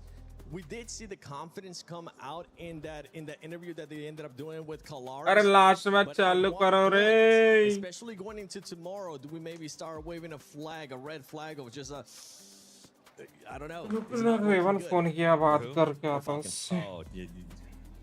Okay, so that last send made me really worried. Okay, we're calling a spade. I love how you looked at me for that, by the way. Well, I was hoping you would be the mean one. So here, at the end of the day, here's what Guys, it is. let's go. Shrimzy's first assessment in that interview that they haven't necessarily had bad calls. It was just bad situations. And I'm not saying that last one was a bad call, but that send, they had to make a choice. Do we sit on the end and do we fight Tyloo, or do we make this big push? I think, was it Tyloo? It was Tyloo. It was Tyloo. It was, in fact. Do we make a big send towards the middle? Arguably a winning position. You know, T1 is sitting on it, but it's way riskier. And when you're in 13th and you're desperate for points, I feel like the edge is the move. But I'm not here to judge. I'm just saying, like, I'm starting to stress out over what I'm seeing. Okay. I'm glad I'm not the only one Godspeed. No, I mean, I will never lose faith in those boys. But, I mean, you have to look, when we're talking about T1 and Falcons, you know, kind of being rivals, you're mentioning all these. It's hard to have a rival when you're T1 and you're just blasting past them, right? And T1 also bullied the heck out of 4EM, which we're going to see tomorrow in PGS. So when I look at T1's performance, I expected Falcons to somewhat be around that level, even though T1's having a great time, but they just couldn't get it done. Yeah, I mean, the altercation between them too, like it's just setting that standard and Falcons are just not reaching that, unfortunately. But look, yeah, I'm still a believer in faith, Toffees. I'm on your side here. We got the faith for tomorrow. But yeah, it's now at this point, and you know, you were saying like, oh, you know, you have a couple of bad Pubg, but it's been kind of bad all today. So look, tomorrow has to be an insane performance for them. And you know, even if we look lower down at this leaderboard, you know, I was touching on Na'Vi before, saying, you know, they started kind of really super strong in this start, but something fell off for them, and they're not making these plays. They were sort of being that aggressive, and I was saying, throwing stuff at a wall and letting it stick, but now it just seems like a little bit falling off. Yeah, just to remind everybody, we're going now into the final match for Group A. They will not be playing tomorrow. So for all those squads that you're currently looking at, VP, I mean, we mentioned it. Godspeed just said it. That squad is looking like it's going to be going to the finals, and they're pretty much set. AGA VP तो जा रही है. some of the other squads like Shadow Esports, they're still in that cups that if they could have a nice maybe 5 points or 7 points, they could end up securing that final spot. I just want to point this out because I think it's insane. आ जाएंगे match में तो ना एजी को तो पक्का आ जाएगा और VP को ना एक 5 पॉइंट चाहिए बस 5 या 10 पॉइंट 5 पॉइंट भी निकल जाएगा ना इनका हो जाएगा इन लोग का एजी को चाहिए अब तो एजी वाले वैलोरेंट पे तो नहीं गए एटलीस्ट इस पे तो जाना चाहिए इनको I think Myth is genuinely the wild card of tomorrow. How many points they come in and absolutely just so free. Also had a pretty decent day as well. And so when we look at Group B, and Twisted Minds could also come in, soak a bunch of points. GAM, they had 50 points in one day as well. So all these teams, if you are on the cusp, if you are towards the bottom of the leaderboard, you are biting your nails. Like करो रे video like ठोको सब लोग like इस नहीं कर रहे like करो Yes, for these teams, I mean, करते जाओ लाइक करते जाओ DNS Supers as well. We've seen them being able to kind of spark up, but they just haven't been able to go and get those kills. They haven't been there. The proactiveness to try to get it to the finals with just making sure that they go for those kills is just not there. But it's going to come down to this final match for those teams in Group A. Can they do enough to get enough points to make it to the finals? Or is it just too little, too late?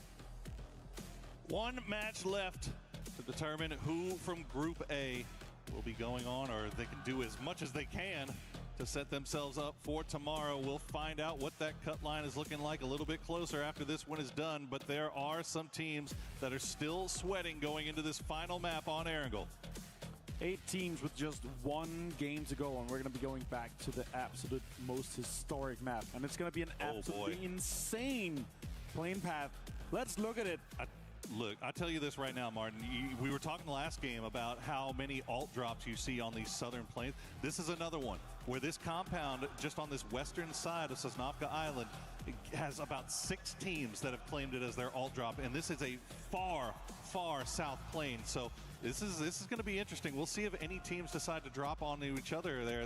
We might see some early combat here, considering how far south this plane is. I'm surprised we don't see more teams going on to the military island. We've seen so many of these plane paths where we have a either full military circle or a 50-50 military circle or 50-50 ferry pier military circle. Wow. So I'm surprised I don't see any more going really deep south or even trying to take a car and go just loot some of the scrap on the southern side. But yeah, let's see how that evolves. Yeah. We have Vicious there, we have JD, we have DN Supers. Let's talk about the teams that are on the cusp here though. Let's do it. We have Group A, it's Virtus Pro, Tyloo, AGAL, Vitality, Supers, Full Sense, Petrichor Road, and Shadow Esports with their last game today. The team with the least points, though, out of those is Petrichor Road on 36. Absolutely shocking. And look at that circle. That's actually going to make it quite easy for most of the teams, unless we have a southern hardship. That's honestly about as best as these guys could have hoped for, considering how far south that plane was. I think everybody was thinking Military Island. Unfortunately, it looks like it's not going to go that direction. So we'll see if Petrichor Road actually getting a little bit close here to AGAL off the drop. Oh, AG तो पूरा चालू भी कर दिया भाई मारने 2 बंदे को मार दिया. For Petrichor Road when they have so much left to play for here, now they got to do it as a trio. बस AG को तो points मिल गए. अरे 2 बंदे को मारे ना इन लोग ने. एक को मारा. Like they have to. Yeah. There's no other option. You have to do it if you're gonna try to make a run here. That they're gonna have to do that, and you know, I don't see Petrichor Road making it. Like they're gonna have a 10 kill chicken dinner to lock this in to get to 56 points.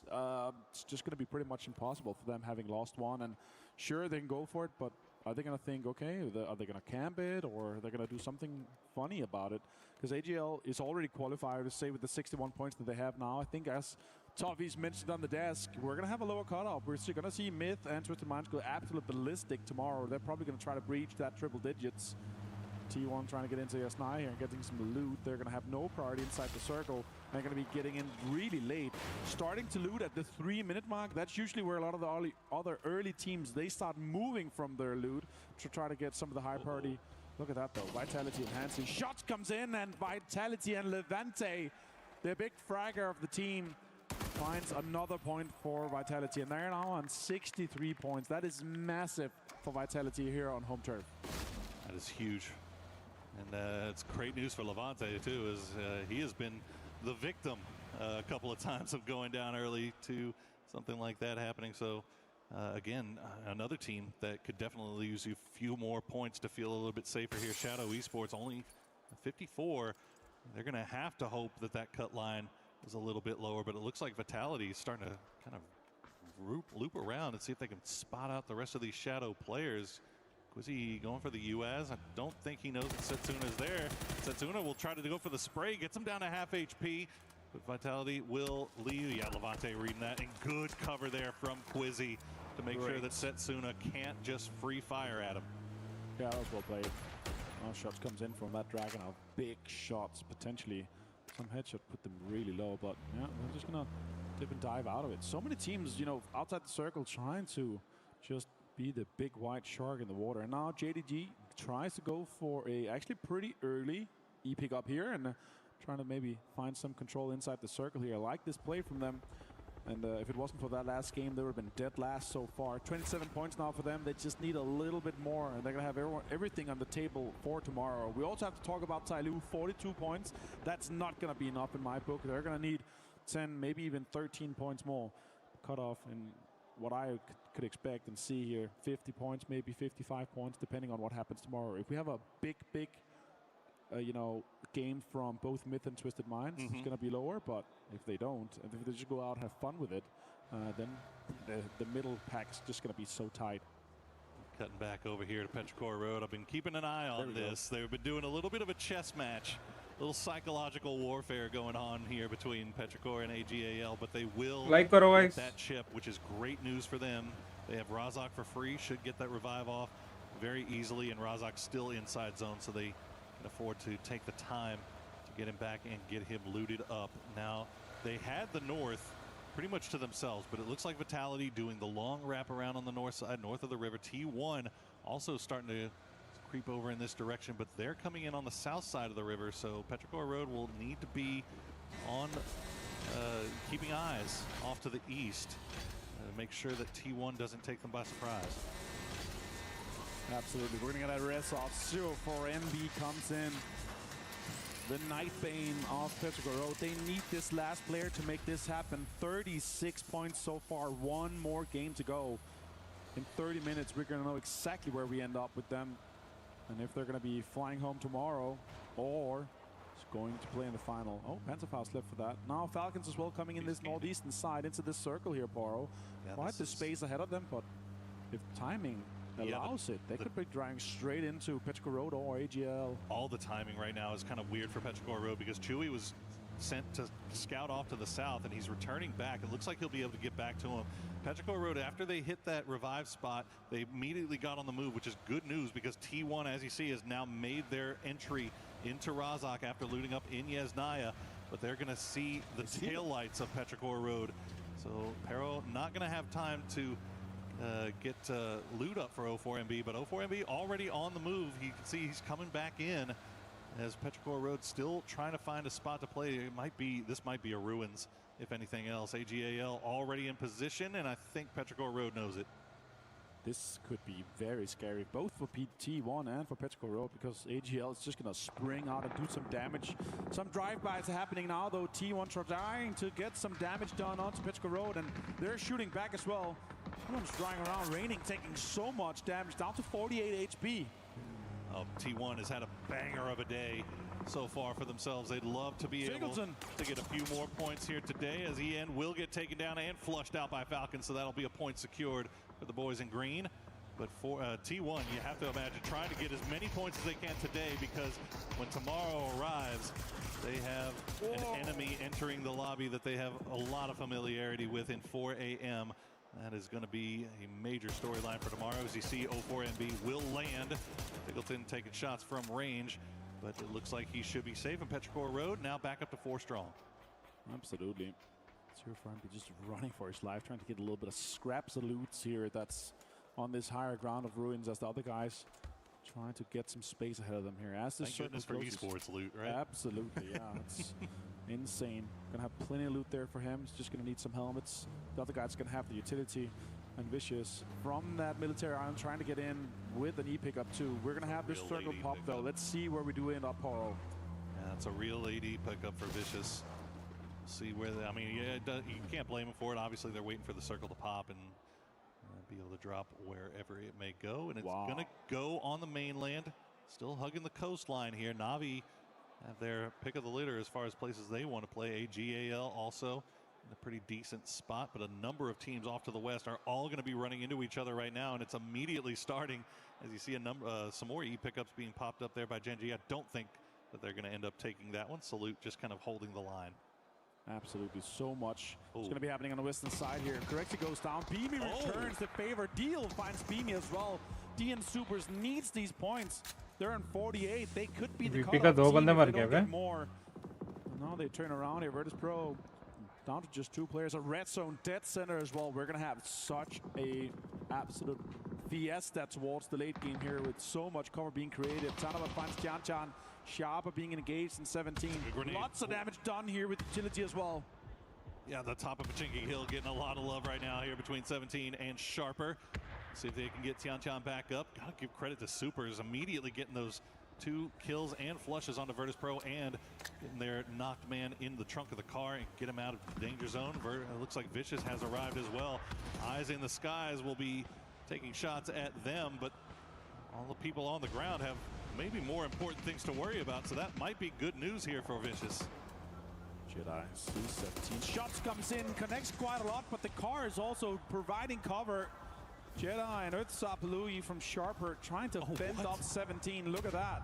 Docmai goes down as well from Vicious. Did he get hit while he was in the air? I've always wanted to know if that could happen, if they were parachuting down, if he could get hit by a red zone bomb while in the air. But Docmai finding out the hard way. It looks like he might have got hit while he on the ground, so they should be able to get the res. But VC do manage to get all boys onto the ground, and we'll see if they can reset. Now 17. Sharper, again, just being a really tough out here. But 17 able to get Tianchan back. They've got 4 men alive, and they've got the time right now to devote to finishing these guys off. Bill goes with the push. Can he get Earthsap Louis off this ridge here? Stun grenade applied. That's going to be huge. It's going to be a little bit too far here. Earthsap Louis finds Shawu, gets another one. Nice one. Knock दिया knock लेने ये अच्छा trade किया. Massive double knock though for Earthsap Louis. That gives Jedi a little bit of time here, a little bit of room to work with, as he's going to throw a Molotov off in that direction, hope for the best, but Wembo is his primary concern currently as he continues to throw flashbangs over, and Wembo knows all I've got to do is just keep him distracted while these revives come through. He'll go ahead and rejoin the rest of his squad mates. Jedi gonna hop down because he hears the vehicles of Shadow Esports coming in right behind, and JDG now arriving as well. 17, they've got their backs up against the wall. We're down to just Wenbo and Lil Ghost. They're going to have to fend this off. Zeus is knocked. The Nanbo gets down from the top, turns around, damage towards December 12th, but Jexy also gets involved. So much fights here. So many third parties. Shao is going to be flushed here by December 12th. Look at this Vitality now. They see all this going on. They're going to finish off Lil Ghost, and that's going to do it for 17 Gaming. Vitality just roaming around just below the hillside. They hear all the gunshots, they see all the smokes. Let's see if they decide to go up there and get involved. Doesn't look like they will. Vitality को और AG को points चाहिए. BP को एक 2-3 points चाहिए बस.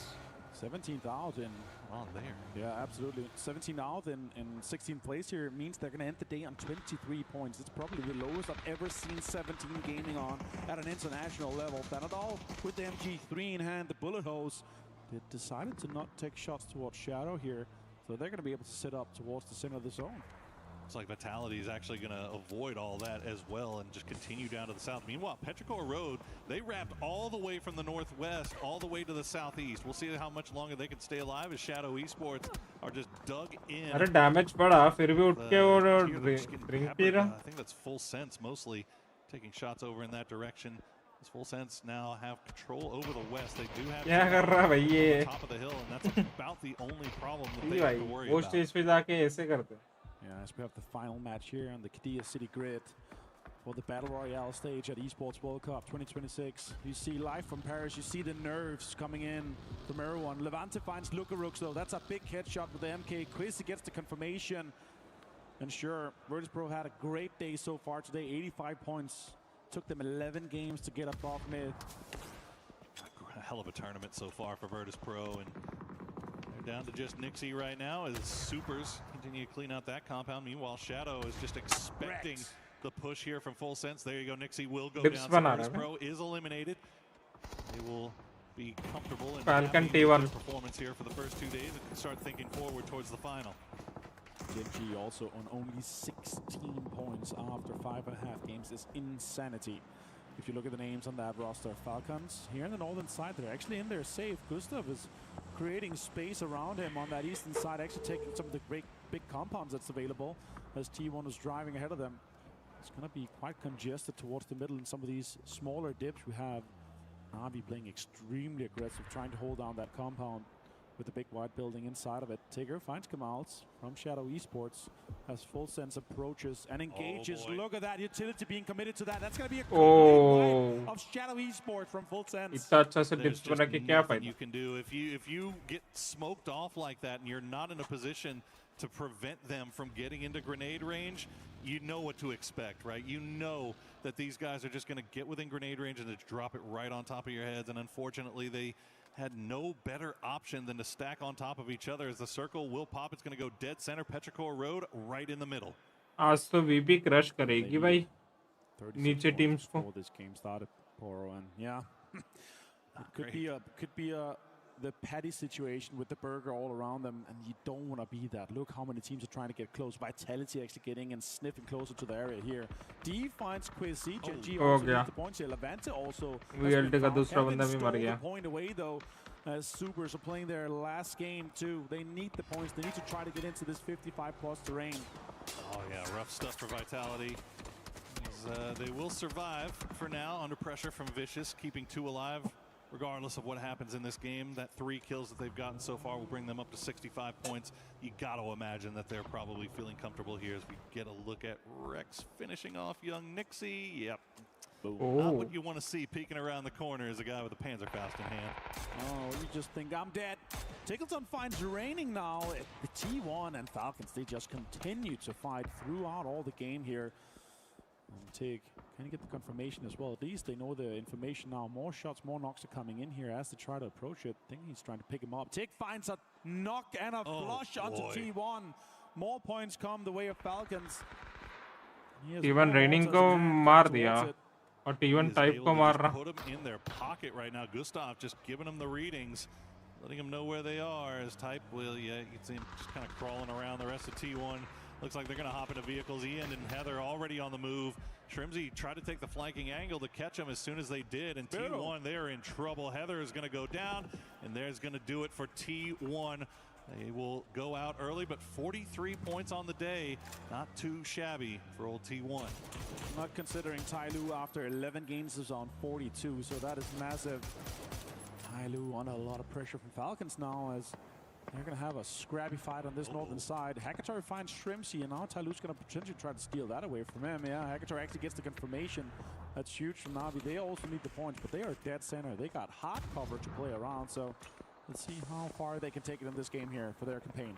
Tyloo in a really good position to be a problem. They've got a lot of work left to do if they want to try to feel a little bit more comfortable, considering that they were sitting on 20 points after 3 games today. They managed to double that in the last 2 games, so hell of a job by Tyloo here to close things out. We'll see if they're able to clutch any more as JDG Gaming just trying to survive under the shadows of AGAL bullets. And it's just trying to create space here around the trees for cover. A little bit of a foxhole being dug out here as the phase is closing. And 5 more seconds, we're going to see this next circle here. It's going to have such an impact. If we don't send her up, it's going to make and force teams to move. We've got, it's going to be a slight donut, but Petro dead center. Can they capitalize from this circle luck? Again, you bring up the problem as well as the benefit. Obviously, you get great luck. You're right in the dead center, but there's not hard cover there. There's not a compound. They're just hiding in the middle, and you can only be so aggressive from that position without putting yourself at major risk. And you see the mortar still falling over in Falcons territory, but Tig is going to return the favor. Both Tyloo and Falcons are shooting mortars. Oh. Again, dude. What a shot! Oh. My God, another one that's in a different position. Crazy भाई दो knocks निकाला. Trigonometry happening here. Lee returns the favor onto Kickstart. Can they capitalize? Can they make something happen here in the last game for Falcons? They're getting too good with these mortars as Tig will avoid the gunshots from Navi. Get to the ditch in time to go for the res on to Kickstart. Tyloo, though, they've gotten both of their men back on their feet. Crazy, they might be able to send another mortar over in this direction as, no, it looks like they're going to try to reposition. I think maybe taking a little bit of damage, but Kickstart going to get him back on his feet. Tyloo, no kills despite, now he's back on it. We'll see if the Falcons can get out of that ditch before the mortars come again. Right on top, and no, not going to find him this time. Evan goes down as well. Gen G finds points here. D is on a rip this game here. Tickleton with 3 kills so far. Flash finds Jedi. That is Sharper out in 12th place.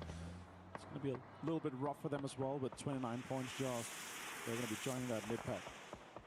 Oh, guys are alive with mortar fire right now, but it looks like it might calm down. उसका debut कर लिया है इसने. Will try to regroup, reposition. उनको tips बता रहा है बे ये तो. Oh, nice one bay. Tig will take down one dragon as Tyloo. Their late game heroics might be put on hold here. Kong Kong and Housker, the last alive, and they are pushed right up against the wall. He will get the knock on a Kickstart, and that might open up a little bit of a door here for Tyloo. Yeah, Kickstart's on the 2nd or 3rd knock. He's bleeding out fast. 15 more seconds. I don't see them getting it. He's going to get flushed potentially here. Kong finds it. Hausker goes down to Ferris, and Tyloo is on a lot of pressure here. They're going to try to go for the rest. The circle is pressuring them. It's going to be closing in 30 seconds. It's been a little bit of a slow day for Navi as well. But they might be able to find some more points here in this final game. 4 alive, complete control over the East as Housker is going to go down to Tiggleton. He'll get both of them. Tiggleton now up to 6 kills, putting the Falcons on his back here in the end as Gedrox gets the double knock onto Gen G. Gustav finds Delvin as well. Flash finds Tycon. There's so much pressure being applied on the western side here. A lot of teams are trying to approach it. Delvin's down. D gets flushed as well. Flash finds Tycon. Has full sense to get D and Supers out of this lobby. I mean, remember how Vicious got here. They took the E pickup. They got one of their players nice, by a red nice, zone upon nice arrival, and now they are in great position to cause problems. But Sentinel, he's got that MG3 oh, in crazy, hand, man. and he is making it sing as he finds 2 of Supers. Supers now down to just human. AGB eliminated. Not happy with that one, but they're going to be ending up on 61 points, and in my book, that's absolutely safe for finals. Now, D and Super is trying to make the most of it, but they're out in 9th place, and is that going to be enough? 53 points here. I'm not certain that's going to be enough for the cutoff. Dogmai finds lots of points onto Full Sense as well, as Vicious has had a great day 1 for their first showing here at Esports World Cup. Hell of a performance from them as Thanadol. Now the last player left up here for Full Sense. 60 points for them today, or for them overall as well. Gotta imagine they're feeling pretty comfortable. Would love to be able to get a little bit more here if possible. That may be asking too much versus Vicious, just in perfect position here. And there's not much Thanadol can do, and he will go down at the end to Simon T. Oh, this 55 to 60 points cutoff. That's going to be so many teams. The mid-pack is going to be packed tomorrow. But now look at this. As you mentioned, Tiggleton 6 kills. Gustav 1 here. The last 2 Flying Falcons. They have the north side. They could get a little bit more out of this one here. Potentially placements, but also the kills. Petro still hunkering down in the middle. Is it going to be enough? Guys, like and subscribe, bro. I'm not sure. Some teams are going to drive up and pull up straight on top of them. There you go, Petrichor, I-26 V6 will find December 12th as JDG tried to make the send. And there's just not anything for them to do here. Nons, you can see, is just getting pressed from all sides. He's going to go down to Soul from Gen G from range. It's just now taking damage from Gen G. Gen G kind of coming alive here late as well. They really need to. Only 21 points on the day for them so far, but they are in a good position to try to get some damage done playing from the south. Utilities is being deployed now. I-26 trying to get that flush onto him. Gustav finds Dogmite. That's a good point to secure Falcons. 8 kills, top 7 for them. Great game. It's going to be enough. 34 points here. They're in 16th place with only 6 games played. That's fantastic. Yeah, no, you're never upset about that. I think 35 points around that after 6 games. That's about average. That's what you would hope for. No matter how you go about getting it, it's going to put you in good position for tomorrow. All you got to do is hope that you maybe get a little bit of luck and a few more kills going your direction. But look at that leaderboard. All the bottom half of it right now are the teams that are still left alive as we get to see a little bit of that trigonometry in action. ये तो crazy knocks थे. That was insane. Lion's share of that damage, and he immediately pops up, finds one dragon. It's been the Tiggleton show for the Falcons. We'll see if they can keep it going as the circle will abandon them. They're going to continue playing around on the north from the edge. It looks like they've spotted out Suze. Oh, is that a C4? It's a C4. They're going to be driving that straight onto Petrichor Road here. Take's going to be waiting a little bit for it, then driving it forward, and then rolling it down onto Petrichor Road. That might have quite the impact. Gustav finds Suze. That is JDG out. And now they're into the top 6. Look at this. It's chasing it. It's going to get I-26 down. Exactly what Petrichor Road was hoping for not to be happening. Hackator steals the kill away, though. Oh, still got grenades left. Oh, it's gonna be right in their pocket. Gustav, perfect throw from him to ruin Petrichor Road's chances. They're down to just one player. Chewy nowhere near. क्या game खेल रहा है भाई Falcons? Falcons? Sure that they can secure these points. These so important points. Chewy alive via the grace of the smoke, but Virtus, you can see Vicious looking over in their direction. Gen.G Tracks उठाओ भाई Falcon. and Tiggleton and Gustav now the dangerous, deadly duo coming from the north, causing so much problem. Chewy trying to fend off this, but Pau has a P90. He's going to be able to survive for just a little bit longer. If Chewy goes down, it's just going to be the 2 kills going the way of Falcons. They are first knock, though, so it's going to take 100 seconds. And when is Navi going to get active here? They've got 4 kills so far, but they're 4 alive playing from the eastern side. They have not really started to wrap around and get involved in all of this. Simon T will go down to the blue zone. Powell, the last player left alive. You can see he's got that. There you go, Tiggleton. Nice one. Add another one to the count. 12 total for Falcons, but Gustav has gone down. And he even go for the res at this point as now Navi has started to activate. They're going to go down to the south and deal with Gen.G. Boostic finds Hackator with the car. That's so unfortunate. Maybe the rest is going to be able to happen here. Powell finds Gustav. That's going to alert Tiggleton. Maybe he can get another point and a kill. And look at that. He finds the point Falcons बच सकती है वे. onto Powell from Vicious. Tiggleton, what a game for him so far. One-man army for Team Falcons right now as Bean will get spotted out by a nicely placed grenade from Spyro. Bean knock हुआ. Back up to 4 strong after that unfortunate. Gen.G का last 2 बंदे. Hollow my bad still involved here as well. He could pop up and get involved at any moment. Navi sending Spiro down to the south side, playing around the edge to see if he can find any angles, but Gen.G are dug in. It's not going to be easy to spot them out. Tiggleton alone on the northwestern side here. Actually backfilling the Gen.G position could be huge for him. He could get more points out of it. Still one Vitality solo, still Tiggleton solo, but he's locked in. Let's see what Gen.G is dealing with. Soul, that grenade in hand, waiting for that inevitable push from Navi. Meanwhile, Tiggleton has just been going ape on this northern side. P90 now. He's got a P90 because why not? Why not? Guys, like करो guys, 30 likes complete करो. P90 to the guy that is just absolutely farming. But this is what we're dealing with on the top of this hillside with the new destructible terrain. Even jump peeking, it looks like Hackator may. He's sniffing. Yeah, he's definitely nervous about it. He's not going to walk up right onto Hello My Bad. In fact, he might be calling Boostic over here to provide support. You could also see the way he was jumping and then pointing down. He was trying to mark the exact location, so they have an active marker on that location. So let's see what happened here. 8 kills and 1,000 damage, though, for Tiggleton and a 3 helmet. Let's see if he can get more out of it. Can he get an impact onto Gen.G? So still alive. Also, yeah, with Salute. Playing with house money at this point. I mean, goodness gracious. That is a salvage game and a half for Falcons. Salute, though, looking over in that direction. He's expecting it.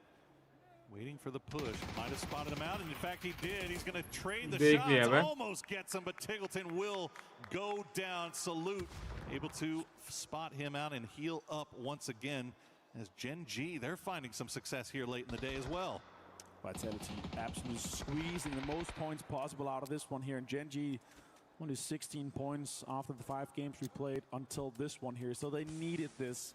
Now with 5 points in placement guaranteed. Let's see how much they can get. Can they get Vitality out? Can they get another kill? Can they get a flush onto Na'Vi? Surely Na'Vi wins this just by the grace of being 4 alive. Hackatory finds Soul. Now without just Salute.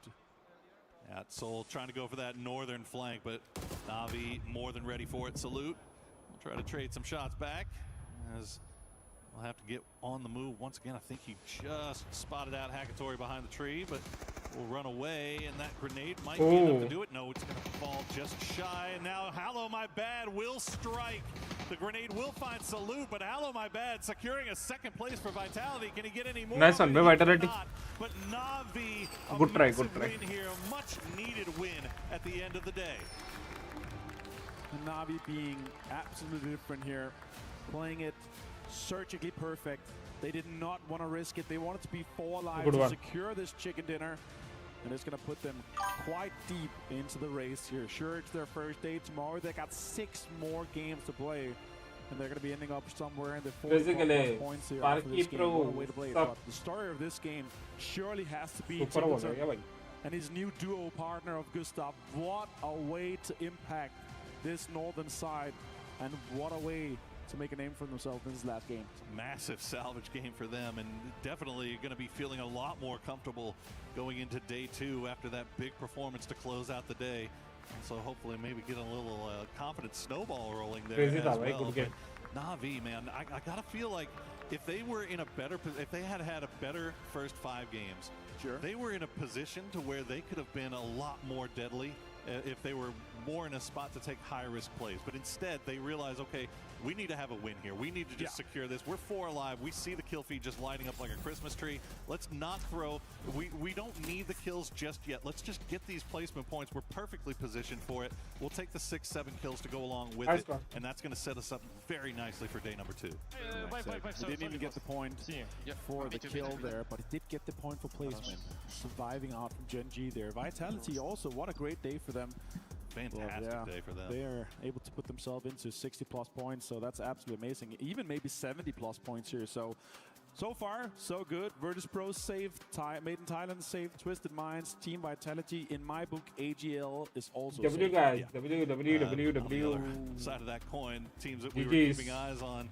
Petrichor Road. Out. I don't know, buddy. I think you might be donezo. Tai Lu also in that same predicament. So we'll see. Yeah, I mean, like you said, I mean, anything can happen now that you got Myth and Twisted Minds in there tomorrow. You got T1 that's had an insane day today. That's another team that could just you really, at that point, if you're one of those teams that are kind of sitting lower, you just hope that some team comes in tomorrow and just pops off and sponges up all the points, lowering that cut line. If I would be deciding it right now from what I'm thinking is going to happen tomorrow, I think Petrichor Road's absolutely out. Tai Lu is absolutely out. But my worry is Super's going to be out? Are there going to be that, 16th, 15th place team? It's going to be so many teams in that big make pack. One big game is going to jump you up straight into the top 8 quite easily. And does Made in Thailand Myth, do they go out and farm tomorrow? Do they go for the triple digits? Do they go for the absolute dominance? If I know Kiss right and the guys, they're going to come in and have so much fun with everything tomorrow, just fragging out and pulling up on everyone. Well, that's the thing, is that team is probably at their most dangerous when they have no fear. Like they're not worried about anything. They're not concerned. They know they've made it. So they're just going to take all the high risk, high reward plays. And usually when you're playing loose, you're playing fast, those rewards end up being pretty large here.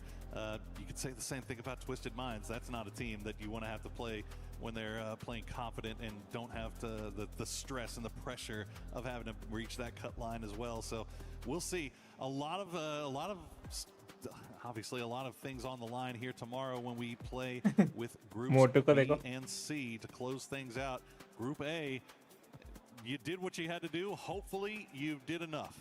Yeah, let's go throughout today though. Perform तो करो भाई. Last place 17 points, 17 gaming. और भी points निकालने थे. Shadows down there with 20, but मर गए लोग. Vitality.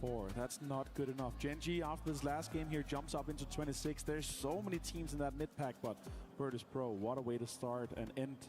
So far, 50 points today here. Vicious starting on 45, Navi on 44, Vitality 43. What a way to go about it for these teams here. It's beautiful work by those teams, and very happy for them, and we look forward to seeing them in the final. But we are going to throw it over to an interview, so make sure you tune in, and make sure you tune in tomorrow, because we will be back. As day 2 comes to a close, we of course have some interviews down here on the main stage. I've got the main man himself. I have Himas here from AGAL.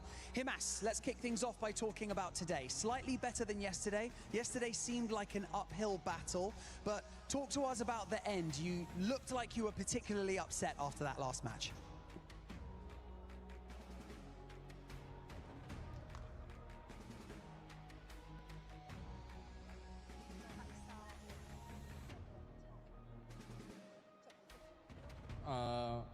Trận cuối cùng bọn em cần nhiều điểm hơn để có thể vào chung kết, nhưng mà bọn em đã làm không tốt cho nên là em hơi bực. In the last match, we really need a lot of points to be able to get to the final, but we didn't do well enough. That's why I was upset. Yeah, that makes sense. I mean, let's think back a little bit to PGS5. You know, to come so close, and then to, for 17 Gaming to kind of pip you guys right at the post, just at the very end. Did that have more of a negative impact on you guys as a team, or did that motivate you coming into the Esports World Cup?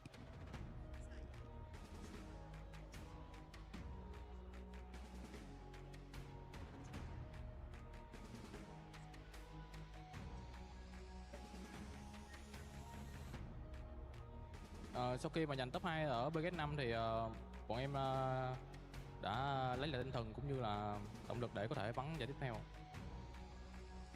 After we get to the top 2 of PS5, we try our best to get here.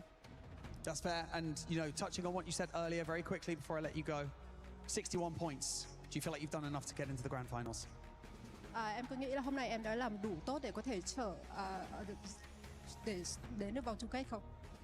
Việc mà 61 điểm thì em nghĩ là em cũng không biết được, nên là bọn em phải chờ ngày mai, nốt ngày mai để mới biết được có được vào chung kết hay không. 61 points, we really don't know at the moment. We have to wait until tomorrow to be able to know we are going to be in the final or not. It's true. Himas, stoic, but you know what? You're a legend of the esport. Thank you so much for joining me in this interview. You're an absolute legend. Don't go anywhere, because we have another interview set up right across the way with, of course, Kalaris. Yeah, thanks very much, Barney. Production, can we cut the stream? You're doing me dirty. What is this? All right, I've got... we played basketball earlier. Have you ever played basketball? Yeah, I played in the NBA. This makes way more sense. Ibby here, the coach from Virtus Pro. So you guys have looked spectacular today. My first question for you guys is 5 points going into that last game.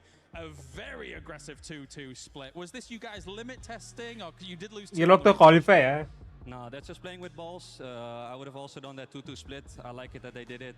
We got caught by DNS, kind of like a timing thing. We go next. Fair play, fair play. So I did speak to Nixie at the end of yesterday, and he was kind of a bit, up and down about the results as a whole. Obviously, it was a bit of a difficult day, despite you getting 37 points anyway. So was the game plan changed? What was the discussion coming into day number 2, and what you guys had to approach? Not really. We had 2 situations that were pretty similar yesterday. We kind of spoke about that. And we didn't speak much before the games today. Same focus, good comms. We played insane. Our comms today were great. I'm super happy, and we played great. No doubt, no doubt. You did look really, really good here today. So let's go kind of bigger picture here for a moment. You guys are obviously in that grand final, but for Virtus Pro, for the Esports World Cup Championship and everything like that, the club championship specifically, for Virtus Pro, obviously I think a lot is on the line. You've got a lot of strong contenders across some of these games as well. How are you guys looking at it as a whole? I mean, we know it's really important for VP. We're going to try our best, and I know we have a really good chance. The team is looking really good right now, and we're really confident. So we're going to give it our all, and I'm really looking forward to the finals. All right, thank you very much, Ibiza, for joining me here. Production, you can't find anybody else much taller than this man, so get out of here. I beg to differ, Calares, because you know what? Let me actually do Why this real Let's just quick. squeeze in real quick with us right It looks like we're the security detail for Let's this take guy. our son to school, shall we? I look like one of my kids, I swear. But honestly, we're going to talk about that last game a little bit. We had Navi being able to put up a good performance there in the last one. And finally, I was सीधा बोल दिया getting side को सारा के 10 से for पहले Falcons, but it all comes down to just one superstar player being able to make plays, getting those kills, and boy, did he show up with Tick. Well, so we talked about earlier today with like Navi and Falcons and how they were having tough days, but they were still sort of grinding out this 5 points per game average. And the goal with that is that you have that one big bopper out of 6. Both of them got it in the end. Navi obviously comes out with the win through placement points. Falcons is with kills, but now they're back in the race. And that's what I expect from these two teams. That's what I expect from any great team, right? That's where the difference is made. Now, let's do this. That was excellent of Navi, excellent of Falcons. They salvaged the day. Love to see it. We have to talk about it. We have to talk about 7. Their teams here, as we look at the leaderboards, they're just going home. Now, AGAL in full sense, there is a high possibility because of the teams coming into tomorrow. Myth, Liquid, Twisted Minds, that they sponge up enough points to make 60 just about the cutoff. But when you're talking about Shadow Esports, Supers, and unfortunately Petrichor Road, I think their run is done. I believe so too, honestly. With Shadow, I'm still on copium for that squad. I'm hoping that they might be able to just done enough with those 55 points, but I don't think it's going to happen. Supers as well, because we have some of the other squads. You were talking about them earlier. GAM Esports, Team Liquid, even the Vicious. The Vicious showed up today in a big way. They're going to make big pushes, and I think, during that interview, AGL was a little bit worried, like, is 61 going to be enough? I'm stressed. I think it is, because at the end of the day, there are 5 teams below them that are basically eliminated today. They just haven't gotten enough, and they're way below that cutoff. R8, who plays tomorrow, as you're going to see here in just a second when we get to the last stage of the board, has 10 points. So they are going to have a nightmare fuel, impossible ride tomorrow. Gen G was almost in that same position. They had 12 going into the last game. So the fact that they had a good game and now are sort of back in the 30s hunt means that they could potentially do it tomorrow. But what that means is for AGL, there's really only 2 teams that they have.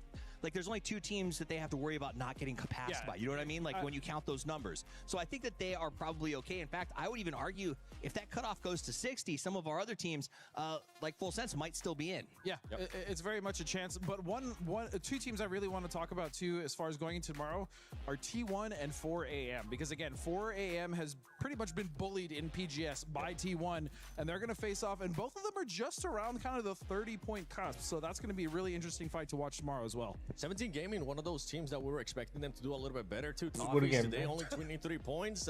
Yep, was that? Exactly. That's how I feel about what I saw from them today. To be 17 Gaming, to get the middle drop on every map, to have the chances to move. And it wasn't like they weren't getting circled. Like, it wasn't sliding to extreme circles in every single game. It wasn't, no. They should have been able to play those placements, set their traps. They just did not do it. And for a team like 17 with players like Xiao Wu, I just don't think that that's acceptable. Well, I mean, you want to talk about some teams that are also coming in tomorrow that are really struggling. Geeky is one of those. They only got 23 points in their first day of play, and they're really going to need more than that, plenty more than that, if they want to actually qualify into the finals. And the reason why it's so scary for some of those squads that we were talking about that we're in Group A, that we don't think that we're able to do it good enough, because of what we have been able to see today out of Falcons, right? We were talking about them earlier on, saying that it's starting to look a little bit sketchy. Then they have an amazing game. Same with JDG. The team was at the bottom at one point and was able to bounce back. There's a lot of squads here that have been able to bounce back, and with the way that some of the squads were performing in that Group B,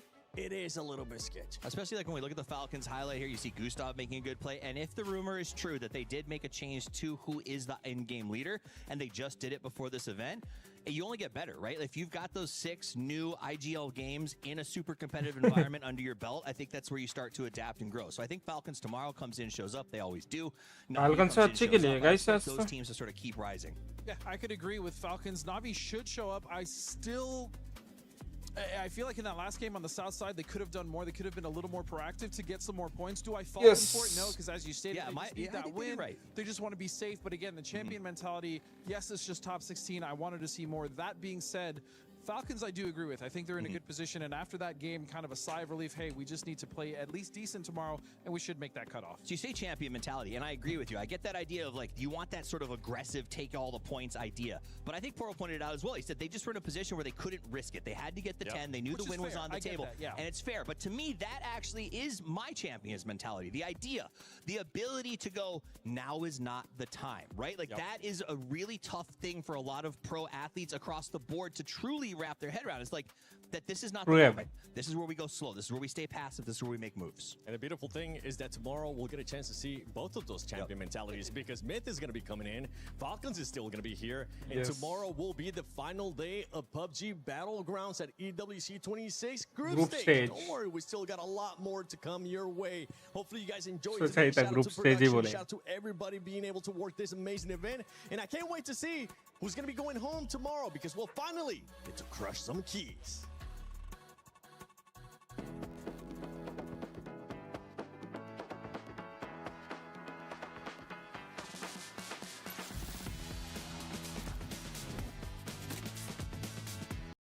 crazy था सब matches. चलो कल falcon तो comeback देनी है, देखते कैसे comeback दिखते हैं. Hello guys, thank you so much for watching and joining us today. Ending the stream. Bye bye. Thank you so much. Good night.